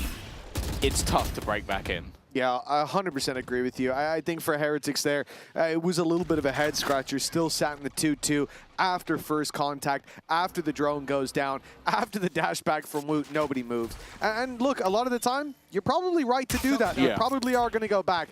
This time it didn't work out. Yeah, I did. It doesn't. I wouldn't have even been mad if they gambled the other way. Yeah, I think it's just like exactly playing those numbers a little bit more, but evidently, I also think if you have the two rifles and they do hit B, that might be enough to get the job done. So it's understandable, but it leaves them at a larger deficit. 5 rounds behind. Purchase here, not the greatest, and Kachao has been executed. He was the one man on the other side of the map, but there is a bit of a gap here. An opportunity to face in versus Rians. He's stood with shot dot in hand, and he can look to delay. Has some support, a kill trip available, but it has been found. Even still, though, Rians uses that as a moment to strike, and Benji's looking to do the same. It's all Rians, though. He was the man that needed to hold the line, and he has done just that. An in-zone flawless from Team Heretics, and a massive return to form. Yeah, phenomenal work. Splitting the Cypher setup as well. When you look at Summit, it caused a lot of problems. Benji couldn't turtle in the way he needed to on the site. A first trip broken, and he's left to basically play for the retake. This time, especially on this map, much more he can do. Just that one trip up front is the trigger point that they know someone's there. Spams begin, players down. Nice! The scale right afterwards. We can win this. Easy. Looking a lot more confident. Let's go. Starting to see pieces come online on that defensive side, and it's only a 4-round gap. As the coaching staff just said, you heard it from Weber, they can still win this. And this round especially should give them the chance to build up some bank. They're up against the low buy. We don't want to see too many of Team Heretics losing their weapons in this round. Kosh Maris is out on an island, though. He's definitely getting overwhelmed. It's how much can he take with him, and it's a lot of damage. You might be looking at that going, hey, it doesn't get much. Look at the HP of the remaining players. There should be no way out on well. That's the nightmare. We saw that many a time. Nice clean up from Woot in the end, but as one thing with that ultimate that has always been a pain is it feels like sometimes you're just holding it like it's some sort of bazooka, and it is not. It takes so long to activate. That's the thing. And we see it a lot, like you said, players activating the ult as you're trying to line it up, waiting for that left click to be possible. Woot comes swinging out and takes you down. 4K for him. Exactly! Bro. I'll also say as well, like Wu going onto the defense, like I think when they were a bit more running into those setups and he has to dive in on the attack, you expect him to get destroyed. I think the second I see that 3K come through in the pistol round, you go, okay, he's immediately back. And he's right back to even. I think, what was it, 2 kills in the first half? 2, literally. He's already up to 11. Now, a man that had a fantastic first half, but definitely is slowing down a little bit, is Batu. He's been fantastic throughout, also leading the way at the same time. And you can see very vocal in this time. I think they know how important this one is going to be because although, yeah, you look at it, you go, they're 3 rounds ahead. They're still in a very good position after a 9-3 half. It's not the end of the world, but that attack side is harder. And you give opportunities to players like Woot to get back into the game. We're already seeing it from Benji and Rians on the other side of the map. And that lead can very easily slip. Like, look back to them playing against Fnatic. It was a 12-0 defensive half. You go to the game before versus GX, it was a 9-3 defensive half. Like, this team is good at the defense. And giving players like Woot an operator and a Blade Storm, he's set up to succeed. Has all the tools on his belt. All he's got to do is use them. You look at Kachao and you wonder, well, what if he had his tool belt with him? Yeah, but then what do you lose? Do you lose Batu? Do you lose, like, they've had other layers that it's been worth it so far, but will it be worth it on the attack? Exactly. That is more so the question. Can Fireflux fit themselves into the shape needed with this composition? 3 rounds of an advantage to play with. But up against the Blade Storm and the Op, up against the run-it-back safety net for Koshmaras, and both of those players likely available for the retake if needed, as we can see Fireflux setting up for a B split again. That mid space is being given. Heretics push up in A main, coloring in a little bit of information on this map, maybe embedding Woot for the late round. The question is, how quickly does Koshmaras rotate? I don't think he's going to be here to help out on the main push. So we look instead to Rians and Benji Fishy, 2 players that you can often depend on. Right here. Right here. 35 seconds. Both players just waiting to be pushed by stairs, but they have all gone the other way. That's a nasty surprise. Maybe a bit of an oversight, maybe a second needed from Rians, but not quite. Boo, however, delivers. The run-it-back hasn't quite caught anybody, but even still, it looks like an advantage for the defense, mainly because of Reezy being on 9 HP. I still need to land that spam. Blade Storm active. This is what we talked about. Retake for Woot looking a lot easier with this ulti in hand. Kosh not getting what he wanted out of his. Here. He still has that flash. He's going to get them in. Woot dashing straight into the cloud burst, but he's not looking the right way when he comes up and out. Batu able to take one, and with Boo revealed, surely he doesn't stand a chance. The spray is good, and Reezy only needs a bullet to come his way, and he will be down half already. The smoke goes up, it's Boo! Back to that map 1 performance. 10-8 for Heretics with a Red Bull clutch. Yeah, the second you see the HP and you go, okay, all it takes is 1 stray bullet onto either of those players, and this round turns into a devastating prospect.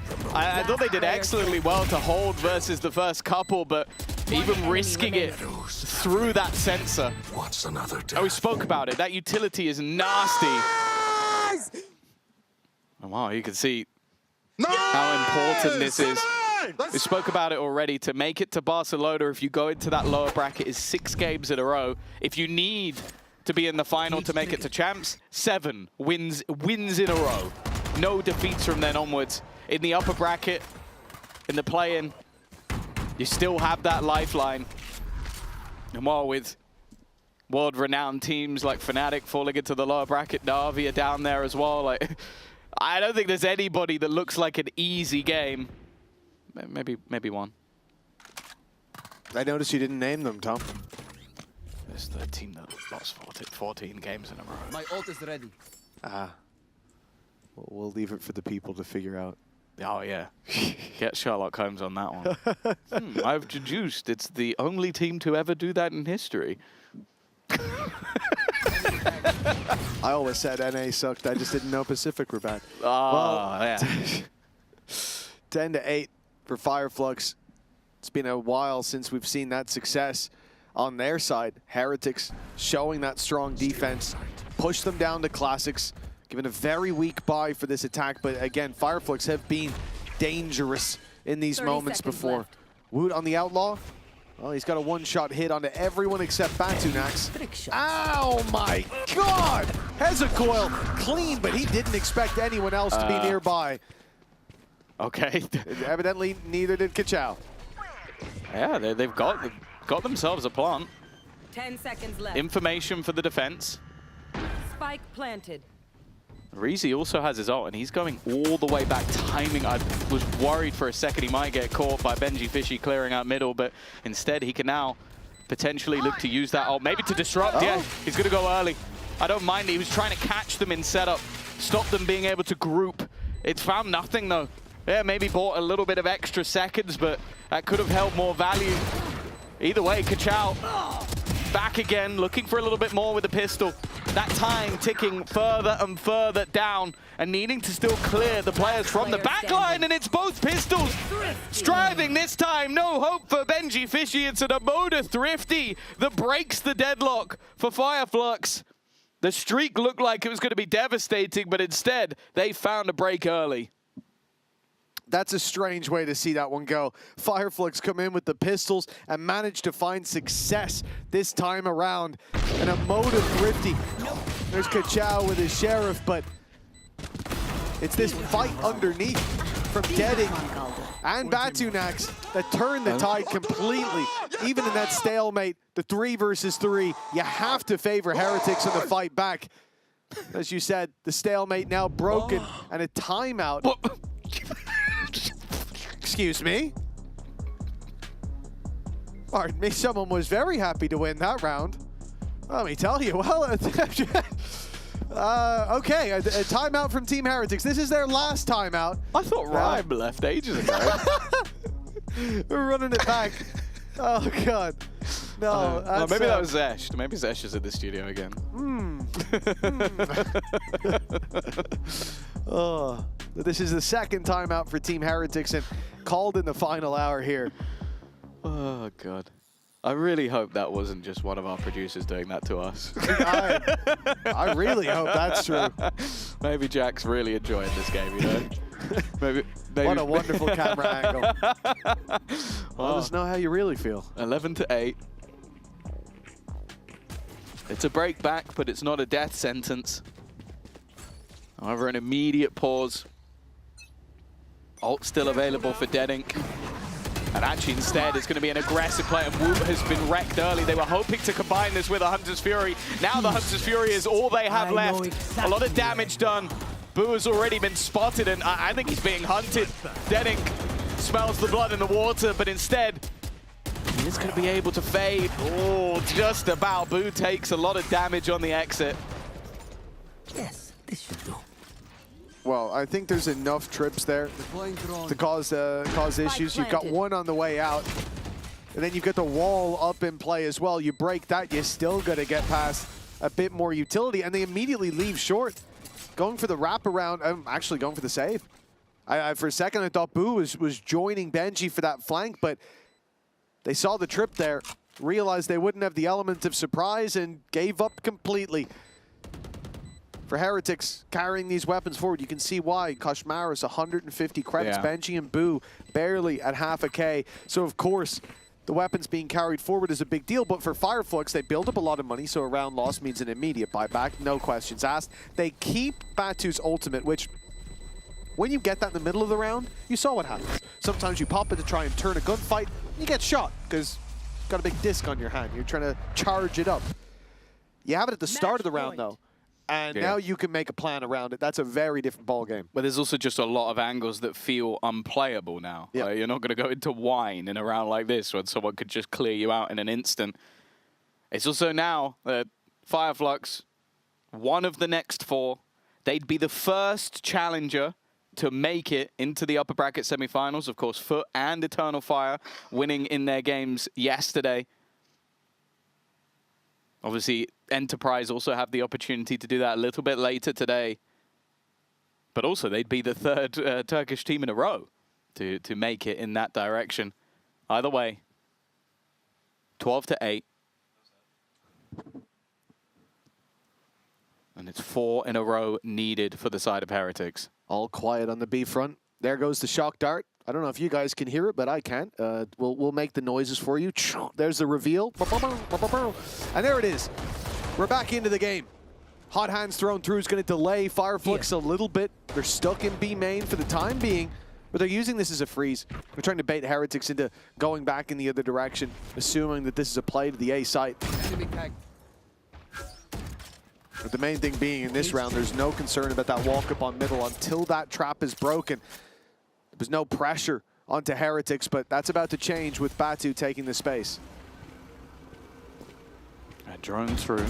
He's waiting for the timing, waiting for a distraction to be made, and that's where Batu makes his move. Even still, Hezekiah's the first to take damage. Deading, though, is the first to get a kill. Rien's gone. Benji needing to defend this site again. He has no support within, just the spams from afar, and he's being rounded on and dealt with. Kachao clears. The head of Deading spotted, but Boo just can't land the shots. He's been having a bit of a rotter other than the clutches and the TP to make space works. Koshmaris is going to be able to turn this into a 3v3. Hezekiah's already tagged so low, but it's those traps on the stairs. No one needs to worry about it. The shift walk down unlikely. And even if they break the first, they'll go running down into the second. How many will be caught? There it is. Active in the smoke down to block. And buy some time. Kachao needs to step up in a big way. And he won't. Put to bed by Boo. And Heretics, with more than enough time, they have bought themselves a little bit more runway. They were able to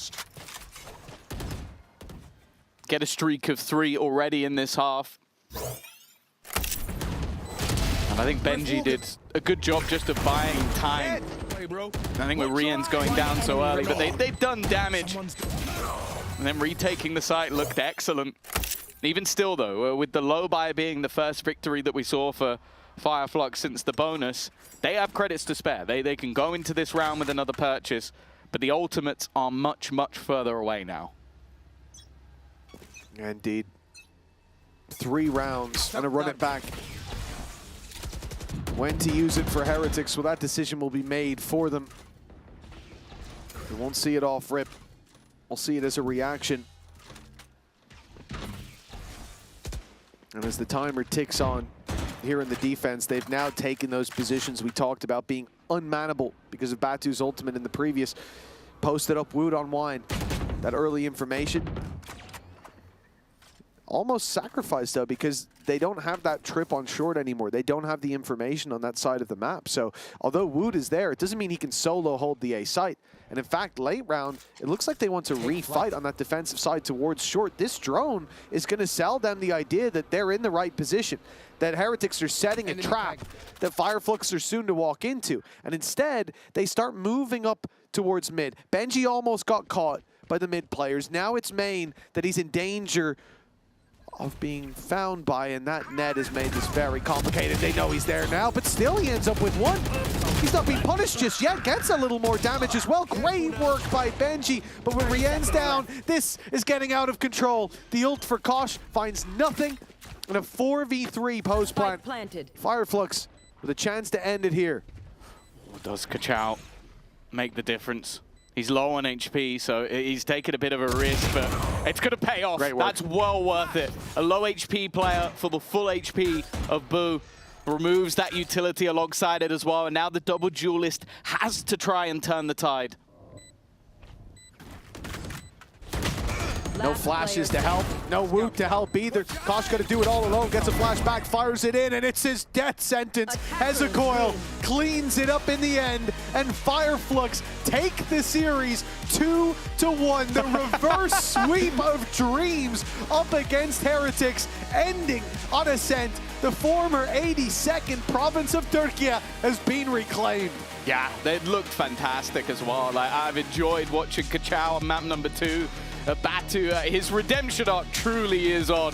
A man that was 0-11 when he played under Apex is already 2-0 while playing with Fireflux, a man with a point to prove, and their road towards the playoffs, towards Barcelona, and towards Champions is well on its way, taking one of the biggest heads of the entirety of EMEA with them. A team that has been to the Champions Grand Final falls into that lower bracket, and if they are to make it there this time, they need at least 6 wins in a row. Now, teams have been to higher heights than Heretics, but rarely have they reached them as frequently. For Fireflux, this is a legitimizing win, and they did it the hard way. A reverse sweep, a dominant map 2. Kachao showing us his best on map number 2, and on map number 3, Fireflux were showing us that he's not all they have to offer. A beautiful display from them down on that stage, but indeed, it's hard to think of this victory without how sweet a victory it must be for a man like Batunax. He comes in 0-11 when we last saw him on that stage, and now 2 wins under his belt. This one bigger than the last. How far can he go? Well, that's a question he might be able to ask in the interview. Thank you so much, guys. So, you brought out the old Apex composition against Team Heretics on Ascent, because it's the same composition that we saw you lose against when you played against Enterprise in Challengers. I mean, yeah, I played with this comp because when I'm on Apex as well, like, Heretics is choking about this comp. I mean, when we play versus them, it was easy to win. I learned from the best, I learned from the most, you know, like, I'm happy about that. We were waiting for Ascent pick, and not gonna lie, yesterday we just played like 6 map Ascent prec or something like that, you know, we were ready for that, and we are so happy that we played 3rd map and we win versus them. Did you think at any point this is a risk, yourself moving on to that deadlock and putting Kachao on the Omen? I mean, not risk. Kachao is comfort on every role, you know. He played first time Omen on EMEA. I believe he will be better next time if we give him Omen. So I don't think it's a problem, because it was a tactic and it's worked, so no problem. Like, if you take 30 kill or 5 kill, doesn't matter, we win the game. So you've got the momentum, feeling like it's on your side now. Do you feel like the next match, it's just a formality? Do you already see yourself making it all the way to Barcelona? Why not? I mean, we are already there. If you win one more game, we are there, so, of course. Well, let's see if you can make it through the next matchup, because it's coming after the break. We're going to see who Fireflux are going to be playing in our Moda Showstopper of the Week. Is it going to be Gentlemates or Enterprise? You'd like to say something? Of course you can. I want Gentlemates to win because there is Mavera. He was our old coach, you know. And you want to beat him? Yeah, I want to beat him. I want to beat his ass. Okay, well, go grab yourself some popcorn and get ready for the matchup, because it's coming after the break. And for you guys, let's get excited for Barcelona.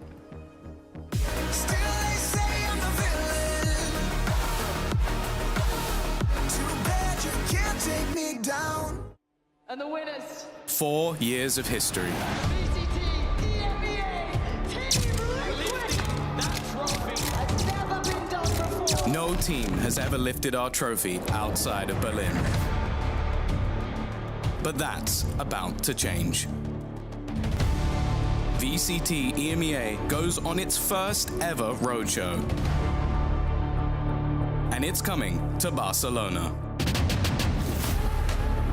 Our biggest crowd, our biggest stage,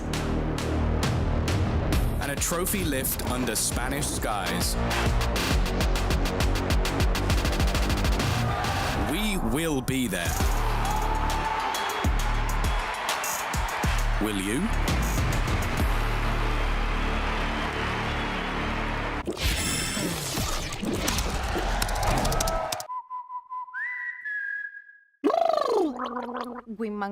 Women will what want.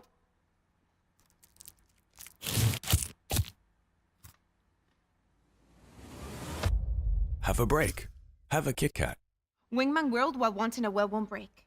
Vamos!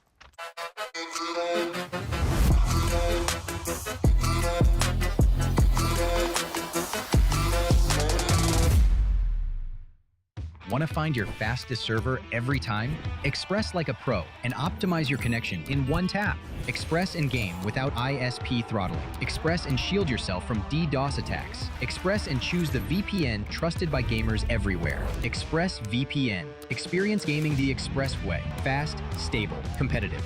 Outplay the world. It's time to Express. Unlock free cosmetics, including Lightning Kicks Buddy, and more. Scan to subscribe.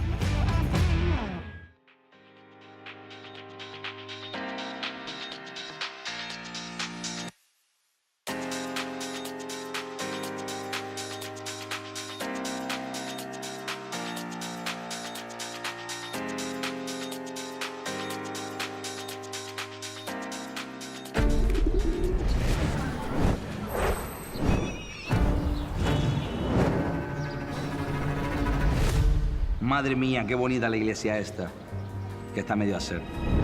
Qué ornamentos, qué claraboyas. Y irradia más luz que una flash de Sky.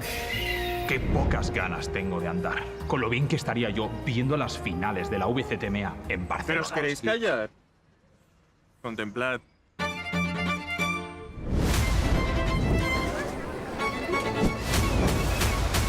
¡Qué útico! Estoy aquí en el paso marítimo. Vaya mar, vaya ola más grande. Parece la ulti de Harbor. Qué rico me está sabiendo este heladito que me estoy comiendo poquito a poquito.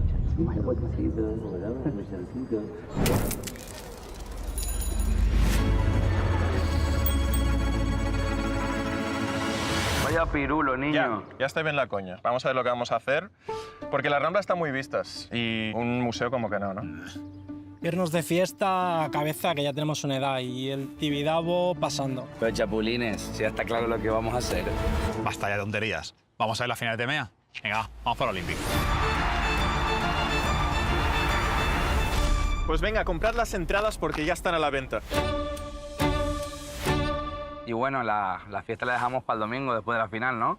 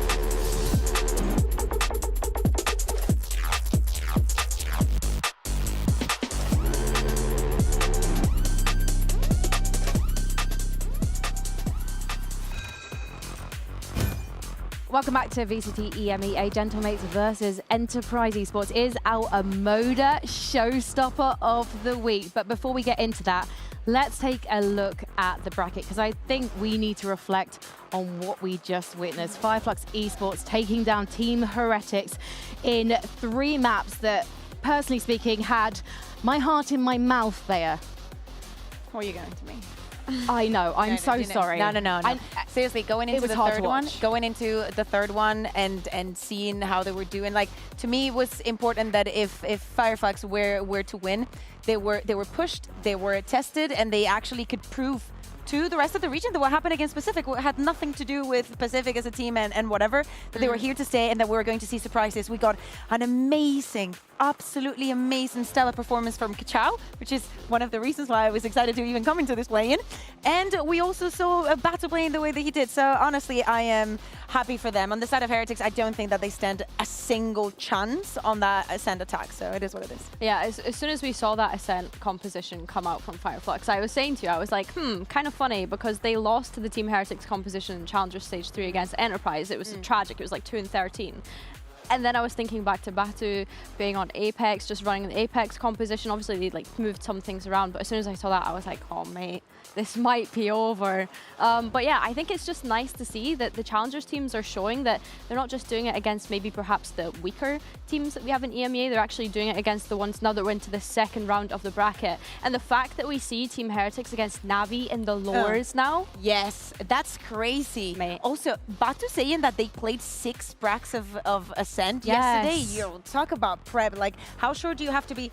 By the way, bear in mind, we had not seen the sunset from them, right? So, so they did that on sunset, and then we moved to Ascent that they practiced 6 times yesterday. So, yeah, absolutely insane. Very Eng method. And the summit as well. 2 maps. Yeah, just come back into the field that they've. I know that they had extra time, of course, and especially considered to the partnership teams, but that is one thing to do with your time. It looks very good. Guys, you talked about guys, you're not here doing your anymore. time. Sorry. Ladies. Anyway. You talk about using your time wisely. You also use the word insanity, and that just makes me think of Gentlemates at the moment. You would be right. Because you're now on the road to Barcelona and you decide to make a change with just days to prep and get your new player ready.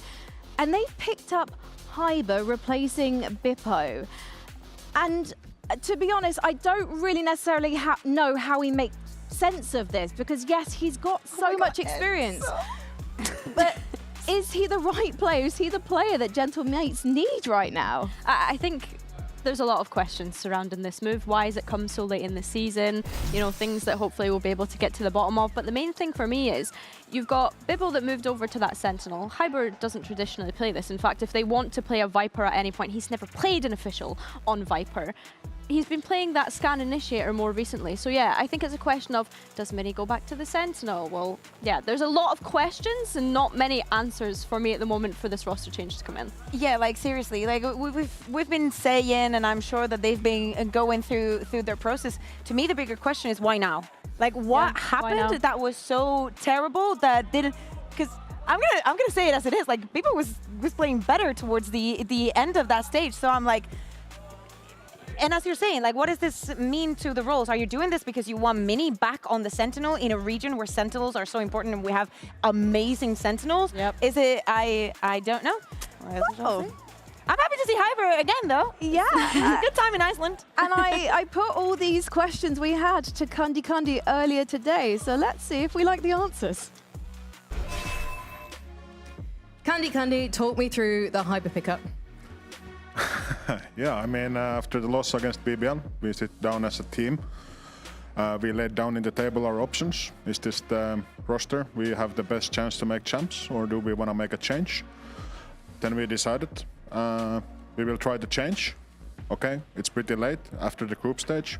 We have 1 week time to prepare, but still, as a team, we believed we have better chance to make champs, so we make the change. We try out, I think, 5 players. And yeah, this was the best option in at least in short term. Why did you not make the change sooner? Yeah, I mean, we were pretty good in the group stage. We had good result in EWC. We were 2-1, I think, after 3 games.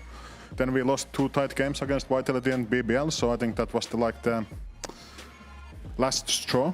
I think still we could have won those games if we didn't make a couple of mistakes. But yeah, I think things were fine until they weren't. So talk to me about roles then, because Brock said on a Gentlemates stream that Mini is not going back to the Senti, but you've picked up someone who's most recently been playing Scan Initiator. So what's going to be going on today? Yeah, I mean, we also, like I said, we trialed people. We tried also people on the duelist role and Mini going back to his Sentinel role. And yeah, as we look the whole picture, I think we have worked with Mini as duelist for a couple of months. I think it's a lot easier to replace Sentinel in our system than bring a new duelist. So yeah, after trialing, checking our options, we felt this is the best chance. Hyber, yeah, he has played Scan Initiator, but also he has played a lot of Sentinel this year. So yeah, I think people just only look the recent matches. But yeah, he has some Sentinel experience. Well, thank you very much for sharing with me, and good luck to Hyber today for his debut with the Gentlemates.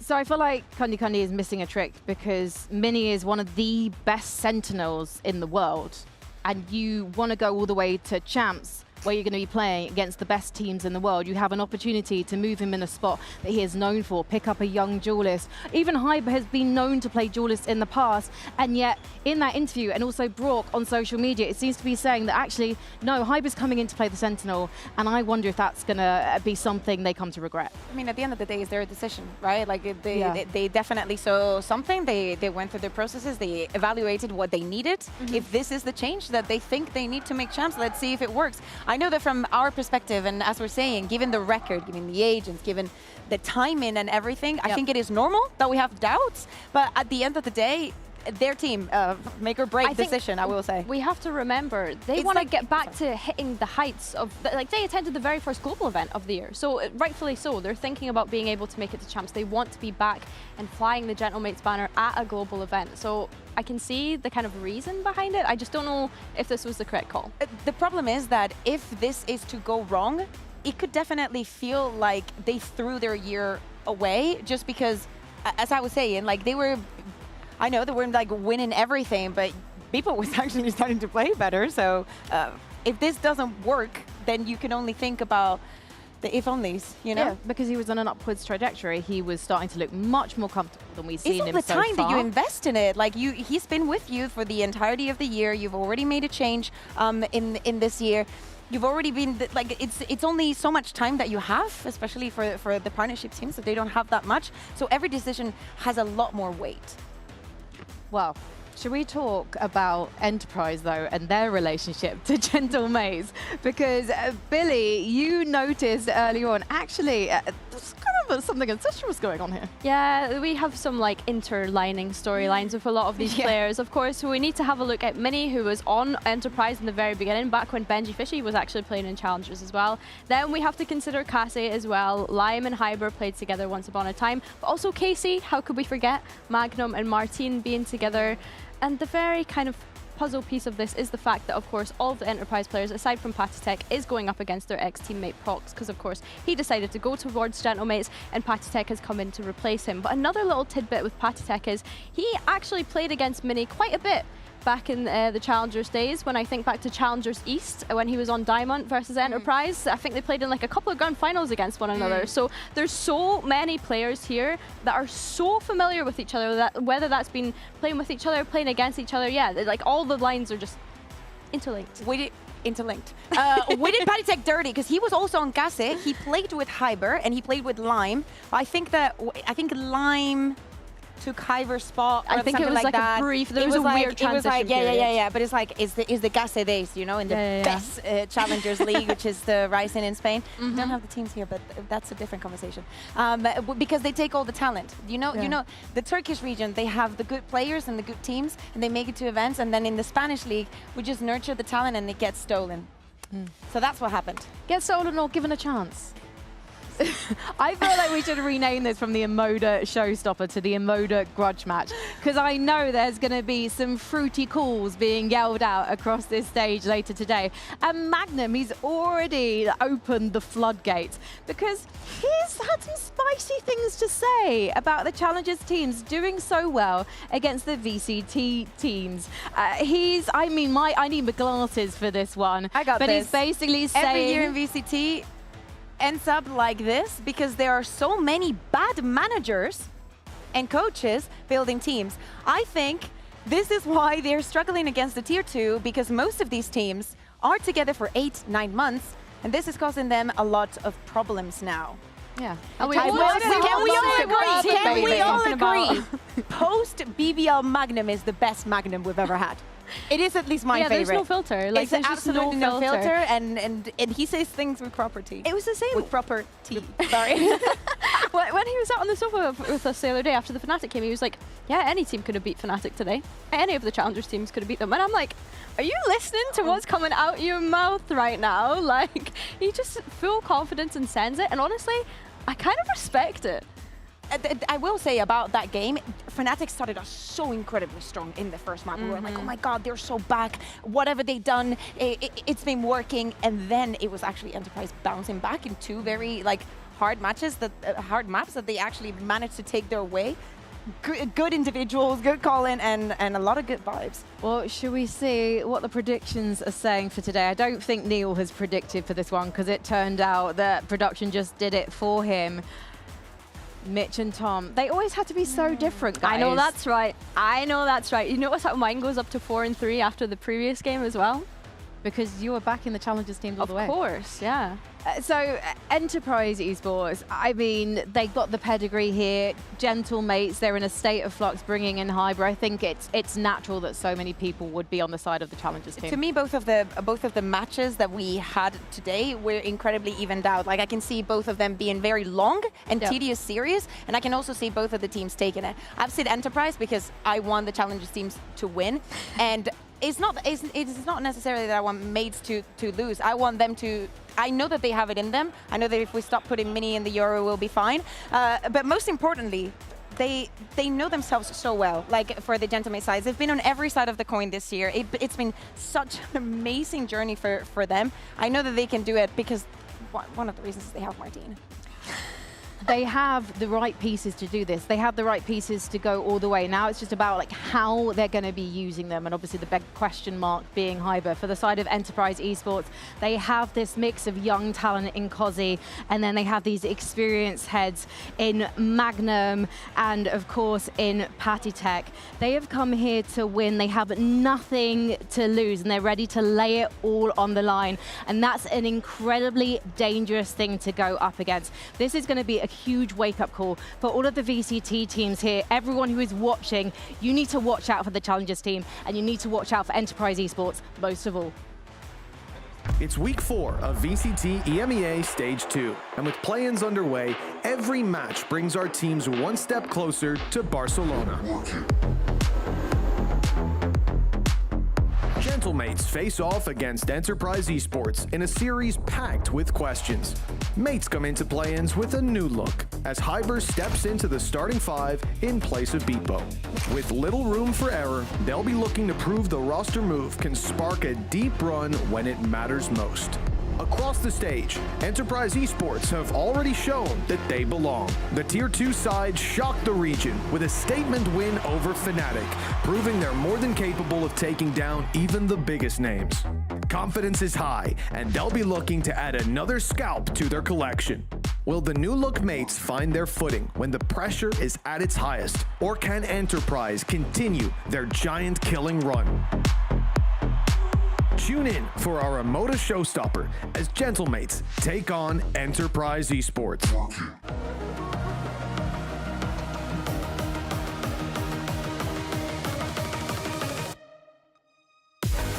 Gentlemates versus Enterprise Esports.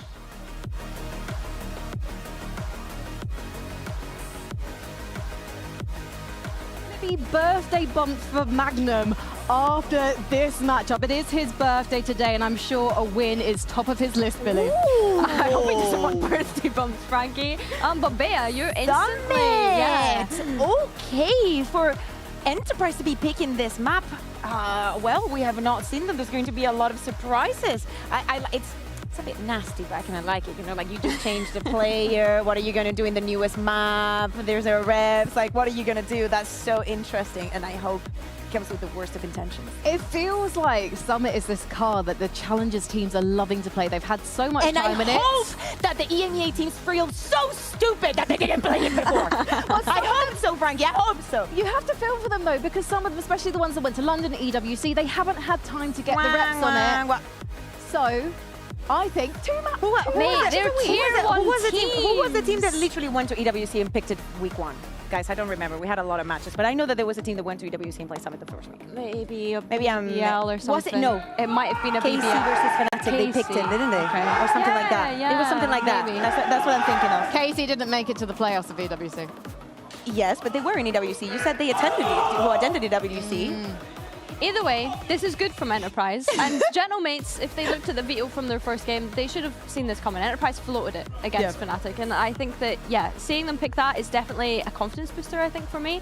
And when I consider Mates, you know, looking back at their regular season, they were banning this the first few weeks. They didn't want to touch it. And as you mentioned, now that they're having to integrate Hyber into the team, it is a question of how screwed up are they going to be. I come back as well, and I think about the amount of teams that are playing Viper on this map. What is Hyber going to play? What is Hyber going to play? There's no way that they go that direction. Well, I can tell you where Hyber's sitting. It's in a Razer gaming chair. I hope his bottom enjoys it for the first time on this VCT stage. And now we see what they're playing. Cypher. Okay.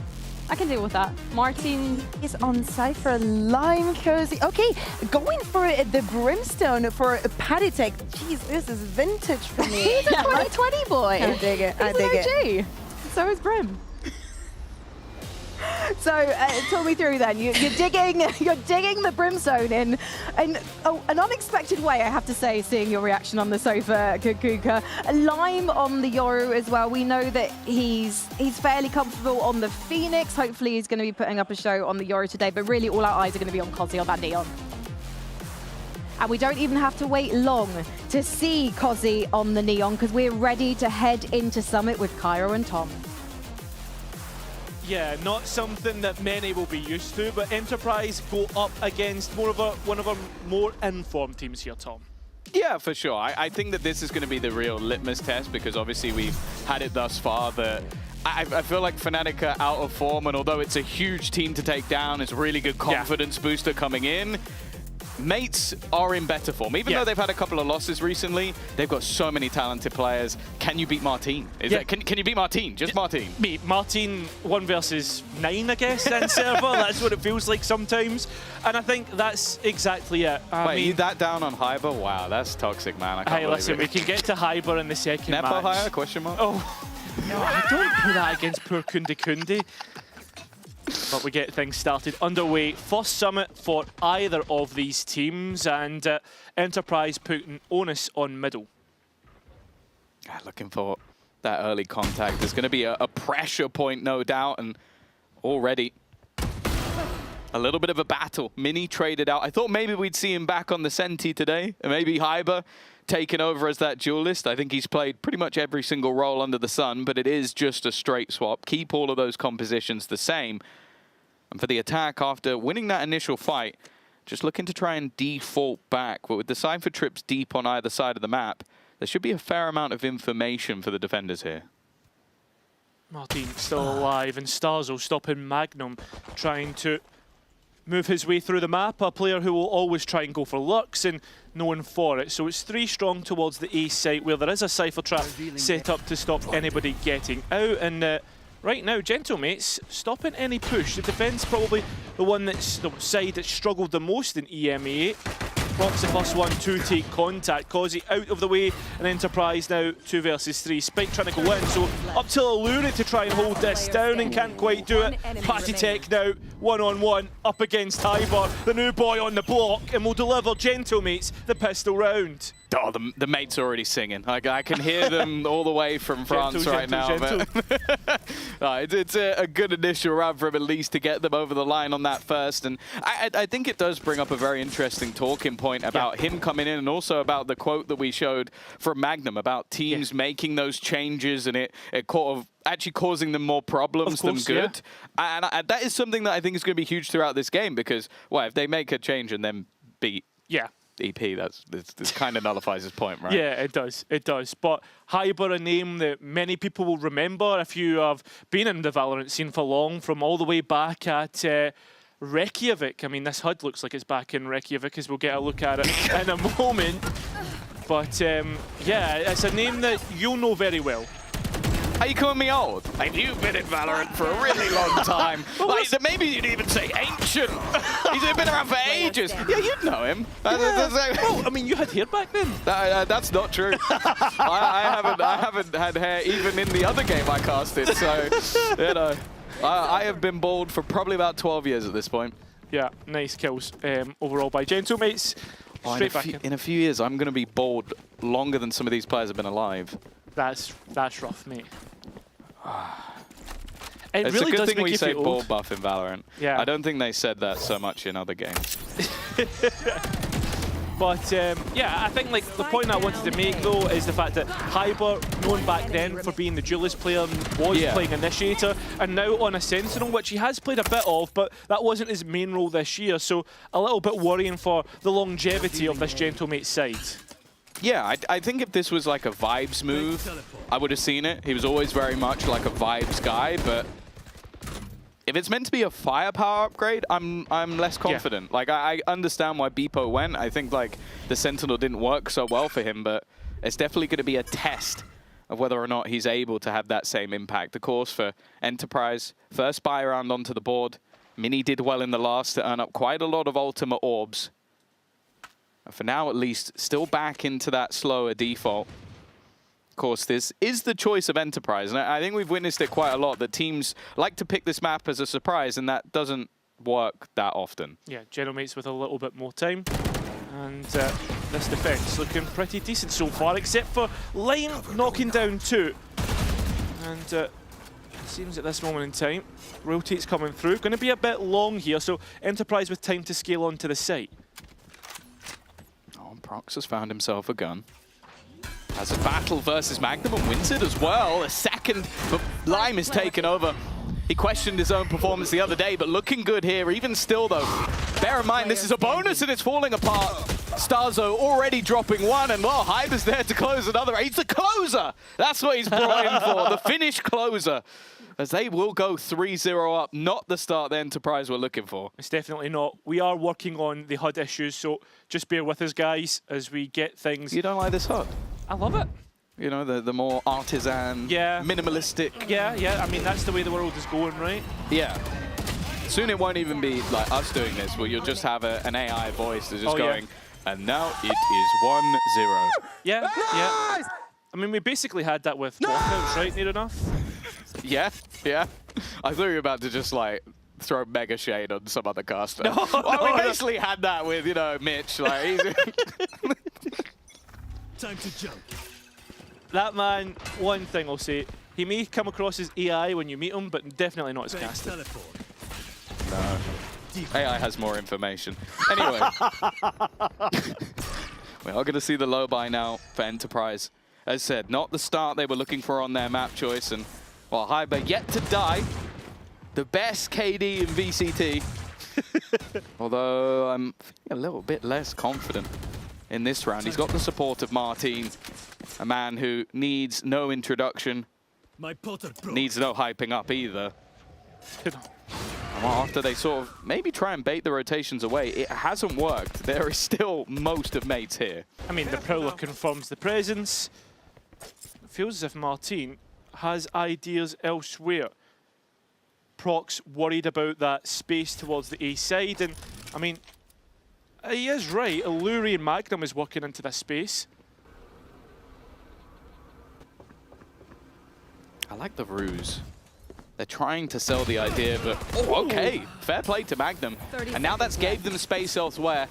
An operator is the main defender, but Mini doesn't really want to face too far into this. He waits for support, and that support is running straight in. Starzo maybe sniffing some eco frags, but instead he's gone down. Even still, though, that time ticking. Another for Patitek. They're definitely making this round competitive, but getting the spike down seems like it's going to be difficult. Maybe they don't want it at all. It's going to be Illurian Patitek to close down the low buy round.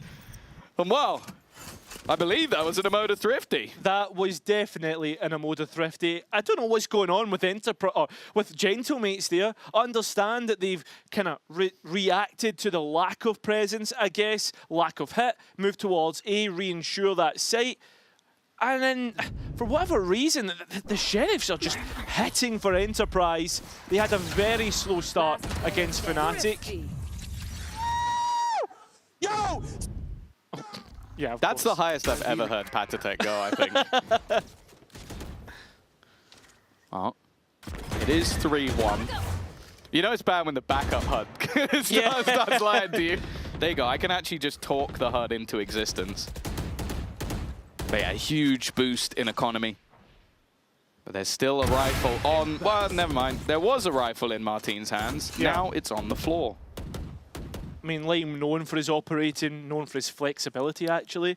And I like the fact he's bringing out the Euro, something that we've seen a couple teams try and go for on this map.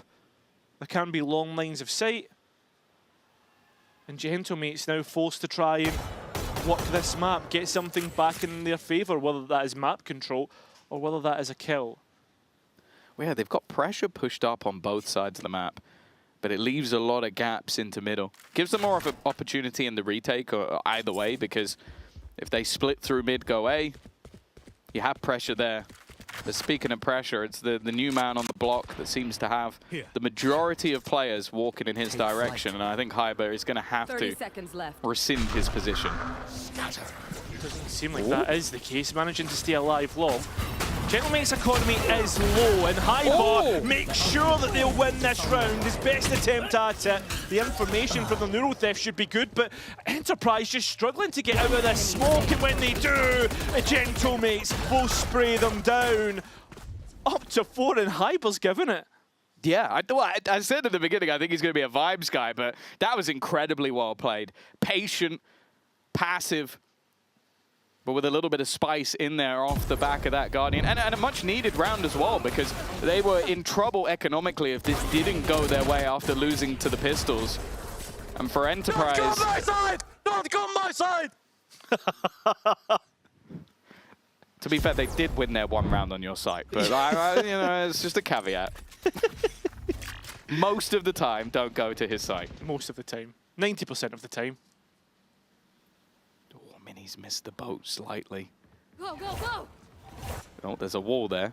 He's not even close top mid, so I was going to say there was a chance, but Hyber will make no mistakes and close that avenue. It was Enterprise on Pistols who made it work last time, and Lime's doing well to fake out A here.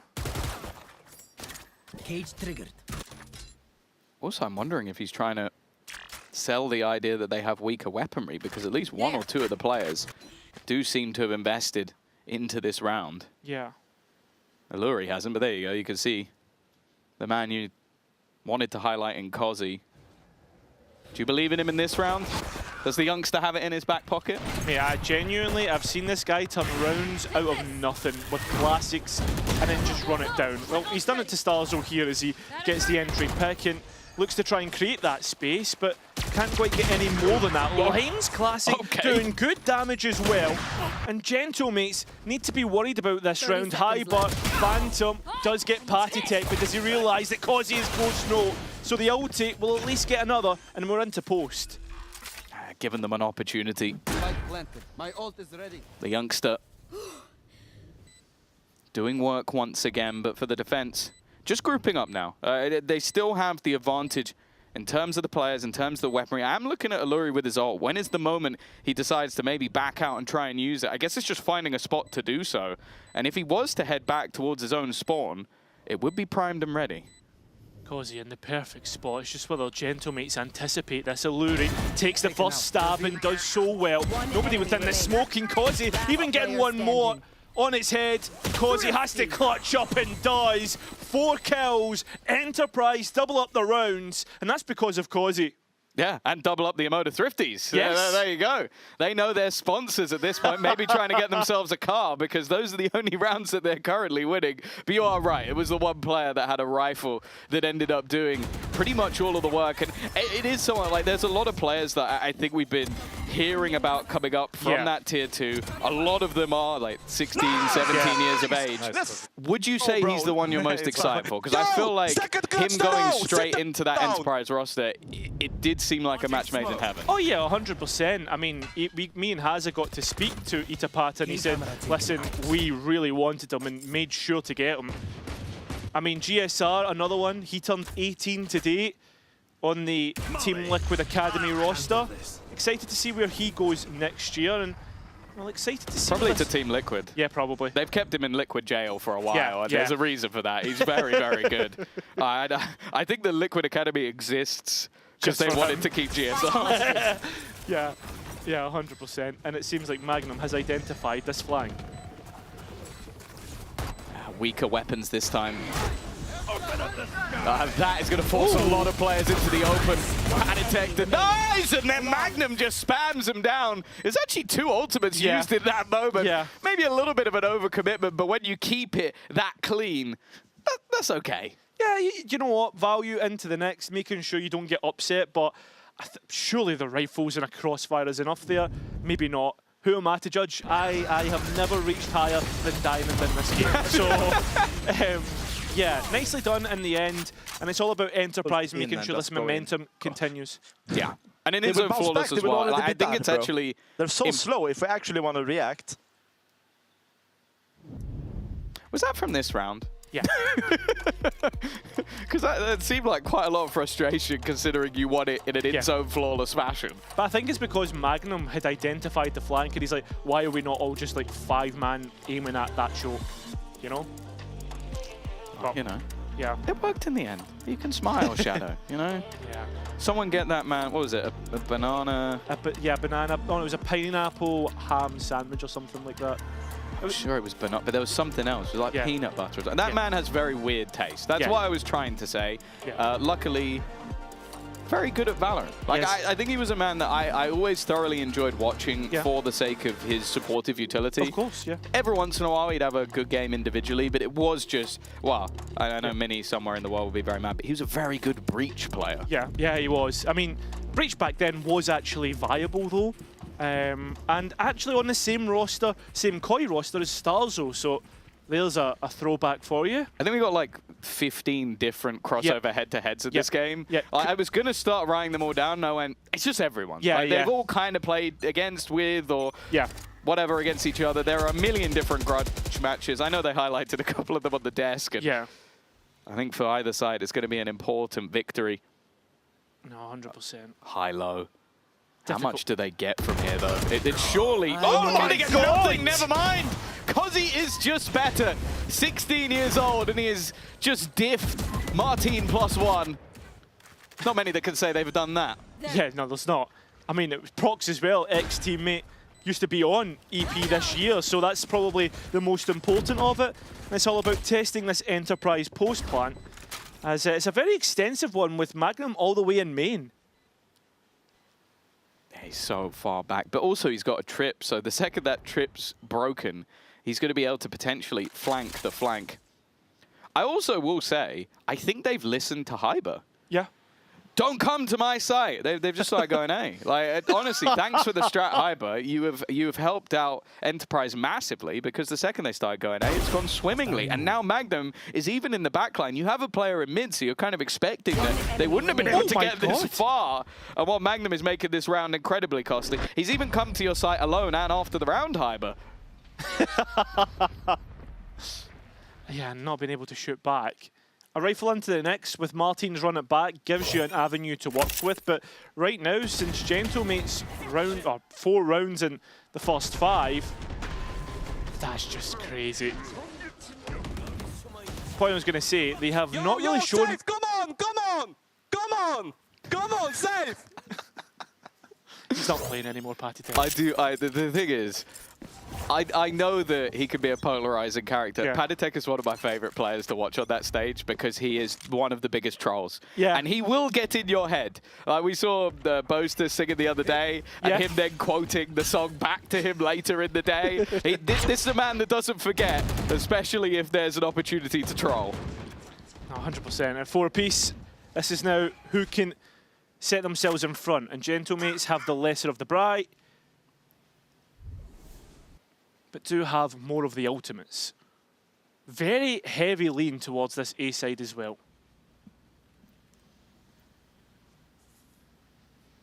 Oh, Mini.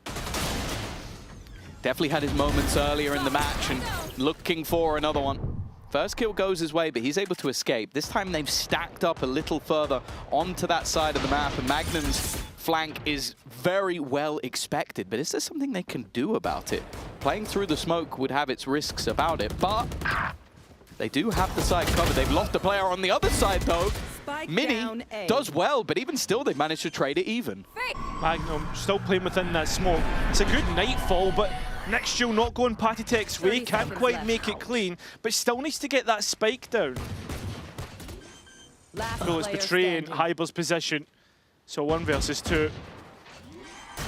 Patitech fighting all avenues and cannot find a lick of safety. It'll be Gentlemates to keep their advantage, even on that lesser buy.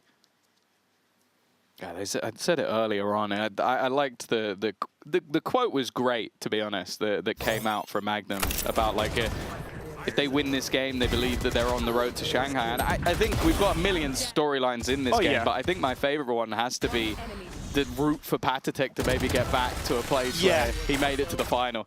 I think that's that image of him looking at the stage. I think it's one of the coolest images we've ever had in Valorant, and he's a man that I would love to see back on the international stage. Has earned his way back multiple times, and has he missed an international stage? I don't think he has he? Well, when he's playing in the tour, I don't know. I don't know. Someone, Captain Cal, figure it out. Yeah. Pretty sure that is the case. Happy to be mistaken. I trust you. Alluri. This should be easy enough, and is. There's nothing much at the back of this, and even trying to scale through mid, Gentlemates will be dealing so much damage. Magnum, as good as he's been, that will be an in-zone flawless. And Gentlemates finding 6. What happened there? Yeah, it feels to be just swing back and forwards. Like the adaptations being made by mates to stack up a little bit earlier onto that A site, which was the site that was massively successful. And then the defense being a little bit more proactive in it. And then it just became very disjointed. Like the swing back into the same 2 players made it a little bit too easy for mates. Nice! Well, he's telling them not my side. But this is kind of what I mean about Hyber. Like, he's having a great game individually as well, but this is what he always was. No matter the team you put him in, he's just a real positive vibe on the team. And I think that Mates already had a few players like that. I think Starzo fits that bracket. But when you're trying to IGL, just having a guy that's just like that, it's always going to bring you up. It's always going to make you feel confident. And maybe that was the reason. Like, I don't think Beepo was a negative on that team in terms of vibes, but he wasn't this. No, I think with people, he just wasn't as loud, and Mini being loud here, getting rid of Magnum. Well, he's such an important piece to clear. I think that's the rest of the attack now, knowing that they have to make a move in towards the other side of the map before they're cleared out. Martin has been having a bit of a stinker so far, and you know what? It's only going to be the one. The thing is, though, Mini has been great, and Prox is still lurking within the smoke. He needs to stay alive, though, and the flash from Lime is perfect. Again, they bring it back into a 2v2 scenario. Alluri is trying to reposition a bit away from his teammate, have that element of surprise, but he might not realize there's 2 players around this corner. They just wait for him to make a move.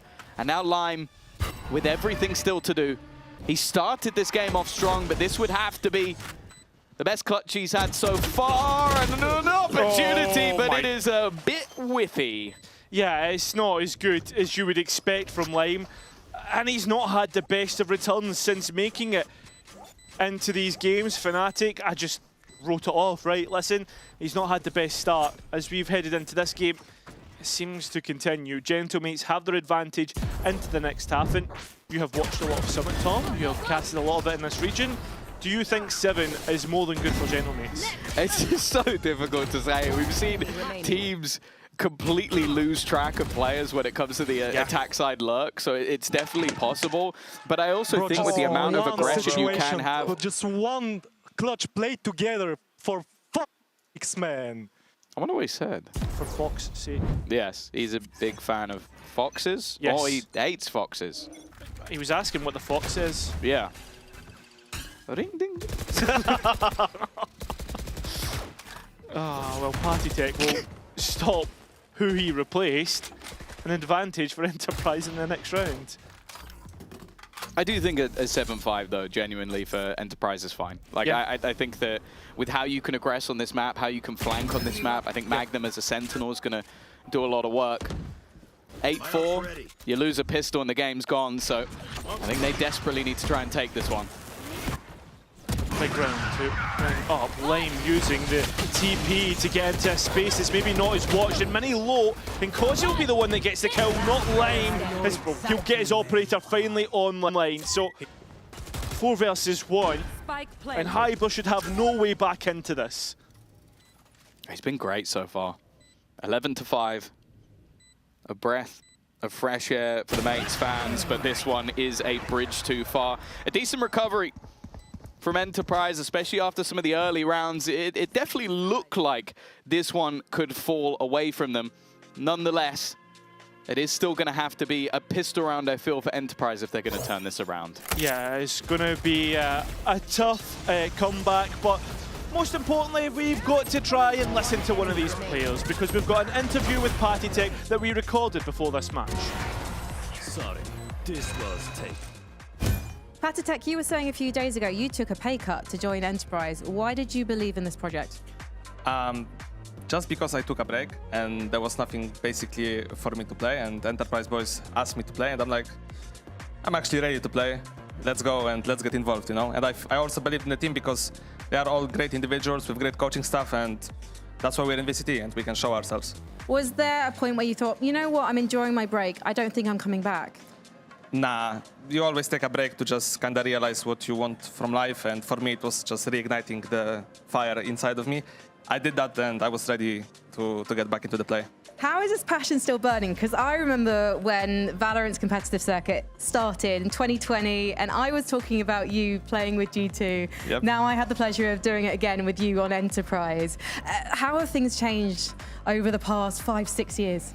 I mean, the meta changed, the game changed, the players changed, everyone is evolving, everyone's learning new things. And for me personally, I'm not gonna stop playing until I win international. So if it's gonna take 5-10 years, I'm still gonna be here trying my best. I love that. You're gonna keep trying, you're gonna get there one day, and I imagine so is Kozi. How have you been working with him to get him ready for the stage? Because the team's been referring to you as their performance coach.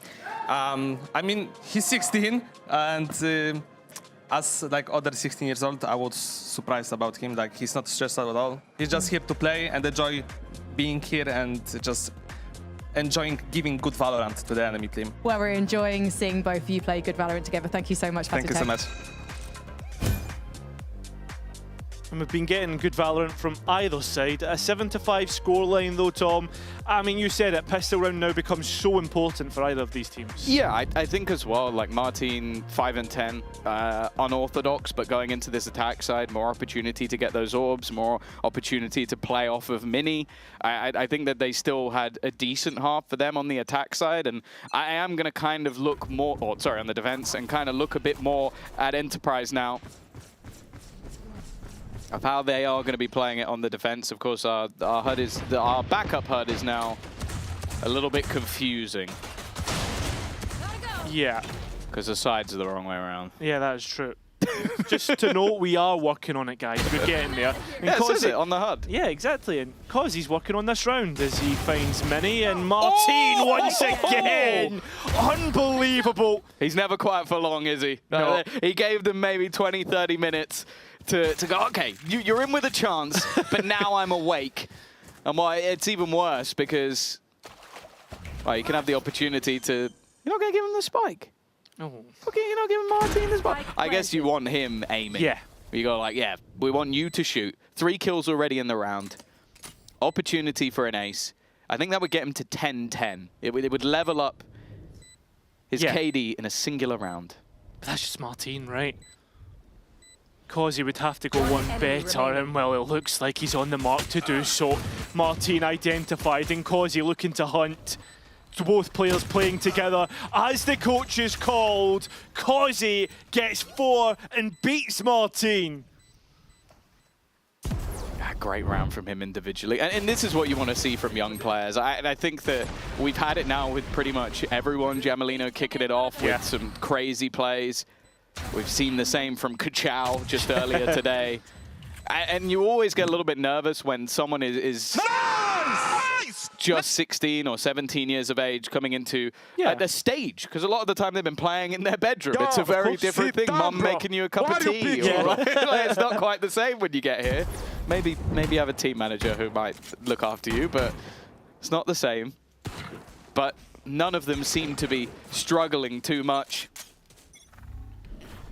Seems like HUD should be fixed now for you folks at home.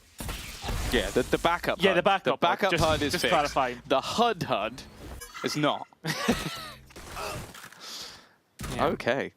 So Martin will become 1 away from the run it back, but he is denied his life. Yeah, it's not the way you want to be gaining orbs, but Yeah. you are still gaining orbs. Yeah, I mean, racking those up. And as Enterprise try to rack up those wins, and that's something that the players have been speaking about how they feel like they're top 6 at least within the league. And that's what they should be aiming for. And if they get a good start, they should be easily top 2. Careful here. So if there's already 4 teams in it, so they have to finish top 2 in play-ins. Yeah. Well, we'll see. You know. Yeah. Good opportunity for them here to level up on their map. I think, as said, beating mates would be defining, and a man who's defined this league in the past is Magnum. His ace has been stolen, but normally I'm quite critical of that, but the person who did it is 16 years of age, so I'll let them get away with it. Yeah, I mean, trying to get that neon, I guess more orbs towards him. I mean, Causey's just full of confidence and an in-zone flawless that will keep Enterprise ticking away. That bonus now becomes even more dangerous, and especially with this geometry of the map, some of those Spectres can find real value. Yeah, there's so many dirty little angles we've seen players go and check many a time. I think it happens a lot early with these sort of maps. I think Sentinel players can get away with a lot, be it on lurks, but also be it on just, I've got a kill trip in a weird spot that you haven't seen before, which in a year's time likely won't happen so much.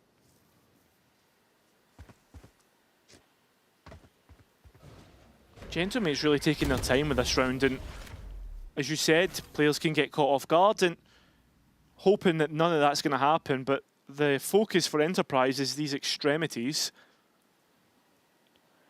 Feels like a game of cat or mouse, right? Like, Enterprise are waiting for Gentlemates to give them aggression, and Gentlemates are finally starting to move. Yeah, it's like Mousetrap, but both teams think they're the ones setting the trap. Hyber is about to be pressured. You can understand the patience. It's a lower buy round.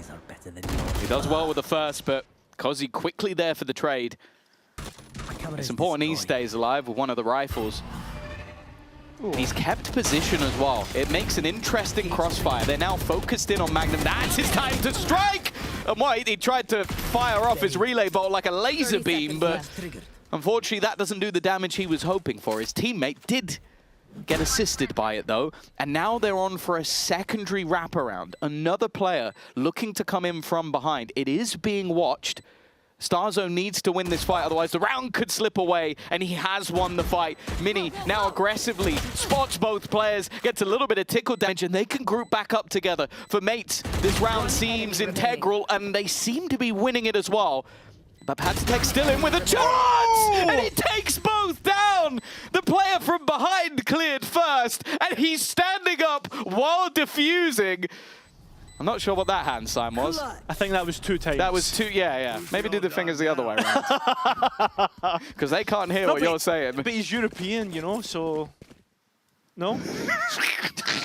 Sure, why not? Well, both teams have won a bonus round at this point, but it feels like Enterprise is even more important, just for the fact that it pushes them in front at 8-7, and the momentum now against the attack. Nice! Let's Great think how you handshake, play lads. this situation. Absolutely horrid. I love him. Genuinely, he's so entertaining. I like it as well that they grouped up together and just played a 2v1 and just whiffed, but then it's like, disgusting how you play it. He's definitely in their heads, there's no doubt about it. If there's anyone they want to shut up more, it's definitely Patek. For those folks at home wondering, this is Enterprise map pick. Oh, lame. Getting information about where players are starting to approach the site in through this link position. Really bolt good, but nothing in terms of kills. That molly good from Patek, and that forces Gentlemates forward in towards CT spawn. Causes Outlaw starting to get punished, but only one more bullet and he can't connect it. Now he's under pressure and going to pop that ulti. I think he was expected to be pushed. Instead, no move in that direction. Ultimate is available now for Martin, but it doesn't seem like there's going to be an opportunity in this round to use it unless they find a pick here and there. And this has been very patient. Patatek has timed it perfectly. Nice work from Prox, but again, the wraparound with the Spectre.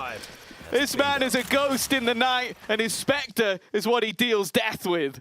I'm excited now for the replay after a 4K like that, but Enterprise now starting to extend that lead, and you can see what Gentlemates are trying to do. He's going to go like this, right? For those wondering at home, Tom held up 4 fingers. Yes. 2 on each hand.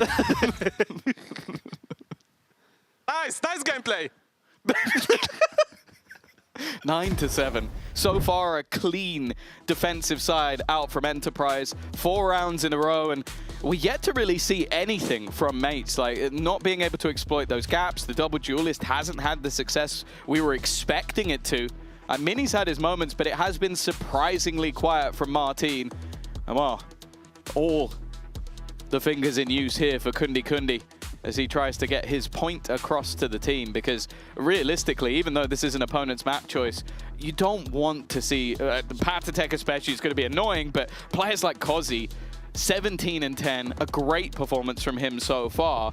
And with Lotus up next, if he's still feeling that same level of confidence, who knows where this goes? Yeah, I mean, 100%. I think the duelist head-to-head between Martin and Kozi is going to be an important one, especially since Martin has gone a little quiet on this map. And I don't know if that's uncomfortability, not knowing the map, not knowing his angles. Struggling. Yeah. The thing is, what we expect from him is so ridiculously high. Like, it's like if he's not at least getting like 20 kills, you go, ah, that's a rough game for Martin. He has set the standard for himself, but it seems like he could easily be a difference maker in this one. And for Enterprise, well, they've had the stars align for them. Even still playing with a weapon or two that I would still consider from a bonus, but it is because they've managed to make the Spectre work so much and these other weaker weapons that they haven't needed to upgrade them yet. I mean, just keep rolling with the punches. Why would you throw away some of these weapons, right? Exactly. Not needing to sweat, not needing to change things up. If it ain't broke, don't fix it. Lime. He has a limited amount of time. TP fading and no one really going in that direction. Kozi's the one that will be under pressure. A flash set up, and even the ult going to be popped off the back of it. Not delayed, I think expecting the relay bolt to do the work for him, and instead Martin has managed to open up the site, but it's a ruse. It's a fake. He was just selling the idea that they're going in that direction, and instead they walk into Magnum's lair. He's been good so far. I don't think he's been cleared by the cam either. He's just able to sit in this corner. Is it going to be checked? No, it is not. He's able to just hold this ground, and you'd expect at this point maybe for someone to get a little bit more aggressive, but instead they're holding those rotations from multiple different vantage points. Means gives the players an avenue in which to try and get out. That would be towards Cave. Magnum now starts to find his own way back into this. Starzone and Martin nowhere near this, and this is a 2v2. Lime giving information about where one of the players is and even gets the kill, but Hyper winning out against Magnum, keeping sight in the hands of Gentlemates, makes this an impossible task. And finally the attack will answer back and get their first round of this second half. Yeah, nice call. Like the fact that Martin is able to sell that fake wonderfully, throws in the run it back, pulls players over, and I think there were definite opportunities for Magnum, but they don't go pushing into ground that they haven't already cleared. And I think that's an important piece for Mates, is you see teams a lot go, okay, I've been able to plant, I've been able to get away with this, let's go take this map control. They went, okay, we've got so much cover in mid, we're happy with the back of the site. Yeah, and I think as well, like, it was a really nice call from Starzo that once you had seen the Sova of Enterprise clear that link space, it was like, okay, guys, let's start to move into this because they think it's clear and they think that this is going to be a B split. Was not the case. And this looks to be a straight up A exec.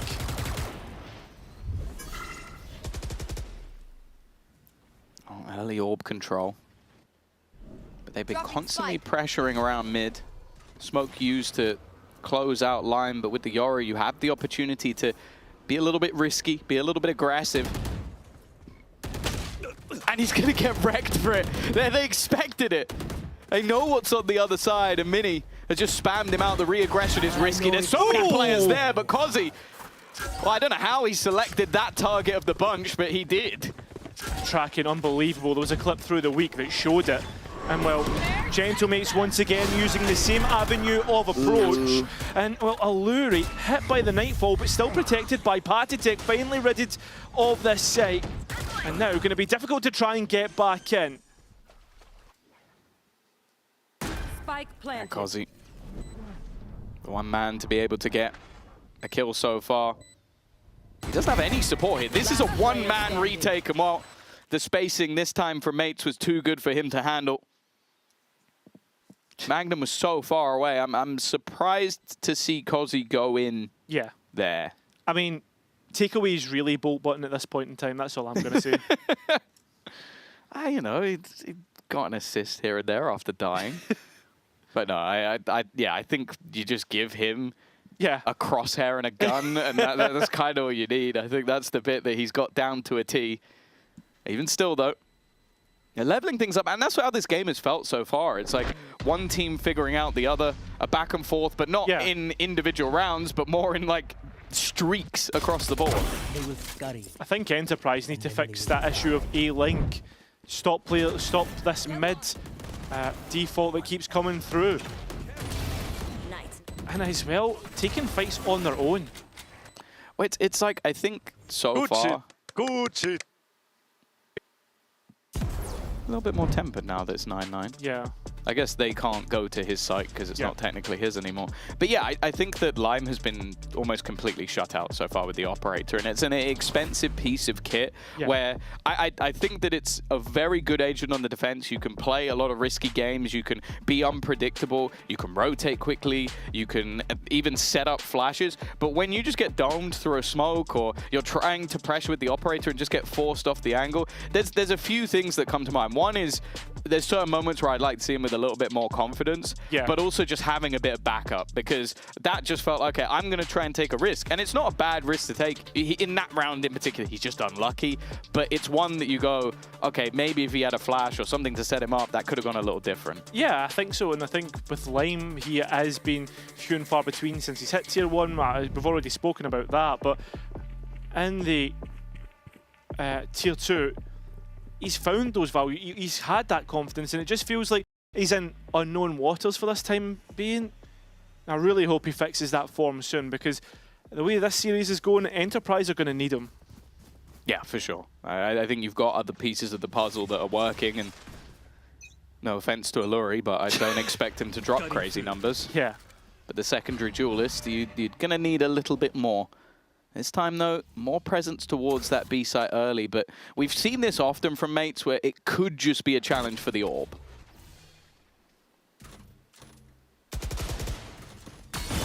Happy to try and scale out. Many a little bit lucky there. And you can see Magnum wanting to get that ultimate off, but still Gentlemates, they do not find procs, and Lime does do good damage to the Omen, and forced away. Starzo finding Patitek through mid is going to be a real issue now, because there's a threat of a split. And the mid fights, at least in the last few rounds, have only really going the way of Mates. Maybe the fix is just to put Kozi on the angle and hope that he pops off, but after showing so much presence, it's a different sort of ruse, but this time it's not working. 3 players currently waiting around that A side of the map. I think Hyber is going to have to almost throw himself into the walls if they want this to be the push. 30 seconds left. But it's moved nobody. I think they're trying the same thing again, and this time Enterprise are ready for it. Oh, Kozi very quickly on the line. A very quick double kill. A slide! Unbelievable from the 16-year-old. And the Cypher now, the last one remaining. It's Hyper and he goes. Welcome to VCT, Kozi.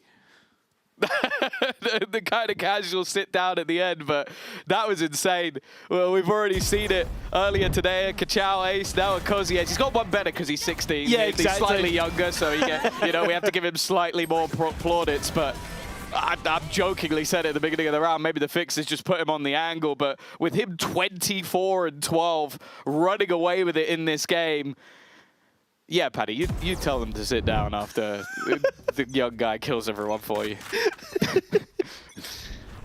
That's me in the server. Not as, well, I mean, Patty has shooting actually. I don't shoot. And Enterprise wanting to shoot through mid, trying to try and set this up, but there is a trap by Enterprise, by Gentlemates. Oh, Lime jumps out, TP information. They're running into Cozy again. Yeah, if anything, the old school strat from the Dark Ages, avoid CNET. It's something that you might have to begin to consider if you're mates. Normally it's avoid Martine nowadays, but Cozy is showing that the youth might have him beaten again! I'm going to be honest, we might just have to go the whole round watching Cozy. There's not really any point watching anybody else. Mini with a backstab that would have been wonderful, but Patatech turns around to complete the in-zone flawless. Cozy's on another level right now. Is that 27, I think? Yeah, 27-12. Yeah, I mean, that just sums it up. Cozy has shocked everyone back to life, including this HUD, which might be still a little bit delayed, so just bear with us for the moment. But we have to be nice to the HUD. Just think positive things. We're going to manifest. I know Kyra is a huge fan of manifestation. Love it, love it. That's how he's here today. He manifested casting with me. I actually manifested has a going ball, but I didn't think it would work out in this way. That is what this is. We sound the same, look the same, other than the hair. Yeah. Not jealous at all. Well, he can't grow a beard though. Yeah, oh, no, win for me. Nice consolation prize. Just like it will be for whoever lets this map slip. And right now, it's looking like the mates. I said it sort of as a joke. Maybe the strat needs to be avoid Cozy. In this round, they have avoided Cozy. They walk into a man with the ball buff. Oh my God! Magnum as well. Blink and you miss it. That was quite a quick round. And another in-zone flawless. The credits through the roof. The confidence through the roof. And well, map one. I don't know, Kyra. Unless there's another turn in this tail, it's feeling over. Yeah, and I said as we came into this series that I think this could be a 2-0. And everyone was like, oh, a 2-0 for Gentlemates. And I was like, no, 2-0 the either way because of what Enterprise... I'm insane at killing Kikos, bro. Oh, man. The point I was getting to was Enterprise, when they start to level up into competitions, yeah, they feel unstoppable, and when Cozy goes 27-12, that's exactly it. Trying to maybe play in Lime here with his operator, but that smoke still has time on it. His TP doesn't. Oh, okay. And Alluri, Hunter's Fury. They're going for the trap play in mid. It is actually Lime to find the kill, but they've lost Cozy, which, based on purely statistical numbers, might not be the greatest of trades. We'll see, maybe this is Lime's round, but he's forced off the angle by the Prowler, but isn't going to overface. He's going to, never mind! Jump straight back in. It's a highway to hell for Mini. Here. And now they sit with a man advantage. I mean, Dimensional Drift, if Lime needs to get out. Still got a TP, but he is playing alongside Patatech. Still not cleared. It's bait as well. That was the shot, and Lime, well, we're waiting for his moment, his round, and this seems to be it. Ring around a rosy bit. He's just falling back. Reposition Starzo, didn't expect the second, but he's done damage. It won't be enough damage. Enterprise, it was a back and forth, maybe a bit of a slower start. But Cairo, they found the win on their map choice. Yeah, it is their map choice, and the next map of Lotus is one that Enterprise haven't had the best of results. They only won 3 rounds against Fnatic, and that doesn't fill you with a lot of confidence. No, maybe not. But a man who I think has been having an insane amount of confidence, even when he's only finding eco-frags, his words, not mine, is Magnum. And he is a man I'm always excited to hear from. I'm excited to hear from him too because he's the birthday boy. Magnum, having a good birthday so far? Yeah, I mean, it's going so far so good. I hope we manage to close another map, and yeah. What did you think of Gentlemates with Hyber for the first time? Well, it's a different team. I think they have way more like energetic chemistry. Now I could feel the way they are screaming. But you can still kind of feel out their macro and attack on defense. You know, they play the same way. But they are a great team, yeah. Well, let's see if Screaming can get them through Lotus and see if this one's going to go to a full 3 maps after the break. Thank you, Magnum. Yo, sit the f down! Yo, second clutch to row, sit the f down! Yo, yo, safe, come on, come on! Come on! Yo, yo! T and you, above 2 sheets.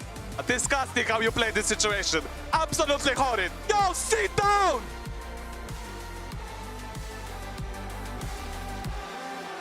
Nice, nice gameplay.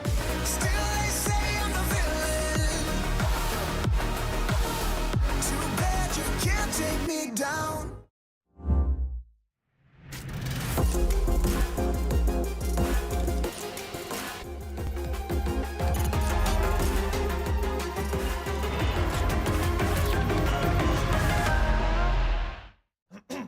Wingman World while what?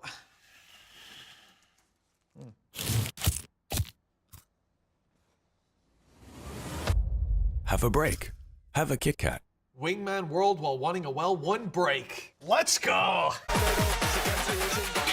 At Carmine Corp, we demand the best. This is what backs us up. The Razer Iskor V2 New Gen.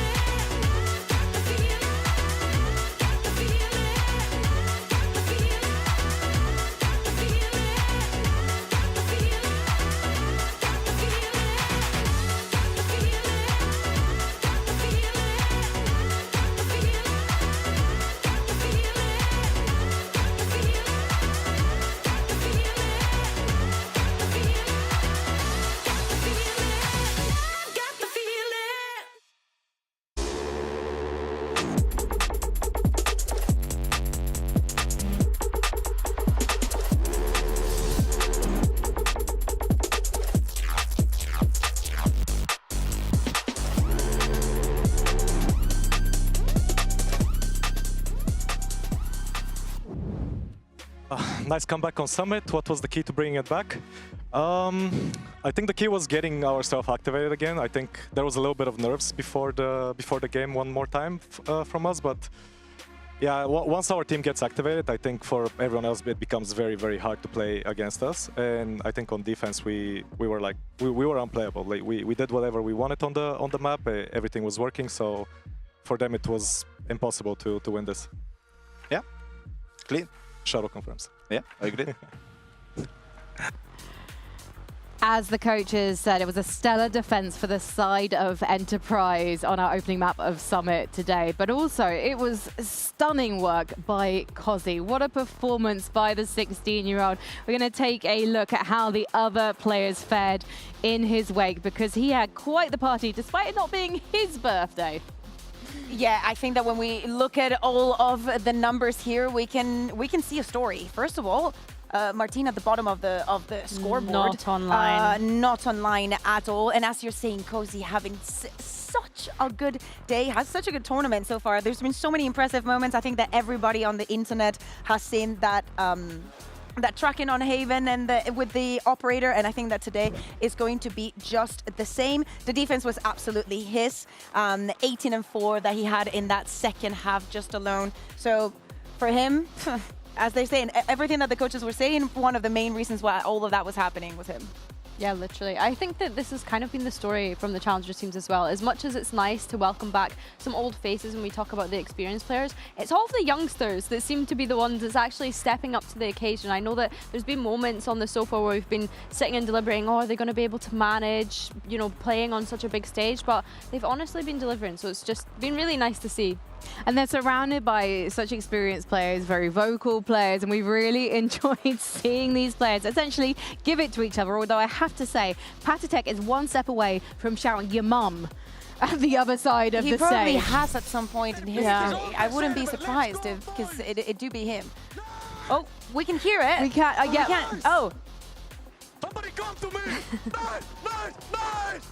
And Hyber, I mean, this is one of the things he's bringing to the team. 100%. And the thing is, like, you did hear Gentlemates shouting a lot throughout the first half of this game. But yeah, I mean, look at Magnum. Yeah, Enterprise were very much... Okay. I wasn't expecting Kozzy to be doing it, but here we are. The apple doesn't fall far from the tree. Is that how you say it in English? Well, to be fair, we actually saw Kachao earlier on. He tried to do a little bit of trash talk. It wasn't quite as old school as we saw what Kozzy was giving. Oh, although from an interview I did with him earlier, I understand why it was old school. So keep your eyes peeled for that one, and you'll get what I mean. I want to know now. Let's say one of the players he's been inspired by had their peak around 2015. But I mean, Kozzy getting his first ace in VCT. He's beaten a record now that was set by Jamalino only on Thursday versus Giant. The first ace that he got here was the youngest ace, or the ace by the youngest player, I should say, Billy. It's a new record. Yeah, 100%. I think it's just nice to see him having fun and being confident, as I mentioned. I think the movement that he has on the Neon as well. Everything works for him. It's so nice. Everything works for him. Let's not forget, this is a recent change. Of course, it was Lime that was playing the Neon when we think back to Challengers Stage 3, but then they moved things around coming into this tournament, and I think... And what a discovery! Mate, it's just been insane. The way that he's moving around the map is so impressive. The mechanics obviously have been on point for him, but for me, it is the movement that's been the stellar thing. The movement, the fact that he can do all of these things alone, like, do not get me wrong, in many of these occasions, you will see him, there's always a backup, you know, there's always someone that is going to be with him, but then you see them going on this solo adventure and just gets all the kills, it stops all the pushes coming in from the attack, and just navigates the map however he wants. You can't underestimate the value of a player who can not only make space, but stay alive. So who is Kozzy going to be playing as we head to Lotus? What's Going to be on the doing? Rays and Gentlemates, yeah. Very good question. So they do not change the composition that they were playing here on Lotus. Do not forget, they are the ones to choose this map. And you might be thinking, why? Because if you look at the track record for Gentlemates this year, it's been pretty lukewarm. It's not a map that they've been excessively comfortable on. But on the other side, you saw Enterprise fall to the hands of Fnatic the other day. I will say, and listening to the coaches, it is very important the fact that it was their first map, tough opponent, there is a lot of nerves. So I don't know how much of that is going to translate into today. 100%. It took them a while, and as you mentioned, Gentlemates not having the kind of most amazing results on this map. However, they did 13-10 BBL on it in the regular season, which of course we've seen how strong of a team that BBL have gone on to be. So yeah, I think that's the main thing here. No. So yes. In saying that, Martin Exactly. absolutely carried right. them. So Martin, he was like plus 15 in that game. 15. They definitely were. It was a comfortable win. And that's the if worrying they wanted thing. to surprise, this is a surprise. Yeah, because now we're talking about how Martin is not playing at his usual standard when we consider that first map. So he's the one that I want to see warm up and put up a good performance. Do you think that the result would have been different if he had been playing Euro instead of the Phoenix? Potentially, because it was pretty close, yeah? Like, there In was... Summit, you mean?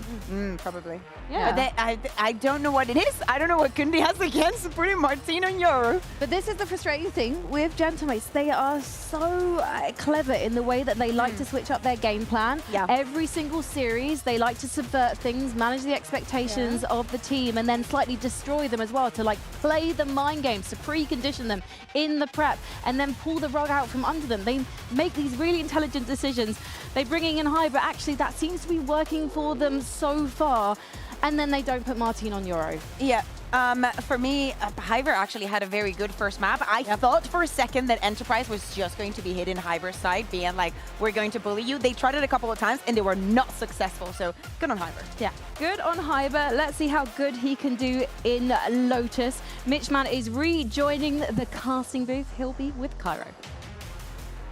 Oh, Mitchman, no, this is Tom Biz. Yes, oh, a pleasure to see you all here today. We've got a wonderful, an exquisite matchup between these two teams. And I have to say, it's great to be here with you again, Cairo. Thank you very much, Queen Elizabeth. It's good to have you back with us as well. Yeah, the stage ult's a beautiful thing. Yeah.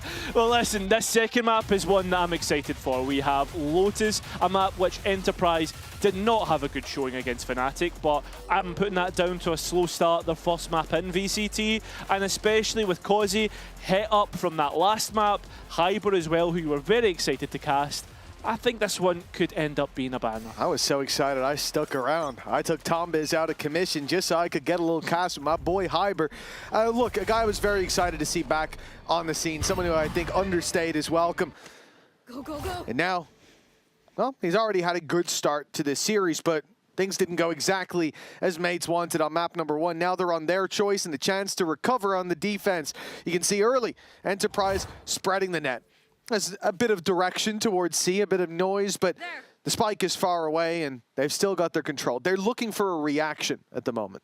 Yeah, I mean, Enterprise have done this many a times, waiting for their opponents to be the ones to move, but that trap taken back.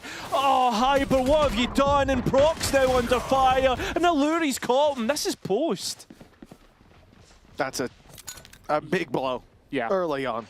Hyber and Prox both falling.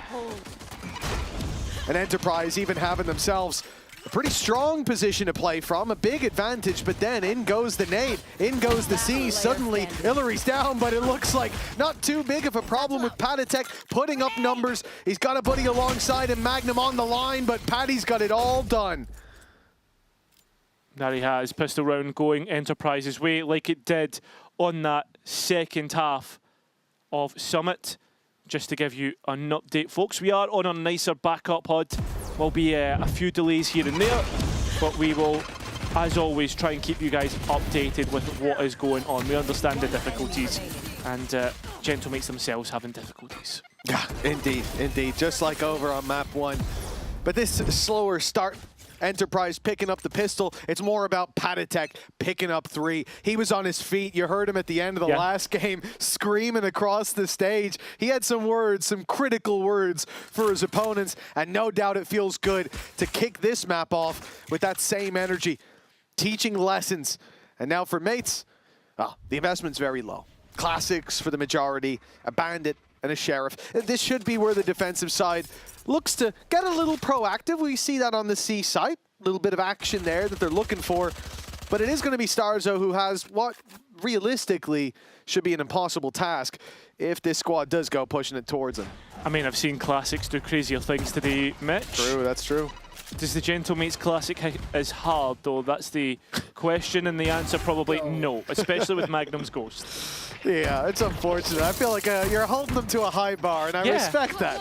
I respect that. They probably don't, but You know, this is how we improve. Magnum, nice work. Clean little tap with the Ghost, and he's hungry for a little bit more. And in terms of orbs at this point, none of the big, dangerous ultimates have been worked towards for Enterprise. There's no showstopper in the works. The Seekers are as close as we've gotten on Illyri. So in terms of the advantages of the next round, there's not a ton in that department, but 2 rifles and a Spectre, carrying forward every single player as well. Maybe we'll get an extra upgrade, and In-Zone Flawless could certainly help them out to compete for round 3. Yeah, and I think Enterprise are very good at keeping momentum on their side once they get it. I mean, looking back towards the last map, for instance, whenever they won a round, it tended to be followed up by another. I think there was only one exception to that. That was the eco round on 4. So for Gentlemates, they really need to be careful now because things are starting to, or can very quickly start to fall away from them. This is another big A-pop after the barriers drop, and nothing in terms of kills, but plenty of utility expended on either side. Many once again, and oh my god, Gentlemates completely collapse. They tried to accelerate towards Rubble. You saw all that utility fire over, but unfortunately, nowhere near enough of it lands. It's Magnum. Sure, he ends up in the ground for the first time, but the job is very much done. A site taken, plant secured, and the main thing here, we spoke about the in-zone flawless for Enterprise. That gives them a lot of credits coming into this one. I'm speaking about that optimistically, thinking of round 4, when they're 2-1 up, and then they get a really strong buy. They can have an op if they want. Now, they invested next to nothing, end up with 4 rifles picked up off the corpses of the Gentlemates. And well, the Gentlemates are going to wish they had a bit of a rougher touch to this round if they don't take a few weapons out of the hand. Even if they do, to be honest, this is going to be a tough half to slow the momentum off in a meaningful way. Yeah, I mean, now, the way that things are looking, Gentlemates in a bit of hot water here. Hybert trying to defend his rifle, defend his position, and lovely done. Getting hit up, and he's actually given a couple of ultimates online for Enterprise. Nicely done indeed. So EP up to 3, and there is still a semblance of a buy for Gentlemates. Look at him here in the cam when he gets this 3rd kill. Yeah, he's flexing. He's flexing on them even as he won the round. I saw him just as the round was closing out, popping those biceps. It's good work from Hyber. It's a confidence builder for him. Great. 3-0 start for Enterprise. Money filling up the bank vault, and at this point, well, to do anything about that in this round looks very unlikely. Hyber has his setup on A. Players stepping into it, but too many to handle. Yeah, I mean, doing well to defend Mound last round, but will not be the exact same here. Mini's got no way out. In fact, it's his own nade. Yeah, exactly. Patitek. Well, he gets traded out, and Martin's still alive. But Enterprise, they don't have an idea about silent drop, even after Martin getting that kill.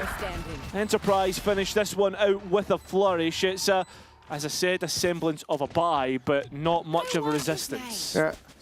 When Martin gets those 2 kills, I'd say Starzo was terrified seeing the nade come back online after what just happened. That was wild. A little bit of miscommunication. The nade going down, causing some problems, but for Enterprise, this is a round that they should have won convincingly. 2 players down, nothing to worry about. A 4-0 start, plenty of credits built up, and the morale's got to be sky high on the attack side. Yeah, I mean, this attack side starting to flex its muscles. Gentlemates finally have their buy back. There's an operator on attack, so let's see how Enterprise deal with this next buy of Gentlemates. I come with you, Martin. Nothing. One B. Cancel. Fight B. But there's more comping. Yeah. I flash info and we break the game. Get result here. Fine. I'm gonna hold the jump spot. He might be on the offing. Yes. Brock, starter cam. Nothing close right, I think, right? They know Fate, Sky. Yeah, he's set up. He saw us up. Okay. I'm blind. He's ulting. The tappy. Yeah. There's Omen raise. Pushing. Hold, nice. I'm chilling. It's Omen raise. Okay. There's smoke C. You want to rework on this? Yes. They still locked A. I can flash for you to pick lobby. They should have the angle. He docked C, Fake react, they finish Okay, C. go flash here. I flash. Go, go, go. Wait, I do smoke stairs. He's jungle. I do smoke stairs. Cypher A, guys. Cypher B. On sand, see. Right. Can you open door? I will open doors.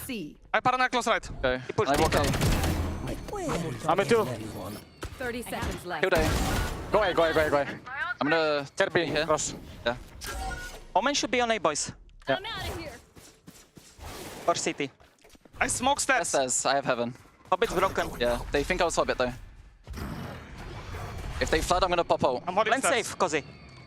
Can be drop. 10 seconds left. Hobbit. And one flank. Hobbit and flank. Okay. You can nano.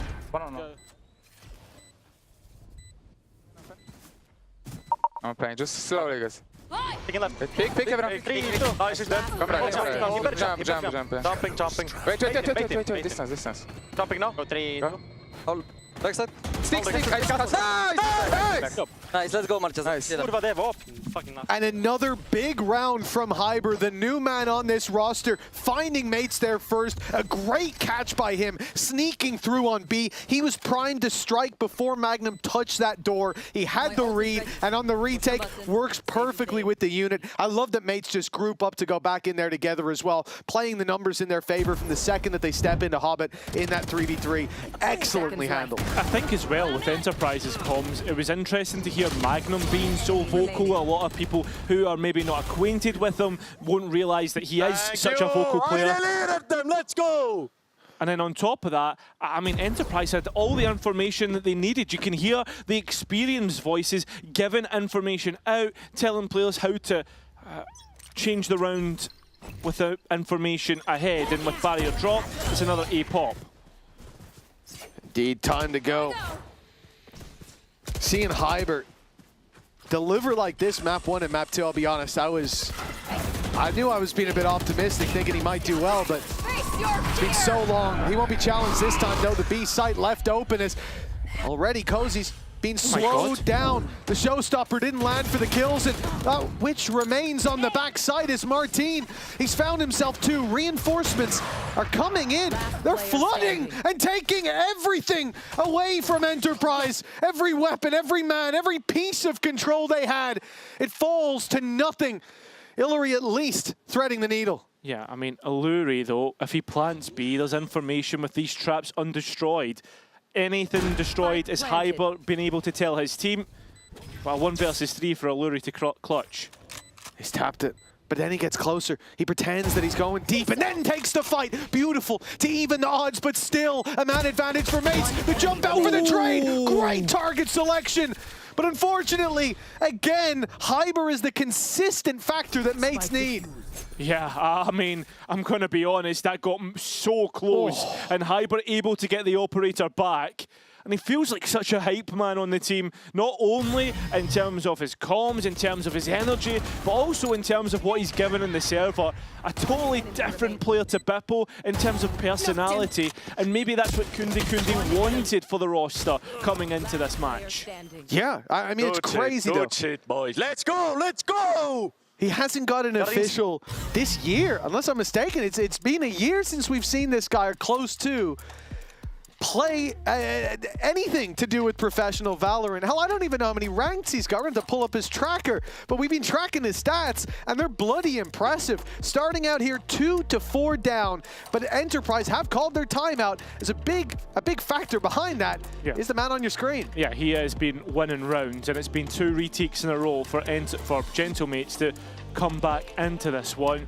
And I mean, for Hyber, he has been playing on rosters in Tier 2. He was playing on WIP Esports, obviously. Yeah. And they found themselves kind of top of what was the French league, I think it was. Sorry, second in the French league, contesting Job Life. And yeah, then found himself on a few different rosters before getting back to VCT. And that's the thing about Hyper, right? He has, as a player, kind of been not all over the shop, but not on the best of rosters. And there's other players that other people would have called out, like GSR, who turned 18 today. I was speaking about him earlier. Or even Rextone, who was also on Team Liquid Academy. A lot of people not understanding why he doesn't get his opportunity. The mini Nats, Nats Jr., whatever you want to call him. He's been playing with Hoodie as well. Yeah. That rolls back the years. Remember him on Jet. And then I remember him on Sage, and I liked him a lot more on Sage. But he grew on me over time. I think it was back in the era where people used to only play Jet. That was the only thing you'd see anyone play. And Barcina, no one really justified it. The right-click reset on the LT. Yeah, oh man. You used to see some crazy clips out of that. Yeah. But I always remember the TENS one through B. Is it B in Reykjavik? First Reykjavik, not the second. The online. Yeah. Well, for mates, 2 on the board. Big plays by Hyber. Gotten them here, but it's been Martin Starzo by his side. Mini on the operator now. Not going to get any action as it seems there's presence towards the C side, or at least that's what Enterprise want them to think. Looks like this execute towards B has already hit a brick wall. The skill towards C, though, not entirely bad either, as the Seekers have found a weak spot in which to work. Causey, the one chasing this one up, and even capitalizes. Magnum as well, and even going to rip, or thought about ripping his ultimate. Gets out of dodge. Spam good, but not quite good enough to deny the round. Oh, there's work still to be done. Magnum and Line being low, it's a spot that mates can find themselves back in the running. And that's Line to go down. A headshot delivered right away, but an ult that will slow them down. The Steel Garden will cost precious seconds for Gentle Mates, but quick shots pull them right back into contention and put them right back out when Enterprise match it. I mean, that's just how quickly that these rounds can turn on their heads. Everybody a shooter in the server in their own right, given their own chance. And Enterprise finding that next round after the timeout, course correcting. They need to get the maximum out of this attack because, as we know, as defense, it can be very difficult to work. Feeling a little bit tightly strung across the map and gaps in which for the attack to work. Prox against his old team. He was on this roster as of a stage ago before Patitech had to come in and replace. Oh, that's a big pickup. Hyber down, the util offline, and well, if they weren't worried about map control before, they certainly should be now. Martin out of the round. And really, Enterprise can go where they like. Even if they run into the stack, they've got more than enough manpower to deal with this. And the danger in these rounds is always those pistols grouping up and dealing that damage, the surprise factor. But, well, barring Magnum being isolated, nobody's in danger here. Good shots, Mini. And an upgrade for him. So, post-plant, how does that get set up? It looks like they're looking for more space in towards that CT to settle themselves, and all bodies now coming from main, and Alluri, the key component to identify that. The door swinging, certainly giving the game away. Alluri's gone down to a spam. That's a wall bang from Prox through the smoke as well. At least, oh, it looks like the recovery's there. Causey in with the triple, and 6-2 we go. Lovely stuff from him. And if that's it, I mean, Causey, just so mercurial at times in Tier 1. I don't think we've seen him hit his consistency. That's twice now, isn't it? Yeah. We've seen Hyber take back the trap, get caught with it in hand, and here he's putting his cam down. You can see he's out of the rhythm a little bit. Come on, Causey, bro. Might not have been a year since we saw him. Don't know where I pulled that one out of. Yeah. Playing in the Tier 2.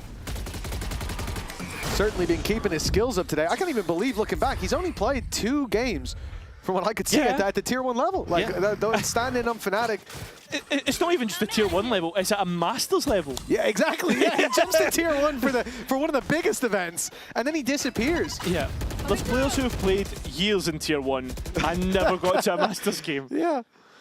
Well, imagine what that feels like for him to go there and then just drop back to Tier 2 for a while. This is his opportunity to be a mainstay. 9-5. It's been a fantastic start for Hyber. And maybe because of that, Enterprise are steering away from that C site. They see the Cypher cam and they turn tail, at least to start with. Yeah. Bring them down. Still that mid-round and being denied, so it's keeping Gentlemates pulled onto this B site. In fact, they're going to walk B main. And this is going to scupper Enterprise's plans as they're still not decided on where to execute. A double stack of players having to go up against Prox. He's even using his own ultimate, and this could be a red herring, pulling in Gentlemates towards A, when realistically this should be a C finish with the spike. I really like the ult use, if not even for that, just to get out, to survive. It's benefited him, avoiding that fight. 17 seconds left, and I'm getting worried for Enterprise. They have nothing to play with, part of control of Hobbit, but Hillary's given them a double, a chance to get this plant in, but the showstopper will not disrupted. Hillary runs through it, and then jumps for the quad. One man left to find. Hillary with a sliver of health, but a Seeker sent out. He is not just seeking the man, but he's seeking the accolade of the ace. Patatek has stolen it. Is this Quake? Is this Doom? What is Illuri doing? The man's just running and gunning, and he's killed Martine with an ultimate. The showstopper, that was the ace up the sleeve. How can he even survive that? Look how close that Rob. What? Oh my god. All I'm saying is Patatek's getting some stern words from me if I pop that ulti after a 4K and I see him swinging for the kill. That was his ace, but you know what? 7-2 up in a timeout from mates, it's reward enough. The thing that worries me is we're getting so many Finnish people in this league now as well. You notice that? Well, there's always been even across FPS titles, there's always been a little bit of a skill hike when it comes to the upper level of the Finnish scene. Yeah, I mean, he has shown his skills. Illuri, right now, decent ACS for a caller, and it feels like for me, the way that I've noticed it, especially from the comms, I think he's doing more of the pre-round calling, more of the barrier drop calling, with Magnum really taking control of that mid-rounding, and it's something that Magnum has done before on an Itapata team. That was back in Apex. That was the kind of key thing that I remember. It was like your boy Lewis who was speaking to me when he was way back on Focus. The kind of, remember it was the Apex Focus rivalry in North. Obviously could never get the better of Apex in games that actually mattered. But he always said that he thought Magnum was the most intelligent player on Apex. Don't let him know that though, because you know what Magnum's like. I'm sure he'll never find out now. Your secret's safe with all of us. It's not as if I'm speaking on broadcast. No one will clip this and send it to him. It's all fine. His head will remain the same size. Yeah, yeah. 7-2. This is a very strong performance from Enterprise. And I think with mates, changing a player is always going to give you cast a little bit of doubt onto what you can do as a team. But Hyber's not looked like an issue here whatsoever. For it to be this dominant, well, I have to imagine it's a matter of time before the mates find their footing. This might not be the round with the sheriffs across the board. Lime noted by Hyber as well, so if he goes towards stairs, I was going to say I was a little bit worried.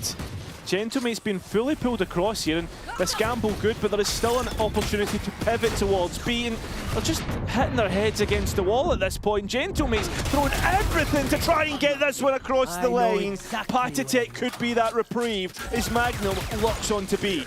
That trip is still online. No one going into A. No one's broken it. For Enterprise, oh, hold on, Patatek just waits around. It looked like he baited Hyber into the fight, but Hyber comes out on top. A rifle recovered, but a snake in the grass of Magnum won't be checked for! It doesn't matter! The adjustment! And now the 3v1 with mates grouped up. Illuri has been impressive. He's had some good rounds, but this would have to be the best of them. That's a bloody good start. But he's seen them both running up close. They'll swing together! Illuri! 8-2! Untouchable performance from this man! Who even cares about Causey, Magnum, Patitek? It's all about Alluri on Lotus. He's the man dragging them across. And we just had Tom say, I mean, it doesn't really matter what Alluri does in terms of frags. We're not expecting him to frag out. Guys, he's 50 years old! 50! Nice!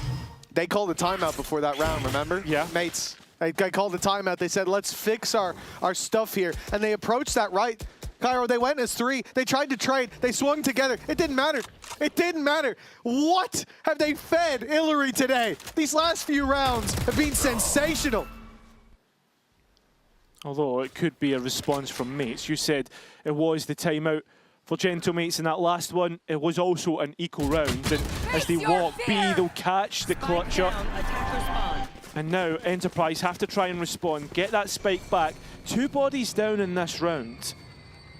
And have to find some way, some angle to get that spike down. It's going to be a difficult one, but both duelists still alive, and Causey does have his showstopper. Yeah, they can still take space. They can still contain the flank with some presence towards C. And the spike kept by Magnum. While Causey goes around to the A site. While Lime makes noise on C, it looks like we're putting presence across the entire map. Looking for ones. The spike is swinging. This has not gone very well. Lime will at least find one, but what are we going to do with that spike now? I mean, it has to be up to the individuals. 20 seconds left, and at the same time, Starzo playing keep away. This should be a 1 round for Mates. Are they going for this? Looks They're like not going for this. Surely. Nade up close. Causey's crazy. 8 seconds, no time anyways, and the spike is down. Swinging open the door, a desperate attempt, and those rifles thrown away for naught. Yeah, silly round, and I think that's the only way to put it. One that Enterprise will note. But I like the proactivity from Gentlemates defense, something that we've not seen. I mean, we've seen A brawls, we've seen C mount defenses, but this B main progression is not anything that we've seen other than a prowler sent forward from Starzo to clear out. Nice! Let's go, boys. Let's do this now. Let's do this now, okay? So trying to get themselves one last round, make it a 4-round game, and on Lotus that is more than doable to come back from as Lime tries to fake out the A presence. He's actually on a judge because of the overdrive. Exactly, and because they threw those weapons away, right? But it is still a decent buy for Line. It has more than a few chances to take someone down. Hello, it's going to be an opener onto Mini, but Starzo's slipped in for a double, and it's Chaos with Iber as the last man standing. Magnum puts him down. 9-3 at the halftime, and a team with a map under their belt are looking to make it 2-0. I mean, Enterprise were only able to win 3 rounds last time on Lotus, but that was against the best caller in the league, arguably, in Boaster. But with that being said, arguably one of the best rookies that we have in play-ins. We had an interview with Causey recorded before the match. Let's take a listen. Spike down B.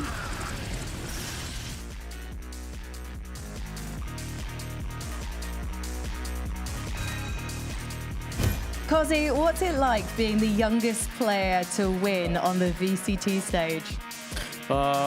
It feels good to win the first game. I'm very excited, and yeah, I'm willing to win today's game as well. Do you ever think about how young you are, the fact that you're doing this so soon after picking up VALORANT? No, I always believed in myself, and I didn't look, I don't know, I just believed in myself and I was just ready to compete. It was amazing watching you on the operator. I feel like maybe it took you a few rounds to hit your stride on the stage here. Once you had the operator in hand, incredible. Are there any operator players you've watched that have inspired the way you like to play it? Nah, I was looking a bit like Kenya's, but like, yeah, that's it. I didn't look to anyone. Old school, we're talking like 2015 vibes? I love it. And tell me about your teammates. I know that Magnum and Patitek have been having conversations with you away from the server to get you ready to be a pro. So what kind of stuff are they teaching you? I mean, these two guys are very experienced in the game. They're playing for a long time, and I'm like willing to learn everything for them. But they teach you things that are not just shooting, they're teaching you other things. Shooting, what are they teaching you? I have it, the aim, it's on a high level, so Of course. So it's just like stuffing game, how to play under the pressure, and that's it. And what's your aim personally now you're here at VCT? Obviously, you've got to get through the play-ins and then try and make your way to Barcelona. Ideally, what would you be happy with? I'll be happy to just call to champs. Yeah, just call to champs. Nothing less. Just 16-year-olds playing in Shanghai. Well, good luck, Jose. Thank you for talking to me. Well, that dream is looking very much alive for now. Enterprise, unbelievable stuff here to kick off this series, and they've kept that energy into the first half of map number 2. It looks like they could be bound for Barcelona, just like you, if you scan this QR code. Buy some tickets, get some flights, terms and conditions apply. Terms and conditions apply. And that condition is you have to be there. There is no other option. Exactly. Otherwise, we'll send this guy after you. Yeah, you don't want that. And you do not want that. Yeah. 9-3 for Enterprise. This is a chance to send it home, to have a very confident stance as they push further into this tournament. A defensive side that's not afraid to get aggressive, and well, they've got one player to catch in between them. Mini caught in the midst of Enterprise, and a man advantage to the defense. Very well played. That spike now to go down, but a post plant that is playing on the front foot. As Gentlemates try and find a number back in their favour. Martin, the one to play contact. Hyper is actually playing for anti-flash, facing the wall. He's not just trying to hide away. Now it's just up to him. The shot's pretty good from either side so far. 3-on-3, but the 3 on Enterprise have sheriffs. And maybe splitting up in case of that Sky Flash. No Sky left to flash out. It looks like Gentlemates have found their fourth and their footing early on in this half. A much-needed pistol at 9-3 down. Yeah, it gives you a little bit of reprieve. You're looking probably at 9-5 just because of the scoreline in terms of the anti-eco. What, you singing there? No, not for copyright. I can't do it again. Oh, okay. I think you masked it enough that it was yeah, all right. okay. But nice to see Martin getting a couple of kills. He's 13-11 right now, but That's me. We know him. Remember the BPL game, guys. I won us 4 rounds.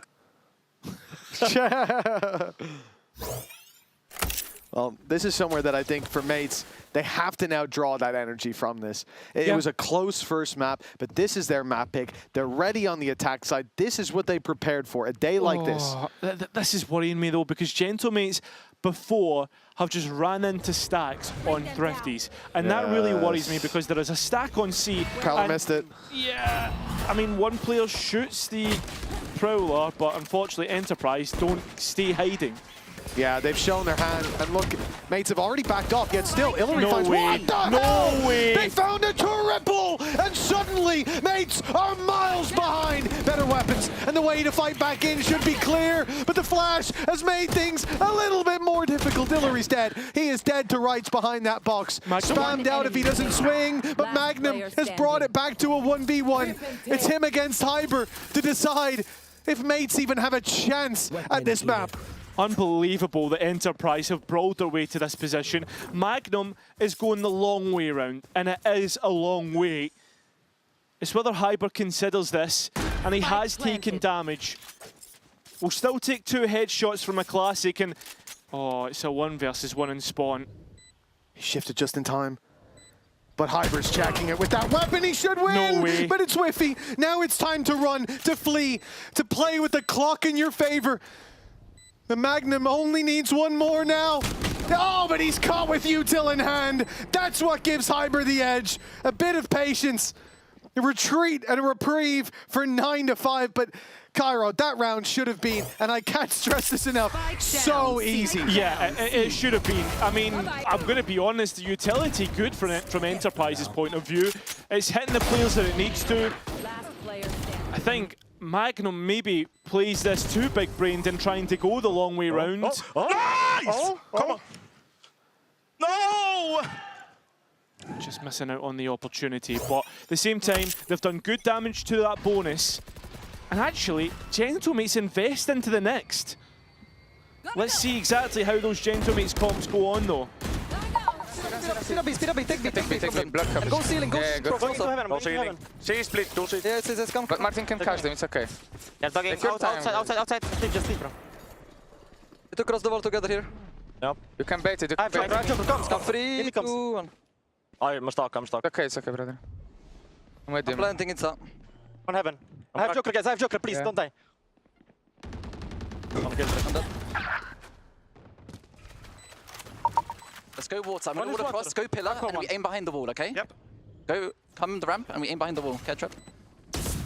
Nice. Planting. He's gonna peek. Just hold. We have time.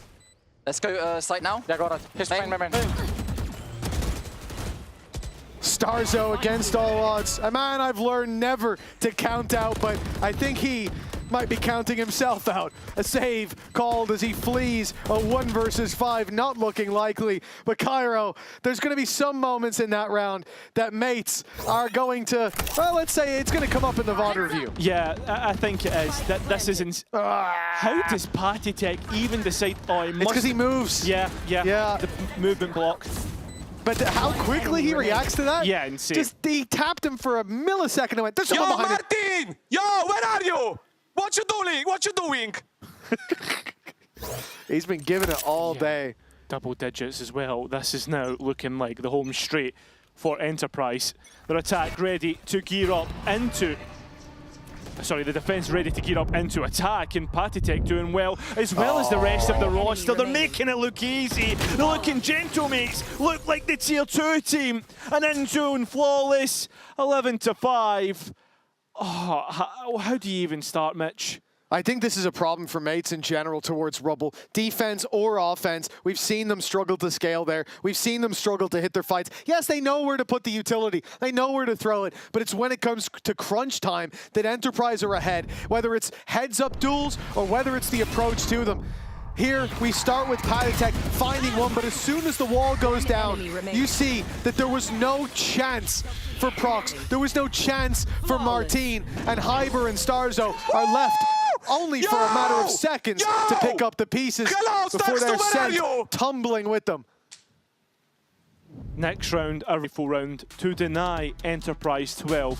And that's why Kunde Kunde is trying to time out his ex-IGL, Alluri on the other side. They two were on Mouse together, and it's Alluri who's been getting the better of his old coach as Kunde Kunde tries to get Gentlemates back on side. It's a long way back. It's a long way back. And I think for Hyber, 15 and 12, he's been great. Martine's had his moments, but that last round, it's going to erase every good memory here. Walking into Patitech, having a chance to change the round, and him spinning on a dime to take you out. It feels like that's the story of this game so far. No matter what mates do, no matter what position they get themselves into, Enterprise are able to shift the ground underneath their feet. 11-5. I would say the beginning of the end, but that might have been a while ago. Losing this rifle round should be it. That's if they do lose it. Gentlemate's always got a chance. That's a good scan from the Haunt. And a good scale at the same time. The paranoia ones from Patitech, and Gentlemate stopped at their tracks. It's again an attempt to play towards Rubble, but it's given up by Enterprise. 4 players towards this side of the map, starting it out. The B site left open. In fact, just now, you've seen the Thorns pop there because they don't have any info on B. Lime isn't even looking because their focus in this first 40 seconds was entirely not on Rubble, but on the players who push past it. Mates are being punished when they try to play the simplest part of early map control. Martine being left towards C to try and fake this part of the map. A nade to do it. His individual skill as well, but it's Magnum he's up against, and he's denied him his life. You spam with a Vandal into a Phantom, through a smoke, and well, one of you has the upper hand, and it's not the man with the Vandal. This time, though, it better be for Prox, but 1 kill is all they'll get. Gentlemates going out with a whimper on map number 2. Their time to show up is running out. They have 1 more round, 7 in a row, or it's going to be a 2-0 to the quote-unquote tier 2. Well, it's 7 in a row, but if they lose this, it's 7 games in a row to try and get 2 champs. Yo! Why so easy? I'm not even standing up for you. It's not worth it. Oh! Oh dear. Oh, he's eviscerated them. It's an absolute massacre from Patatek. As I said, he's been given it all day long. And it's got to be hard to sit across from that. Magnum spoke about their energy of mates now and how it feels different them across the stage, getting loud, getting activated. But, Kyra, it's been a while since I've seen that from them. Yeah, I mean, Gentlemates are really struggling. I mean, we've not even seen a Starzo replay today. That's unbelievable. We never see that. He's always up. He's always trying to G up the troops. At this point in time, Enterprise have Gentlemates locked in as there's players on the flank, cleared so deep, and Hyper needs to be careful. Well, he's seen the first of it, and it is Causey, the raid boss. Lime here as well, but not even needed. So it's up to the players on the site. Enterprise retaking into this one with all the bodies that they need. Gentlemates need to be careful, but it's pots and pans, and they can't get anything cooking. The showstopper, though, creating a little bit of delay as they scale in towards Tree, works out. So do the Stingers. The pots and pans might have something as Gentlemates try to form a bit of resistance. Magnum and a 1 versus 2. Martin found only one more to get. As many is now in silent drop. Ultimate not even gonna be of use, but the time gone, and Gentlemates managing to keep themselves alive around longer. But listen, if this is your rallying cry, if this is your final stand, your best foot forward for 7 rounds in a row, and it starts like this, I'm not believing. I'm not buying in for quite a while. This was down to the wire, and it took Causey already being low, down to 5 HP from that showstopper. He decides to invest his own, and that's why we see that ult so rarely used on low HP. He's taken down immediately by this man, Mini. Yeah, I mean, one ultimate used, they don't get the value, but now they've got 4 into the next. So yeah, there's no way you lose this for Enterprise. Oh no, oh no. 6 in a row, and it starts with literally the clock saving you. Yeah. A few more grains of sand, I suppose, in the top of that hourglass, and it's a different game. In fact, it's not a game anymore. It's a result for mates. The same result when they step towards A main. They've lost a player right off rip, and they've got nothing to show for it. The scary thing about Enterprise is players who have had bad games previously are starting to have good games now. Be where Gentlemates try to finish, but look at the collapse on Enterprise. How quickly they've got the bodies in place, and how quickly the ultimates are going to be used. Gentlemates running for the hills, but they're not going to be allowed to go there. The reprieve not allowed at all. Martin identified, cleared out, and Hyper with 2 HP. Tier 2 is looking for another Tier 1 name to add to their kill list. As the road to Barcelona feels like it's gonna be Tier 2s at this moment in time. Enterprise kill another giant. 13-6, 2-0. A statement victory by Enterprise down on that stage. And indeed, the road to Barcelona looking shorter and easier as the wins stack on wins. For Gentlemates, it's back to the drawing board. And indeed, their road now long and full of peril. Yeah, I mean, the fact that we've seen Team Heretics, we've seen Fnatic, we've seen Gentlemates, we've seen some of the best rosters, some of the best performers individually, like Martin, right? Yes. Martin drop into this lower bracket, and now it feels like there's more Tier 1 teams in that lower bracket than there is Tier 2 teams, which is something a lot of teams, or a lot of people, sorry, a lot of the community would never have thought. Yeah, I think the way that the Tier 2 teams have stepped up here, we really have to start finding a different distinction, the non-partnership, because it looks like they are playing on, if not the same level, perhaps one above it. Who will be the one to cut them down to size, if any? Well, that's a story for another day. For now, they can celebrate a well-earned win. Yeah, and for Gentlemates, there's questions about their performance levels. Why was this change needed? Bipple, was it a sense of desperation, trying everything they can to kickstart a run? But it feels like they've kickstarted their own demise at this point, Mitch. Yeah, indeed, like we said, those changes always affect things in ways that aren't so easy to see. but things have changed for Enterprise. They now come into matches no longer as an underdog, no longer looked down upon. This squad may well be a tier 1 squad in the future. For now, it's the end of the match, but not the show. We've got a post-plant coming with Magnum and Patatek. Thank you very much, guys. We talk a lot about how they have the youngest player to ever ace on a VCT stage in Kozi, but they also have the oldest in-game leader, because it turns out Alluri is 50 years old, Patatek. That was crazy from me, but after that clutch, it was crazy from him. I mean, Magnum, you stood up when he said that, and you kind of did something with your hands. I was like, is this an in-joke? Do you just bully your in-game leader and call him 50 all the time? Kinda, but he's fine with it, you know. So we are not crossing any barrier. They're as well bullying me. We're bullying each other, you know, in a friendly way. So it's an inside joke that he's old. I will join them today. So I mean, because you guys have been playing this game for 87 years, so you can't really talk. How old are you today? 25, closer to 50 than 0. Full GG. You're halfway there. You're kind of halfway to Barcelona. The road is still going to be a long one, and it's going to be filled with terrors for many of the teams, because you're the baddies, I think. We are. Yeah, I mean, somehow, because our form was not looking good before this tournament, let's say that, right? But they're back. What happened on stage then? I don't know. I think it's just the stage. It brings out the best in every player, you know. I mean, we couldn't win us. You love it. I love it. Love it. I love you were it. born for it. Yes, I love it. I missed it so much that it's a pleasure to be here and a pleasure to play.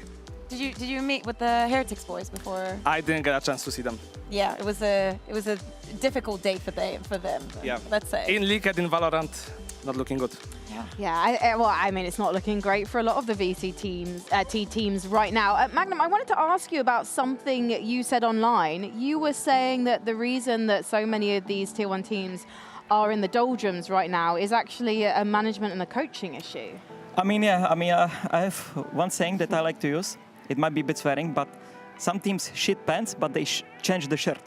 You know, and in my opinion, it doesn't make any sense. But they still stink. Yeah, exactly. Yeah, very stinky. I don't know what's happening with Gentlemates, obviously. Maybe they're just rusty right now. But like overall, like I see this pattern that we do bad, let's change. We do bad, let's change. And prime example is Navi.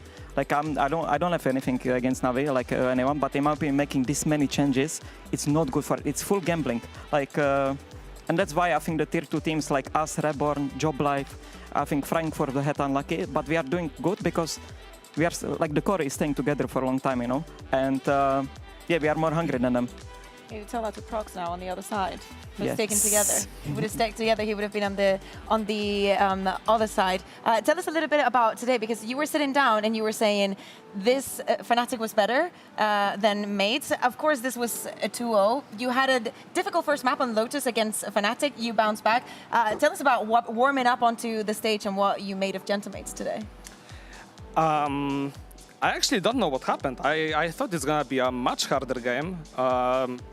This team is completely like insane, you know. Everyone is insane, but I think this goes back to the point for Magnum.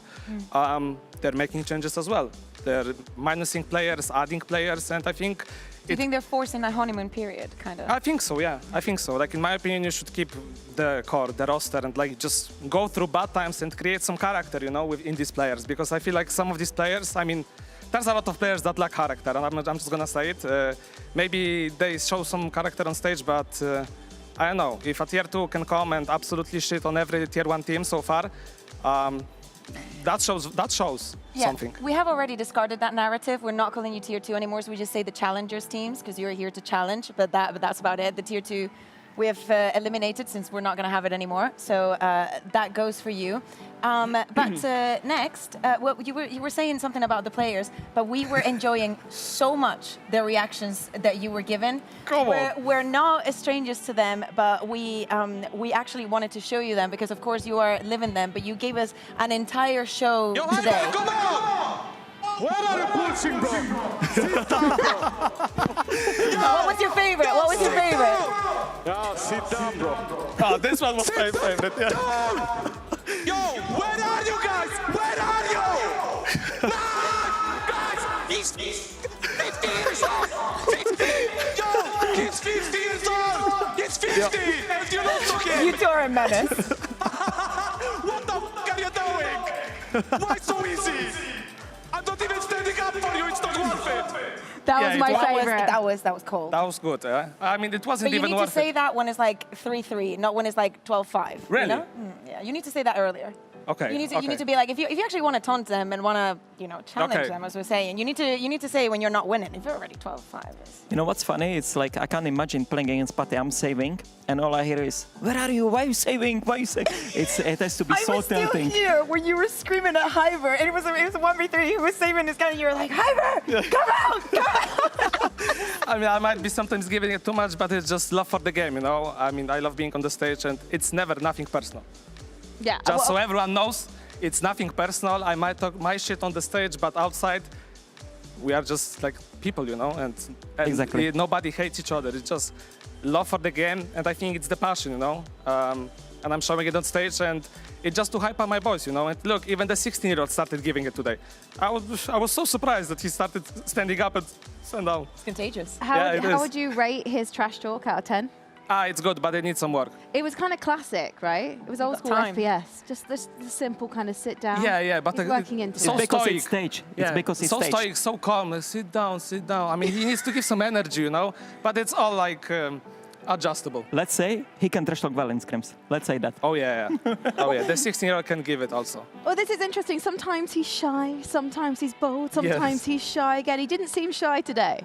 Oh no. I mean, the shots that he gave on Summit today, he's playing, and I'm like this. I'm just watching the absolute cinema happening in front of my screen, and I loved every second of it. Absolutely loved it. It was really exciting also to see Cozzy straight out of the gate. I feel like it took him a few rounds to get warmed up into your first series, but I mean today, straight away, super confident. You're the performance coach, as I mentioned in our interview earlier. Just talk to me about the things that you're saying to hype the boys up before you even get onto the stage. I'm not really talking before the stage. It's more like while we are playing. I think like every time there's a break, the halftime break, I'm saying to the boys, just calm down, do deep breaths, talk about what you're gonna do, talk about what you didn't do and what you can improve on. Just like maybe not general stuff, but just stuff to kind of calm everyone down because everyone is getting so excited. You need to calm them down a bit and then adjust on top of it. I think you should have that conversation with Weber. Oh yeah, I mean, I love Brandon. We can have that conversation over soju or some Korean barbecue. Yeah. Well, we'll take it for some KBBK, KBBQ, I should say, and then ask him to say that to his players. Oh, I mean, I think he already told them. Yeah. 100%. In a kind, loving performance coach way. Let's take a look at the bracket because this is the play-ins. We've got another 5 days of play-ins before we reach the playoff stage. The start of the playoffs will be played here in Berlin, and then we'll have our final matches taking place in Barcelona. I can already tell that you guys are confident, but what do you think about the chances of the teams in the lower bracket? I'm just gonna say it. It's 3 Turkish teams and 1 European team. I mean, the Turkish players and the teams are completely insane. We played against the Reborn, which is now Fireflux, already in Challengers. And you won twice, right? Yes. What's the key? To just send it. I Yeah. remember. Just like them. Yeah, I remember we were playing. Get a and match? After the first map, we lost. We won 2-1, but he got so tilted that he says something like, "Guys, I'm so tilted. I'm just gonna send it." And he started sending it. We started sending it, and we won. That's the important thing, though. Whoever gives a call, as long as you all commit to it.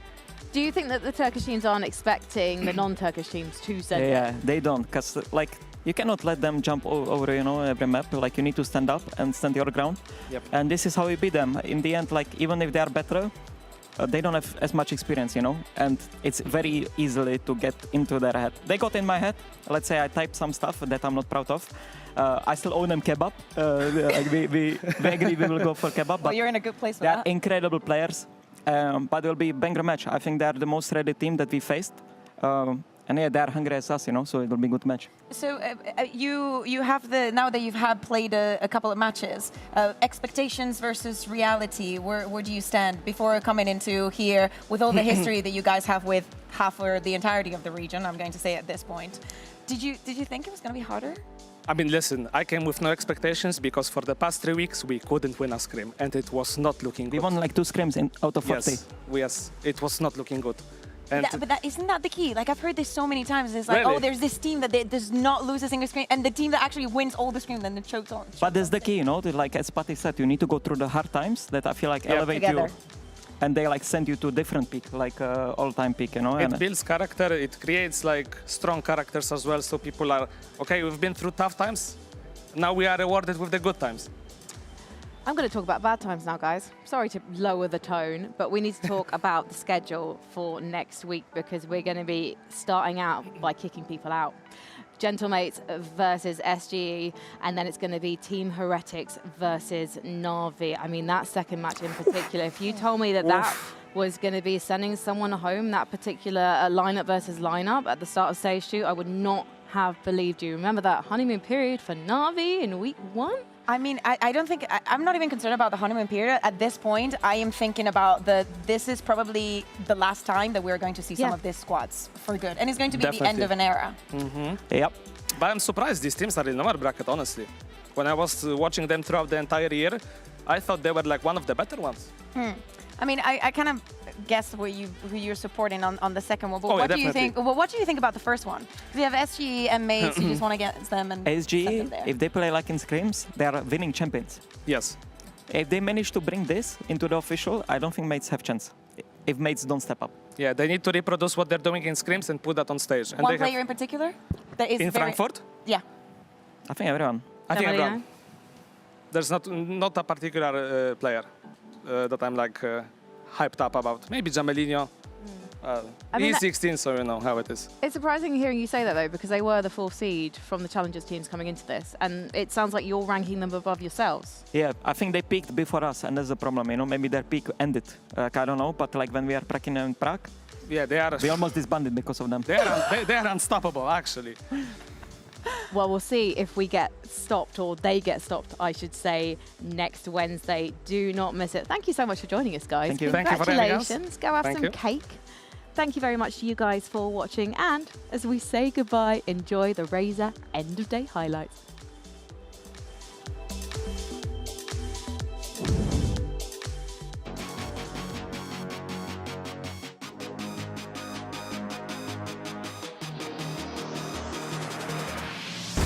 They might be able to catch Kachao, never mind. He's caught them instead. Let's go! This is Kachao's ultimate, makes it a quick kill. Oh, they've got Benji as well! Kachao comes in, shredding their HP. Needs a final shot, and it's Kushmaras instead. Nice! It's the classic, the Apex Predator. A Red Bull clutch! Last player standing. One enemy. Nice start by Wu. He might get a freebie here. Swings in, but Denning's more than ready. Because Kachao's got some work to do if he wants 30.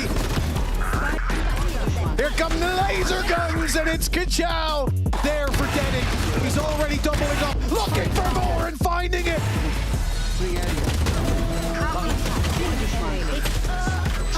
One enemy It's remaining. Boo! They know he's there now, but still he ends up with one.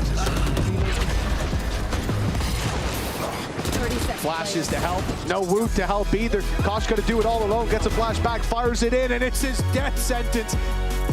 Take the series 2-1 for Fireflux. This is a legitimizing win, and they did it the hard way.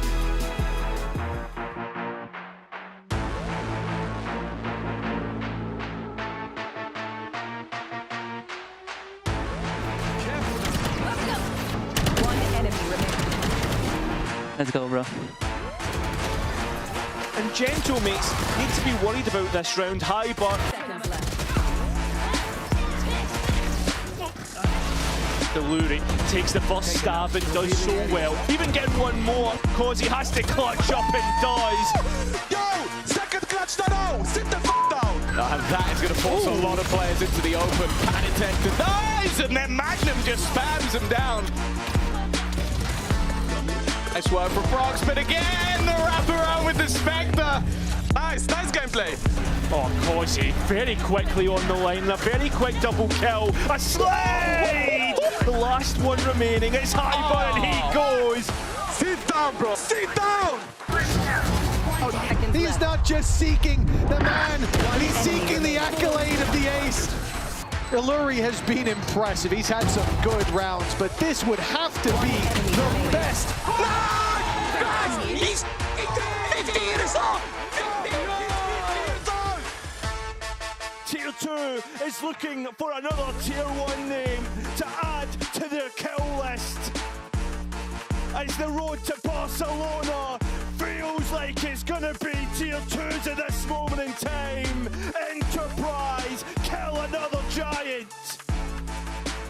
13-6, 2-0. A statement victory by Enterprise down on that stage. And indeed, the road to Barcelona looking shorter and easier as the wins stack on wins.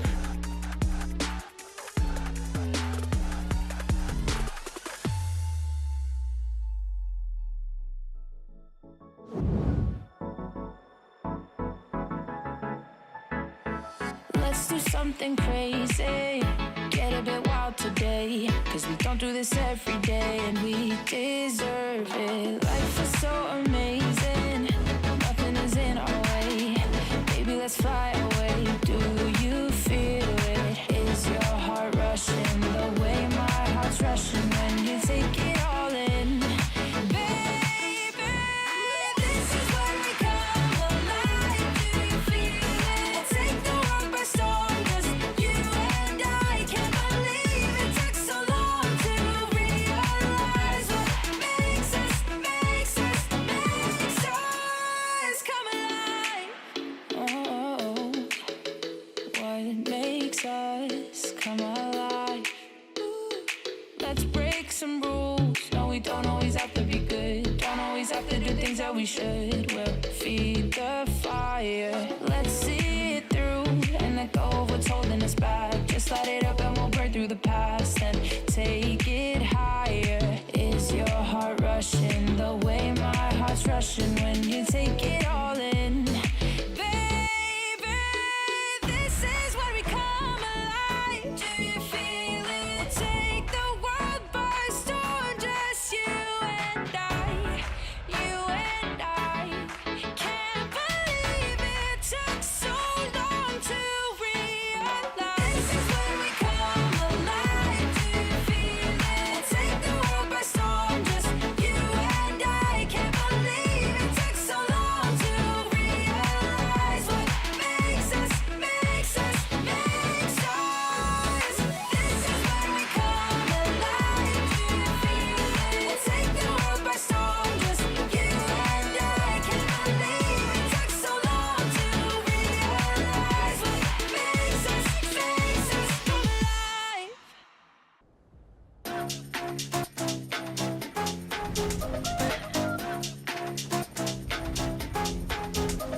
나의 속도가 돈이라면 Vans